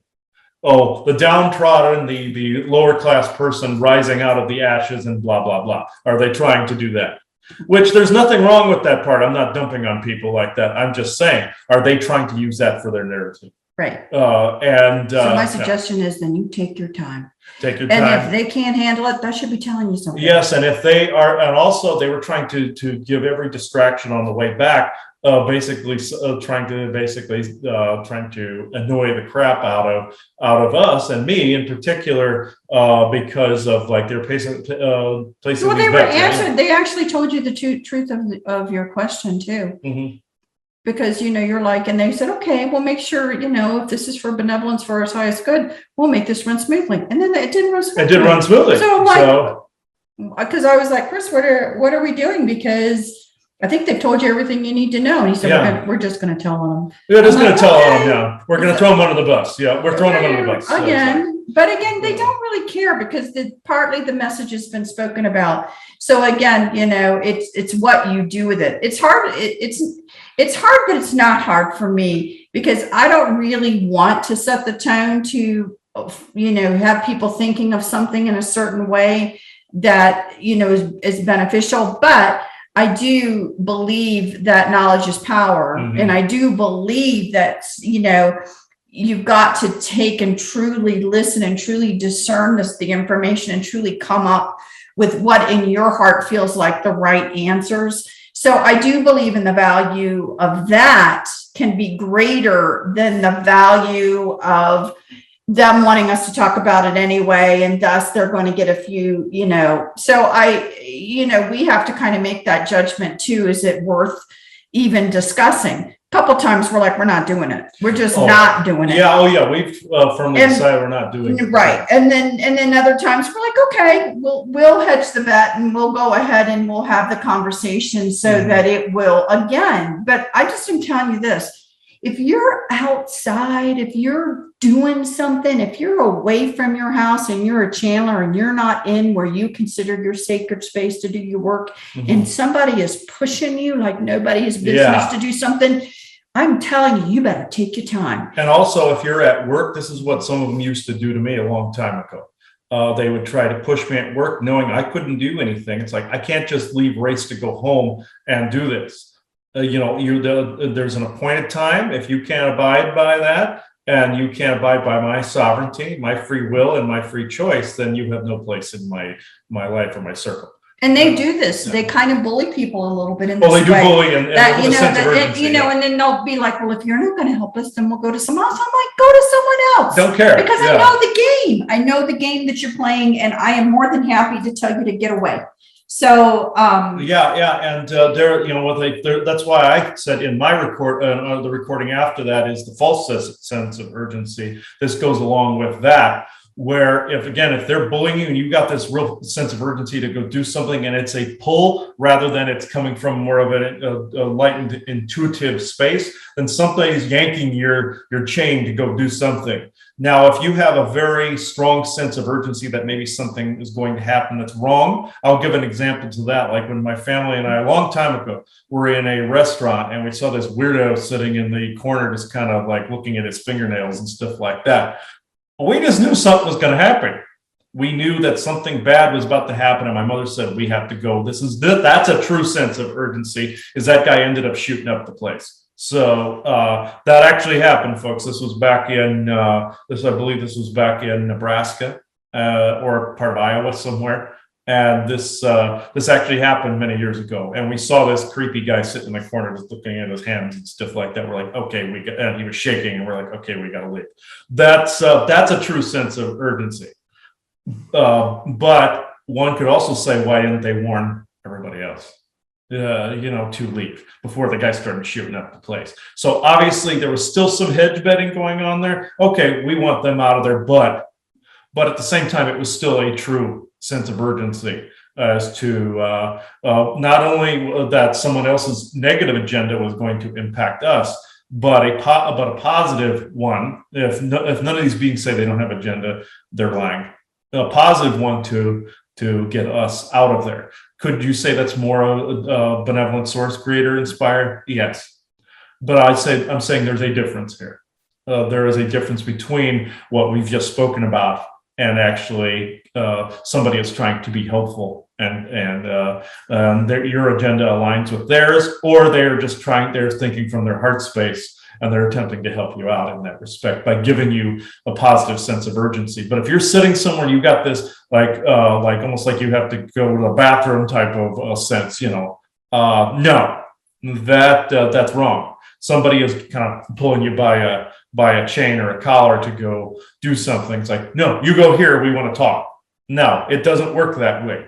Would you accept that if somebody came to your door? Hey, I want to talk about you, and I talk to you about this. And like Isaac said, it's kind of like a Jehovah's Witness. Let me tell you about the word of Jesus Christ. He's saying that in the background. Think of it kind of like that, but also think about somebody like a used car salesman on top of that, and somebody who is attempting to bully at the same time to get the sale or to win the hedge bet.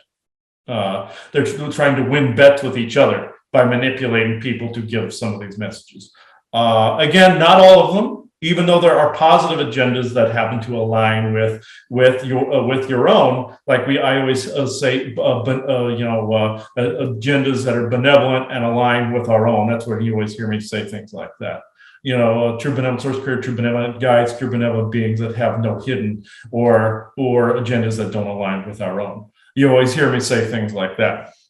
And this goes along with this. And Isaac is going like this. So it's like, You telling me to wrap it up? Yeah, telling him to wrap it up. So it's like, he's like, shut up, and he's doing this. He's like this.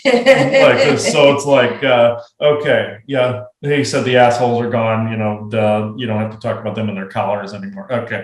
But warning, one last thing. He says, warning to anybody listening to this, be very careful who you're bringing through, and be very careful what sense of urgency you're responding to.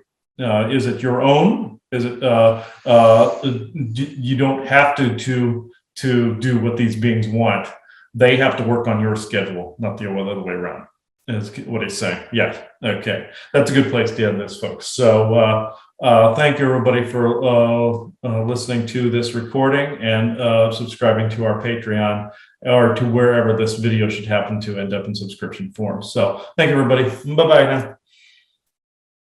Oh, I do have something to say to add to the end of this. Again, apologies for the length, but there's something that needs to be said. I more than likely will get this in the comments, but I've also seen this online as well in other places. This is something that I personally have run into, whereas, we give this sort of information and people go, oh, no, you're being influenced. Oh, no, they're coming to save us. No, this information's been out a lot longer than what you're saying. No. our information is updated. So this is how the galactic politics work. This has been this way since ancient times. And it's been like this for a very, very long time. So this was actually the older setup. What you were given later was a line of crap.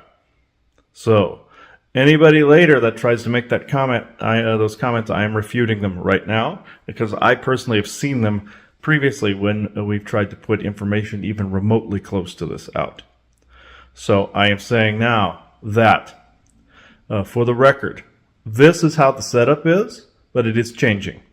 And if you want this to change real badly, you have to put that out there. And you cannot be so trusting of the Galactic Federation of Light and their liberation messages, or any messages where you're going to be evacuated from the planet. Any of these things, wrong. You are grounded here to the earth. You are the I am presence of the entirety of your oversoul on planet Earth right now. Trust your intuition. But if you're getting messages of saviordom and somebody is wanting to say, the planet's being liberated, any of these types of things, no. The treaties are as they are, as we described them in this episode. So you want those to loosen up, you have to put in the effort. And I know times are hard, but the effort in this area rests on your shoulders. So I will leave that here. Just know that that is the case right now. So sorry, the light is hitting me very strangely, so it looks like I'm scaling like a lizard. Sorry about that. It is 1:02 p.m., Wednesday, August 3rd, 2022. Thank you.